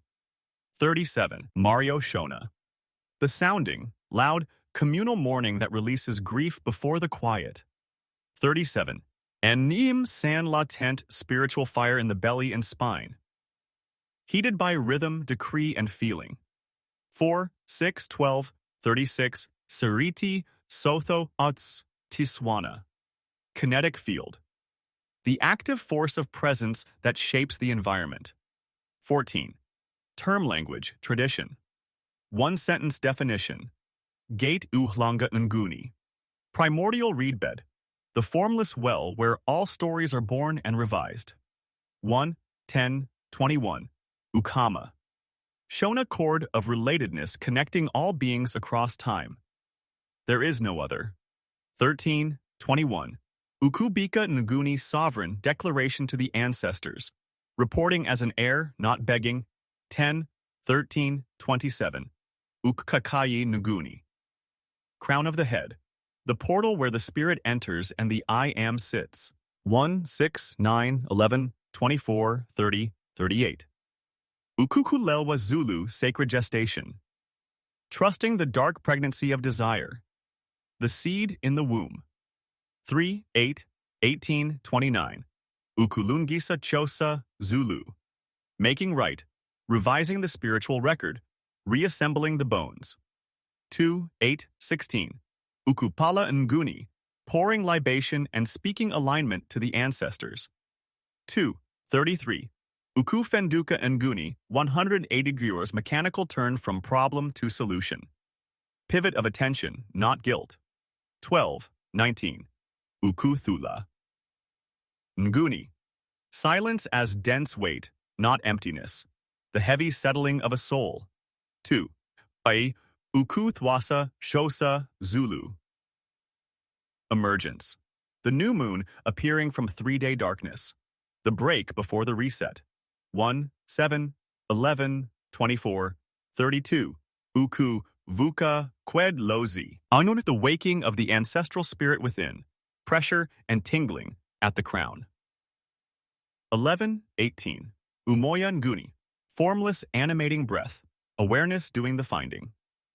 1, 16, 26, 38, Umvelinkangi. Zulu, the one who appeared first. Ground of being, the I am before form. 1:10. Ubuntu. Nguni. One consciousness wearing many faces, there is no other. 14:26. Epilogue. The I am principle in one page. You have walked through 38 gates.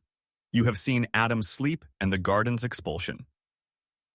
Jacob's ladder and his dislocated hip, Joseph's well and his palace, Moses' burning bush and his parted sea, David's sown and Daniel's lions, Jesus walking on water and his empty tomb, Muhammad's night journey and his lote tree, the Santrance and the Shona quietening, the New Jerusalem descending. All of them are the same story. The story is this: you are not the body. You are not the thoughts. You are not the feelings. You are the awareness that has been reading these words. That awareness has no name, no nationality, no religion. It has no beginning and no end. It is not improved by your achievements or diminished by your failures. It is simply there. It is the I am. The scriptures are not history. They are maps of the journey from forgetting to remembering. The characters are not people in sandals. They are states of consciousness. The miracles are not violations of physics. They are the laws of attention, surrender, and alignment made visible. You do not need to convert to any religion. You do not need to join any group. You need only to sit still long enough to notice the awareness that is already there. The practices in this book are not rituals to be performed perfectly. They are rehearsals. They are your body learning what your mind already knows, that you are the I am, and the I am has never been lost. Now close the book. Walk out of the room. The room was never the point. The water is waiting. I am. Acknowledgements. This book exists because of every seeker who has ever knelt in a strange place, looking for home. It exists because of the Hebrew prophets who wrote in poetry, the evangelists who wrote in parable, the Muslim mystics who danced into annihilation, and the African ancestors who kept the fire burning when the world tried to extinguish it. To the son of the Kalahari, who knew that the fire sleeps in the belly and the trance is a technology. To the Nguni and Shona, who knew that the ancestors are not ghosts but frequencies. To the Sangomas and the Gobelas, who hold the dark so that the healer can be born. To Neville Goddard, whose decoding of Scripture as psychological law opened the door, not as a teacher to be quoted, but as a map to be outgrown. To Maya and Brittany, the ones who taught me that the long view is not about what I leave behind, but about what wakes up in you. And to the friend who never leaves, the I am that is reading these words right now. Thank you for pretending to be lost so that you could enjoy the joy of being found. Kamagu, it is finished, not the work. The words, the work is yours now. End of the I am principle.